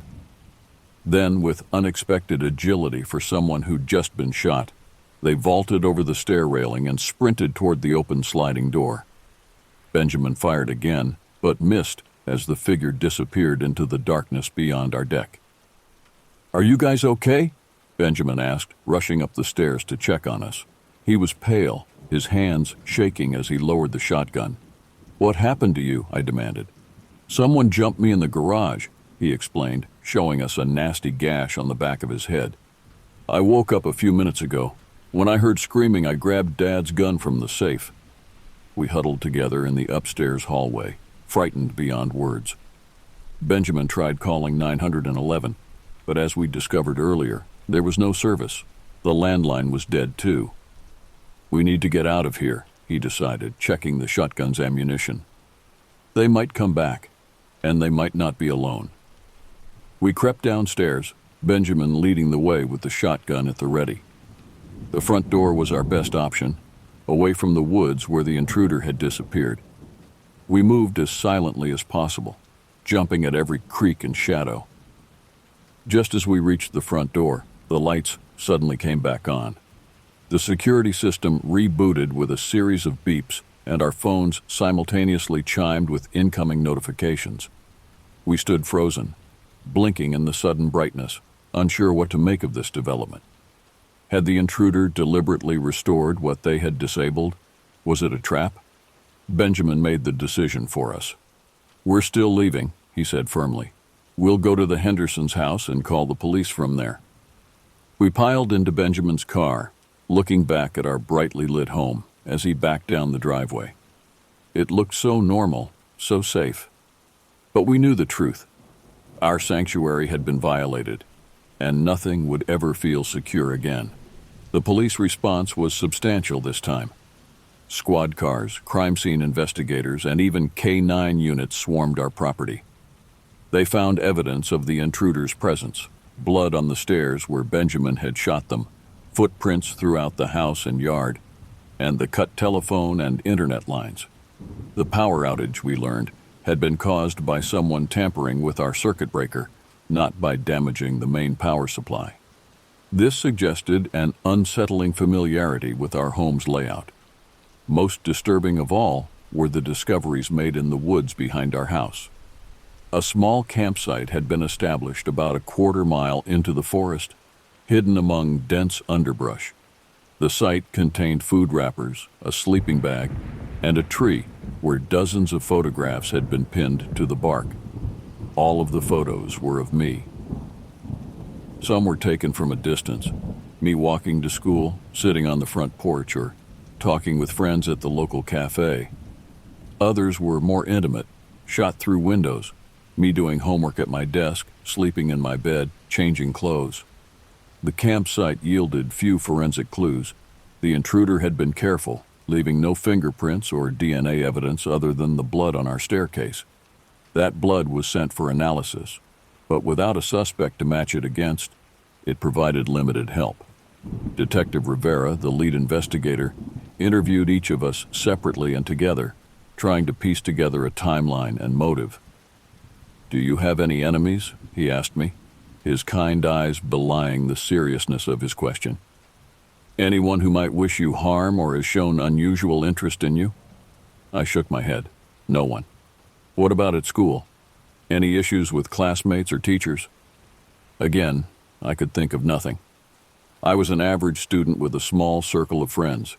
I wasn't involved in drama or conflict. I was, by most measures, unremarkable. "The level of obsession shown here suggests someone who knows you," the detective pressed. "The photographs date back several months. This person has been watching you for a long time." The thought made me physically ill. How had I not noticed? How had I walked through my days, blissfully unaware of the eyes that tracked my every move? We couldn't stay in the house while the investigation continued. My parents took us to a hotel in the next town, where we occupied adjoining rooms and jumped at every sound. Benjamin was hailed as a hero by local media, though he seemed deeply troubled by having shot someone, regardless of the circumstances.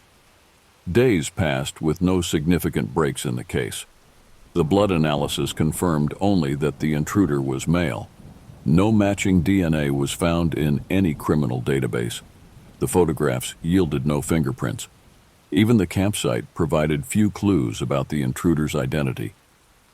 My parents decided that returning to our home was out of the question. Within a week, they had rented a house on the other side of town, a temporary solution, while they looked for a new permanent residence. The woods that had once been our playground now represented a threat too grave to live alongside. I didn't return to school immediately. My parents arranged for me to receive counseling to help process the trauma, and my teachers sent assignments that I half-heartedly completed in our rental house. When I finally did return to classes, I found myself the unwilling center of attention. Classmates stared and whispered. Some asked intrusive questions about what had happened. Others avoided me entirely, as if my experience might somehow be contagious. Through it all, a question nagged at me. Why me? What had made me the focus of such obsessive attention? I was neither the prettiest girl in school nor the most popular. I had no special talents that would attract unusual notice. I was just me. Detective Rivera visited regularly with updates that weren't really updates at all. "We're pursuing several leads," he would say, though his expression told me these leads were insubstantial at best.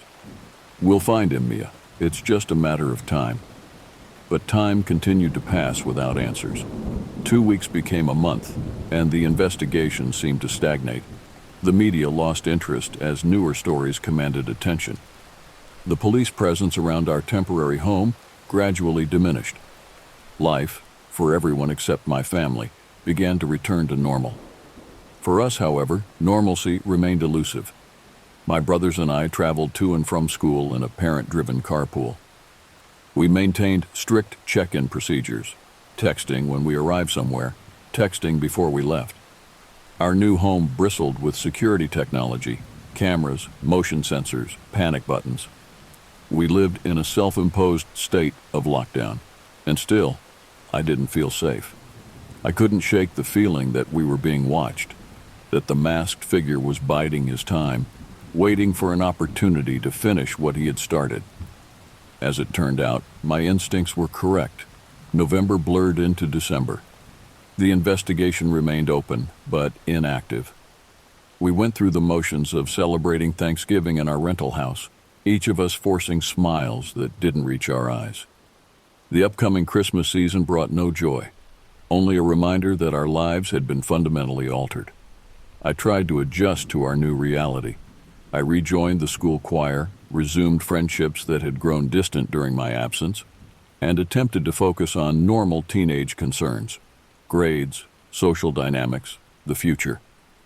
But beneath this veneer of adaptation, I remained hypervigilant. I analyzed every stranger's face, questioned every coincidence, and startled at unexpected sounds. The second encounter occurred on a Tuesday afternoon in mid-December.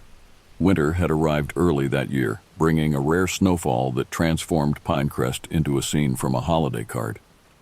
I had stayed late at school for choir practice, and my father was picking me up on his way home from work. Practice ran longer than expected. By the time we finished, darkness had fallen, and most of the school was empty. I texted my father, who replied that he was running 15 minutes late due to the snow-slowed traffic. "No problem," I assured him. I would wait in the main lobby, where security cameras and the presence of janitorial staff made me feel relatively secure. I sat on a bench near the entrance, watching snowflakes swirl under the parking lot lights. Most of the faculty had already left, their cars creating dark voids in the otherwise snow-covered lot. The school felt eerily quiet, with only the distant sound of vacuum cleaners and the occasional announcement over the intercom system breaking the silence. I was scrolling through my phone when I noticed a figure standing at the edge of the parking lot. They were partially obscured by falling snow, but I could make out the basic silhouette: tall, lean, hands in pockets. Something about their stillness sent a warning signal through my body. I looked down at my phone, pretending I hadn't noticed them while surreptitiously texting my father. "Please hurry." When I glanced up again, the figure had moved closer, now standing under one of the parking lot lights. My breath caught in my throat. Though they weren't wearing the mask, I recognized the stance, the build, the deliberate way they moved. It was him. I was certain of it. I abandoned any pretense of calm, immediately calling my father. "Dad," I said as soon as he answered, my voice tight with fear. "He's here. The person who broke into our house. He's in the school parking lot." "I'm 5 minutes away," my father replied, his voice sharp with alarm. "Where are you exactly?" "Main lobby," I whispered, moving away from the windows and closer to the security desk. "Mr. Winters is still here." The night security guard had noticed my distress and was approaching with a concerned expression. "Stay with him," my father instructed. "I'm calling the police. Don't go outside, no matter what." I nodded, then remembered he couldn't see me. "Okay." Mr. Winters reached my side. "Everything all right, Mia?" I pointed toward the parking lot. "There's someone out there who's been stalking me. My dad's on his way and he's calling the police." The security guard's expression hardened as he peered through the glass doors. "Where?" he asked, scanning the lot. "Under the light near the bus lane," I said. But even as the words left my mouth, I realized the figure was no longer there. "He was just there, I swear." Mr. Winters didn't question me. "Let's move away from the doors," he suggested, guiding me toward the security desk. He picked up a walkie-talkie and spoke into it. "Jim, we've got a potential situation at the main entrance. Can you do a perimeter check? Focus on the bus lane and faculty parking." A crackled affirmative came through the device. Mr. Winters then picked up the desk phone, presumably to contact local authorities himself. I kept my eyes fixed on the parking lot, scanning for any movement. For a brief, hopeful moment, I wondered if I had imagined the whole thing. If my trauma-induced hypervigilance had conjured a threat from an innocent bystander. Then I saw him again, not in the parking lot this time, but pressing his face directly against the glass door, hands cupped around his eyes to see inside. His face, now visible without the mask, was unnervingly ordinary, neither handsome nor ugly, with features so generic they would be difficult to describe to a sketch artist. But his eyes held an intensity that sent ice through my veins. He smiled when our gazes met, a small, knowing expression that promised this wasn't over. I screamed, pointing, and Mr. Winters whirled around. The man didn't flee immediately. He held my gaze for one more excruciating second before calmly walking, not running, away from the doors and back into the snowy night. "That's him," I gasped. "That's the person who broke into our house." Mr. Winters rushed to the doors, walkie-talkie in hand. "Jim, suspect heading toward the eastern exit. Male, approximately 6 feet, dark clothing." He hesitated, clearly torn between following protocol by staying with me and pursuing the intruder. "Stay here," he finally decided. "Lock yourself in the office. Don't open the door for anyone except me, your father, or the police." He pressed a key into my hand and pointed to a small office behind the security desk. I nodded, too frightened to speak, and ran to the indicated room. Once inside, I locked the door and retreated to the farthest corner, where I slid to the floor with my back against the wall. Minutes crawled by. I heard sirens in the distance, growing louder. My phone vibrated with a text from my father. 2 minutes away. Are you safe?" "In security office," I typed back with trembling fingers. "Locked door. Police coming." The next 20 minutes were chaos. Police officers swarmed the school grounds, searching every building and the surrounding area. My father arrived and was eventually allowed to join me in the security office, where he held me as I shook with delayed shock and fear. Despite the rapid response and extensive search, they didn't find the stalker. He had vanished into the snowy night, leaving only footprints that disappeared at the edge of the woods behind the school, woods that connected, through miles of undeveloped land, to the forest behind our former home. He knew where to find me, I told Detective Rivera when he arrived to take my statement. He knew my schedule, knew I would be here late today. The detective's expression was grim. We'll check the school's attendance records, look into substitute teachers, maintenance staff, anyone who might have access to student schedules." "You don't understand," I insisted. "He's been watching me this whole time. Even after we moved, he's never stopped." Rivera couldn't deny this possibility. The evidence, both from the original break-in and now this second sighting, suggested a level of obsession and determination that was truly alarming.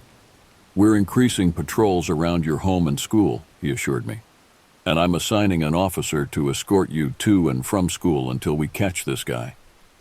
I nodded, but the measures felt inadequate against someone so persistent. Someone who had been shot and still returned. Someone who seemed to anticipate our every move.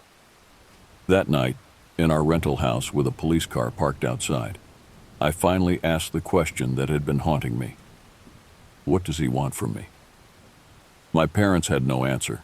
Neither did my brothers, nor Detective Rivera, nor the victim advocate who visited the next day. The question hung in the air, unanswerable and terrifying in its implications. Whatever he wanted, I was certain of one thing. He wouldn't stop until he got it. January arrived with bitter cold and renewed fear. The police escort became a fixture in my life. Officer Ramirez in the mornings, Officer Chen in the afternoons. I felt simultaneously protected and exposed, the police presence a constant reminder of the danger that continued to lurk. The investigation had expanded. Detective Rivera and his team were reviewing every aspect of my life and our family's history, searching for any connection to the stalker. They interviewed extended family members, former neighbors, my parents' colleagues, and classmates. School became an ordeal. Despite the administration's efforts to maintain my privacy, everyone knew about the police escort and the second encounter before winter break. Some students avoided me entirely. Others followed me with morbid curiosity, as if expecting to witness something dramatic. A few well-meaning friends tried to offer support, but they couldn't understand what I was going through. The breakthrough came from an unexpected source. Noah, my quiet, observant brother, had been spending hours online, researching similar cases and reviewing news articles about stalking incidents. One evening in late January, he called a family meeting in our living room. "I found something," he said, opening his laptop on the coffee table. "I've been looking into unresolved cases with similar patterns, home invasions, stalking, photography." My parents exchanged worried glances. They had been trying to limit our exposure to frightening information, believing it would only increase our anxiety. "Noah, I'm not sure this is helpful," my mother began, but my brother shook his head. "Just look," he insisted, turning the screen to face us. The article displayed was from a small newspaper in Idaho, dated 3 years earlier. The headline read, "Local teacher arrested on stalking charges." Beneath it was a mugshot of a man I didn't recognize, middle-aged, with thinning hair and glasses. "I don't understand," I said, scanning the article. "Who is this?" "His name is Howard Gaines," Noah explained. "He was a substitute teacher in Boise who was arrested for stalking a 14-year-old student. He took photographs of her, broke into her home, and exhibited obsessive behavior that matches what's happening to Mia." My father leaned forward, reading more carefully. "It says he was sentenced to 2 years in prison." Noah nodded. "Which means he would have been released about a year ago. But that's not the important part." He clicked to another tab, displaying a different article from 6 months earlier. After his release, he disappeared, violated his parole, and vanished. The authorities believe he may have assumed a new identity. We all fell silent, processing this information. The timing aligned, the behavior pattern matched. But there was still a missing piece. "How would he have found Mia?" my mother asked, voicing the question we were all thinking. "We've never lived in Idaho. We don't know this man." Noah hesitated, then opened a third tab. This one showed a school photograph, not mine, but of another girl with striking similarities to me. The same long dark hair, similar facial features, even a comparable build. "This is Jessica Reeves," Noah said quietly. The girl he stalked in Idaho. The resemblance was uncanny. We could have been sisters or at least cousins. I think he found Mia by chance, Noah continued. Maybe he was passing through town, saw her, and it triggered the same obsession. The article mentions that part of his psychosis was a fixation on a specific type of girl. Detective Rivera was at our house within an hour of our call. He examined Noah's research with a mixture of professional interest and concern. "This is good work," he told my brother. "Very good work. We'll follow up on Howard Gaines immediately." The detectives team moved with newfound urgency. They obtained Gaines's complete file from Idaho authorities, including detailed psychiatric evaluations. They circulated his photograph to local businesses, shelters, and hotels. They examined recent rental applications and job inquiries throughout the region. For the first time since the ordeal began, I felt a glimmer of hope. Knowing the stalker's identity, having a name and a face to attach to the terror, somehow made it more manageable. It transformed an amorphous threat into something concrete, something that could be fought. 3 days later, Detective Rivera returned with an update. "We've located a motel room rented to a man matching Gaines's description," he told us. "He's using the name Harold Grimes, but the ID is fake. We're setting up surveillance now."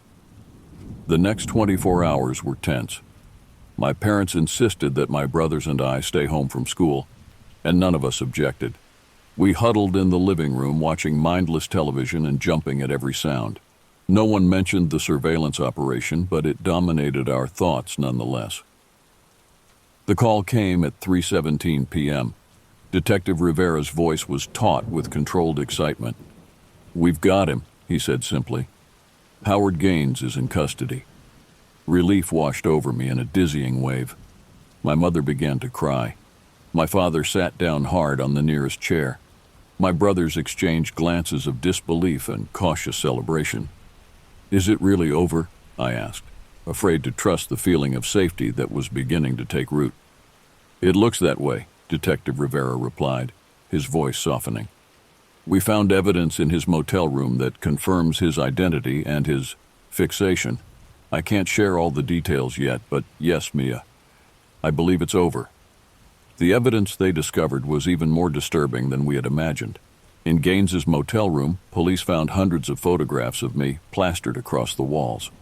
They discovered journals detailing his observations and fantasies. Most chillingly, they found a crude duplicate of the mask he had worn during the home invasion, along with a small collection of items stolen from our original house. A hairbrush containing strands of my hair, a charm bracelet I thought I had lost months before the break-in, and a pillowcase from my bed. The bullet wound in his shoulder had never been properly treated. He had performed crude self-surgery, using supplies purchased at various pharmacies across 3 counties. The wound had become infected, leaving him with limited mobility in his right arm, a fact that may have saved my life during our final encounter. Howard Gaines didn't deny his actions. In fact, during interrogation, he spoke about his obsession with clinical detachment, as if discussing a scientific observation rather than a reign of terror. He explained how he had first seen me at a shopping mall nearly a year before the break-in, how the resemblance to Jessica Reeves had triggered something in him that he described as recognition of destiny. He was charged with multiple felonies: breaking and entering, assault, stalking, illegal possession of firearms found in his motel room, violation of parole, identity fraud, and attempted kidnapping. The prosecution added an enhancement for targeting a minor, ensuring that if convicted on all counts, he would likely spend the remainder of his life in prison. I attended the preliminary hearing accompanied by my parents and Detective Rivera. It was the first time I had seen Gaines in person, without the mask or the distortion of fear and darkness. He looked smaller than I remembered, diminished by the orange jumpsuit and handcuffs.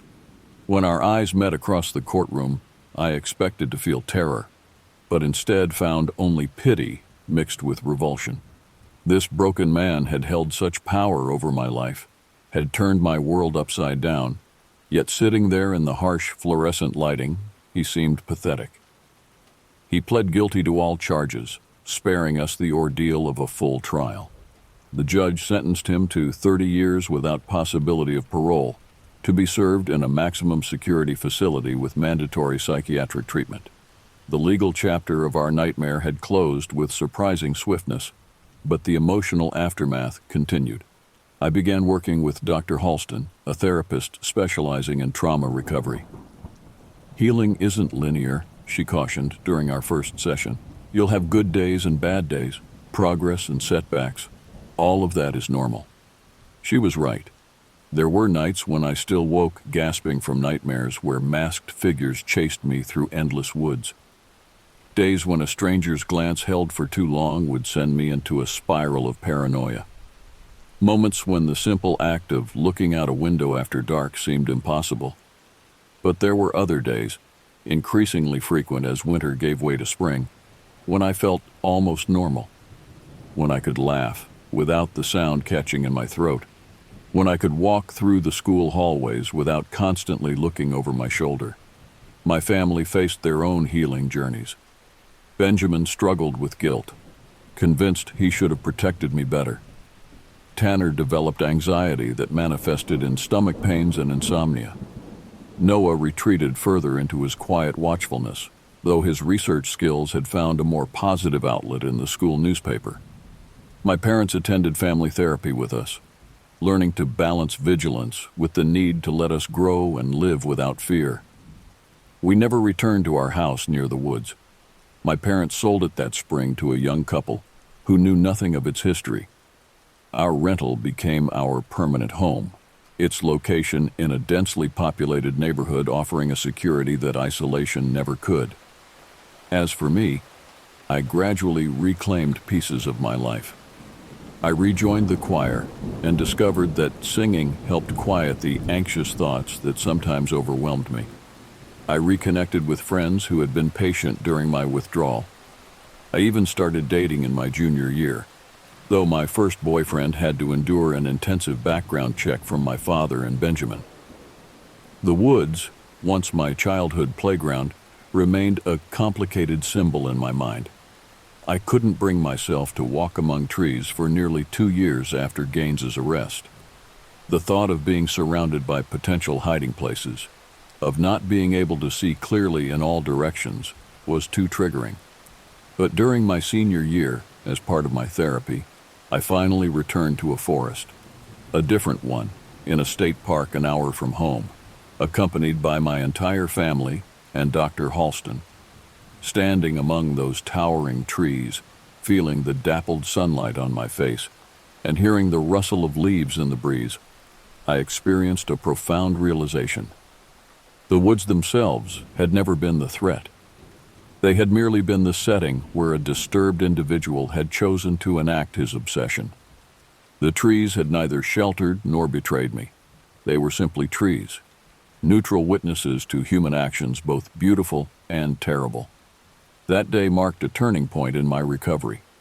I understood that while caution was necessary in life, fear could not be allowed to define it. Howard Gaines had stolen enough of my peace. I would not surrender anymore. Today, as I write this account, I'm 16 years old. 2 years have passed since the masked figure first appeared at our sliding glass door. I still carry the scars of that time, visible in small habits. The way I always sit facing doorways in public places, how I check the locks twice before bed, my preference for well-lit spaces. But these are manageable adaptations, not crippling limitations. I share this story not to frighten you, but as a testament to human resilience, to show that even when terror invades the ordinary spaces of life, when safety seems like an impossible dream, healing remains possible. The path forward isn't about forgetting what happened. It's about integrating it into a life that refuses to be defined by its darkest moments. The watcher in the woods no longer watches me, and I, in turn, no longer watch for him. Instead, I look forward, toward a future where the shadows hold no power over where I choose to walk.